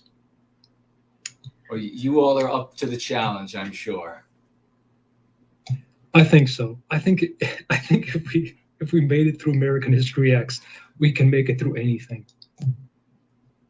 I would think after that, what you described to me was pretty hellish. Yeah, definitely the worst anti-white movie we've ever seen. Yeah. Wow. So what else? No joke. What else is on your mind, brother? What other things going on? Well, the style events, the skill development, we're continuing with that. We're almost finished with the book. After the book, we're going to get into really, really practical advice. And that's when we're going to do the step-by-step approach. Also, so that folks can make use of these winter sales that are coming up. You know, you don't want to break the bank. You want to experiment, maybe. You want to get yourself some new stuff that'll last. So we're going to talk about all that stuff, the practical step-by-step actions that need to be taken so that you can develop a unique style that really fits you and gets you where you want to go, whether it's more money, a woman, a man, whatever. Yeah. So that's what we're going to get into. Yeah. Because now, I mean, we've gone through a bunch of lectures, the book. I think folks have a good knowledge foundation that we can use to get into the practical. That is fantastic, man. You're like standing astride the earth as one of our very best, Mr. V, ladies and gentlemen. And this reaching into all of these different aspects of a person's life to improve who they are, and thereby improve their ability to serve white well-being for all of us is truly a feat. It is glorious, and we love you for it, man. What else is on your mind? Thank you, brother. We love you. You're the best. Well, tribalism. We've been reading the book Tribalnomics in the Ontario Book Club, and that's all about understanding tribe, what it takes to form a tribe, what it takes to sustain a tribe, what a tribe needs, how a tribe functions, how to understand your relationship to a tribe as an individual. Basically, educating ourselves on tribalism, which whites are, let's be frank, novices at. Now, we used to be amazing at it. We used to be glorious at it. Now, we need to be taught again. Yeah, we've really been beaten down, and it's hard to, we have to like reassume that leadership for ourselves. And so and this is just happening organically in the white well-being community, that you know, like you have these brilliant people that are coming together, Mr. V coming together, these folks, and they're saying, you know, we have to do this. We have to like reassume our leadership of X, Y, or Z for us if we're going to be able to present ourselves in this epic, glorious light, and creating this ideal for us to use as a paradigm. And I love it, man. It's fantastic.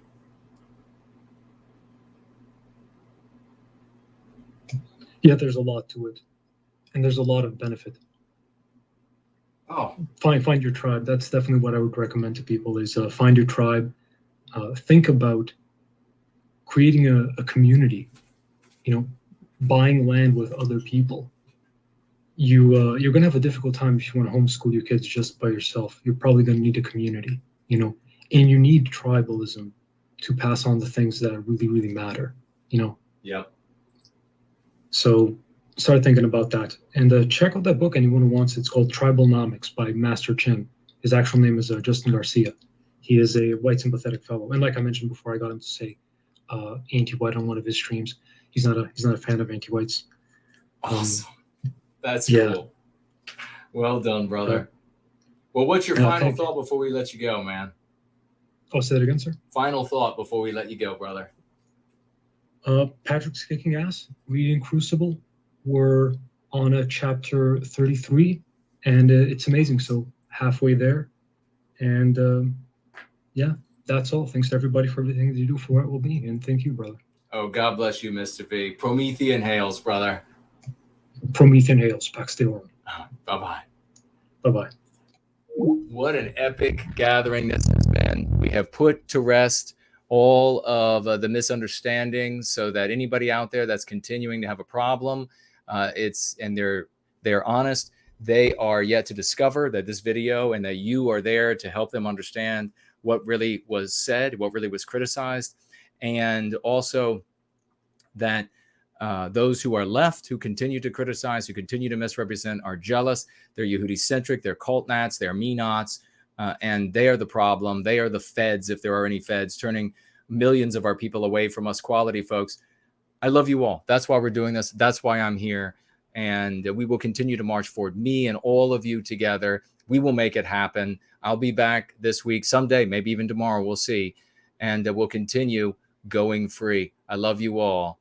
And to echo that, let's go free.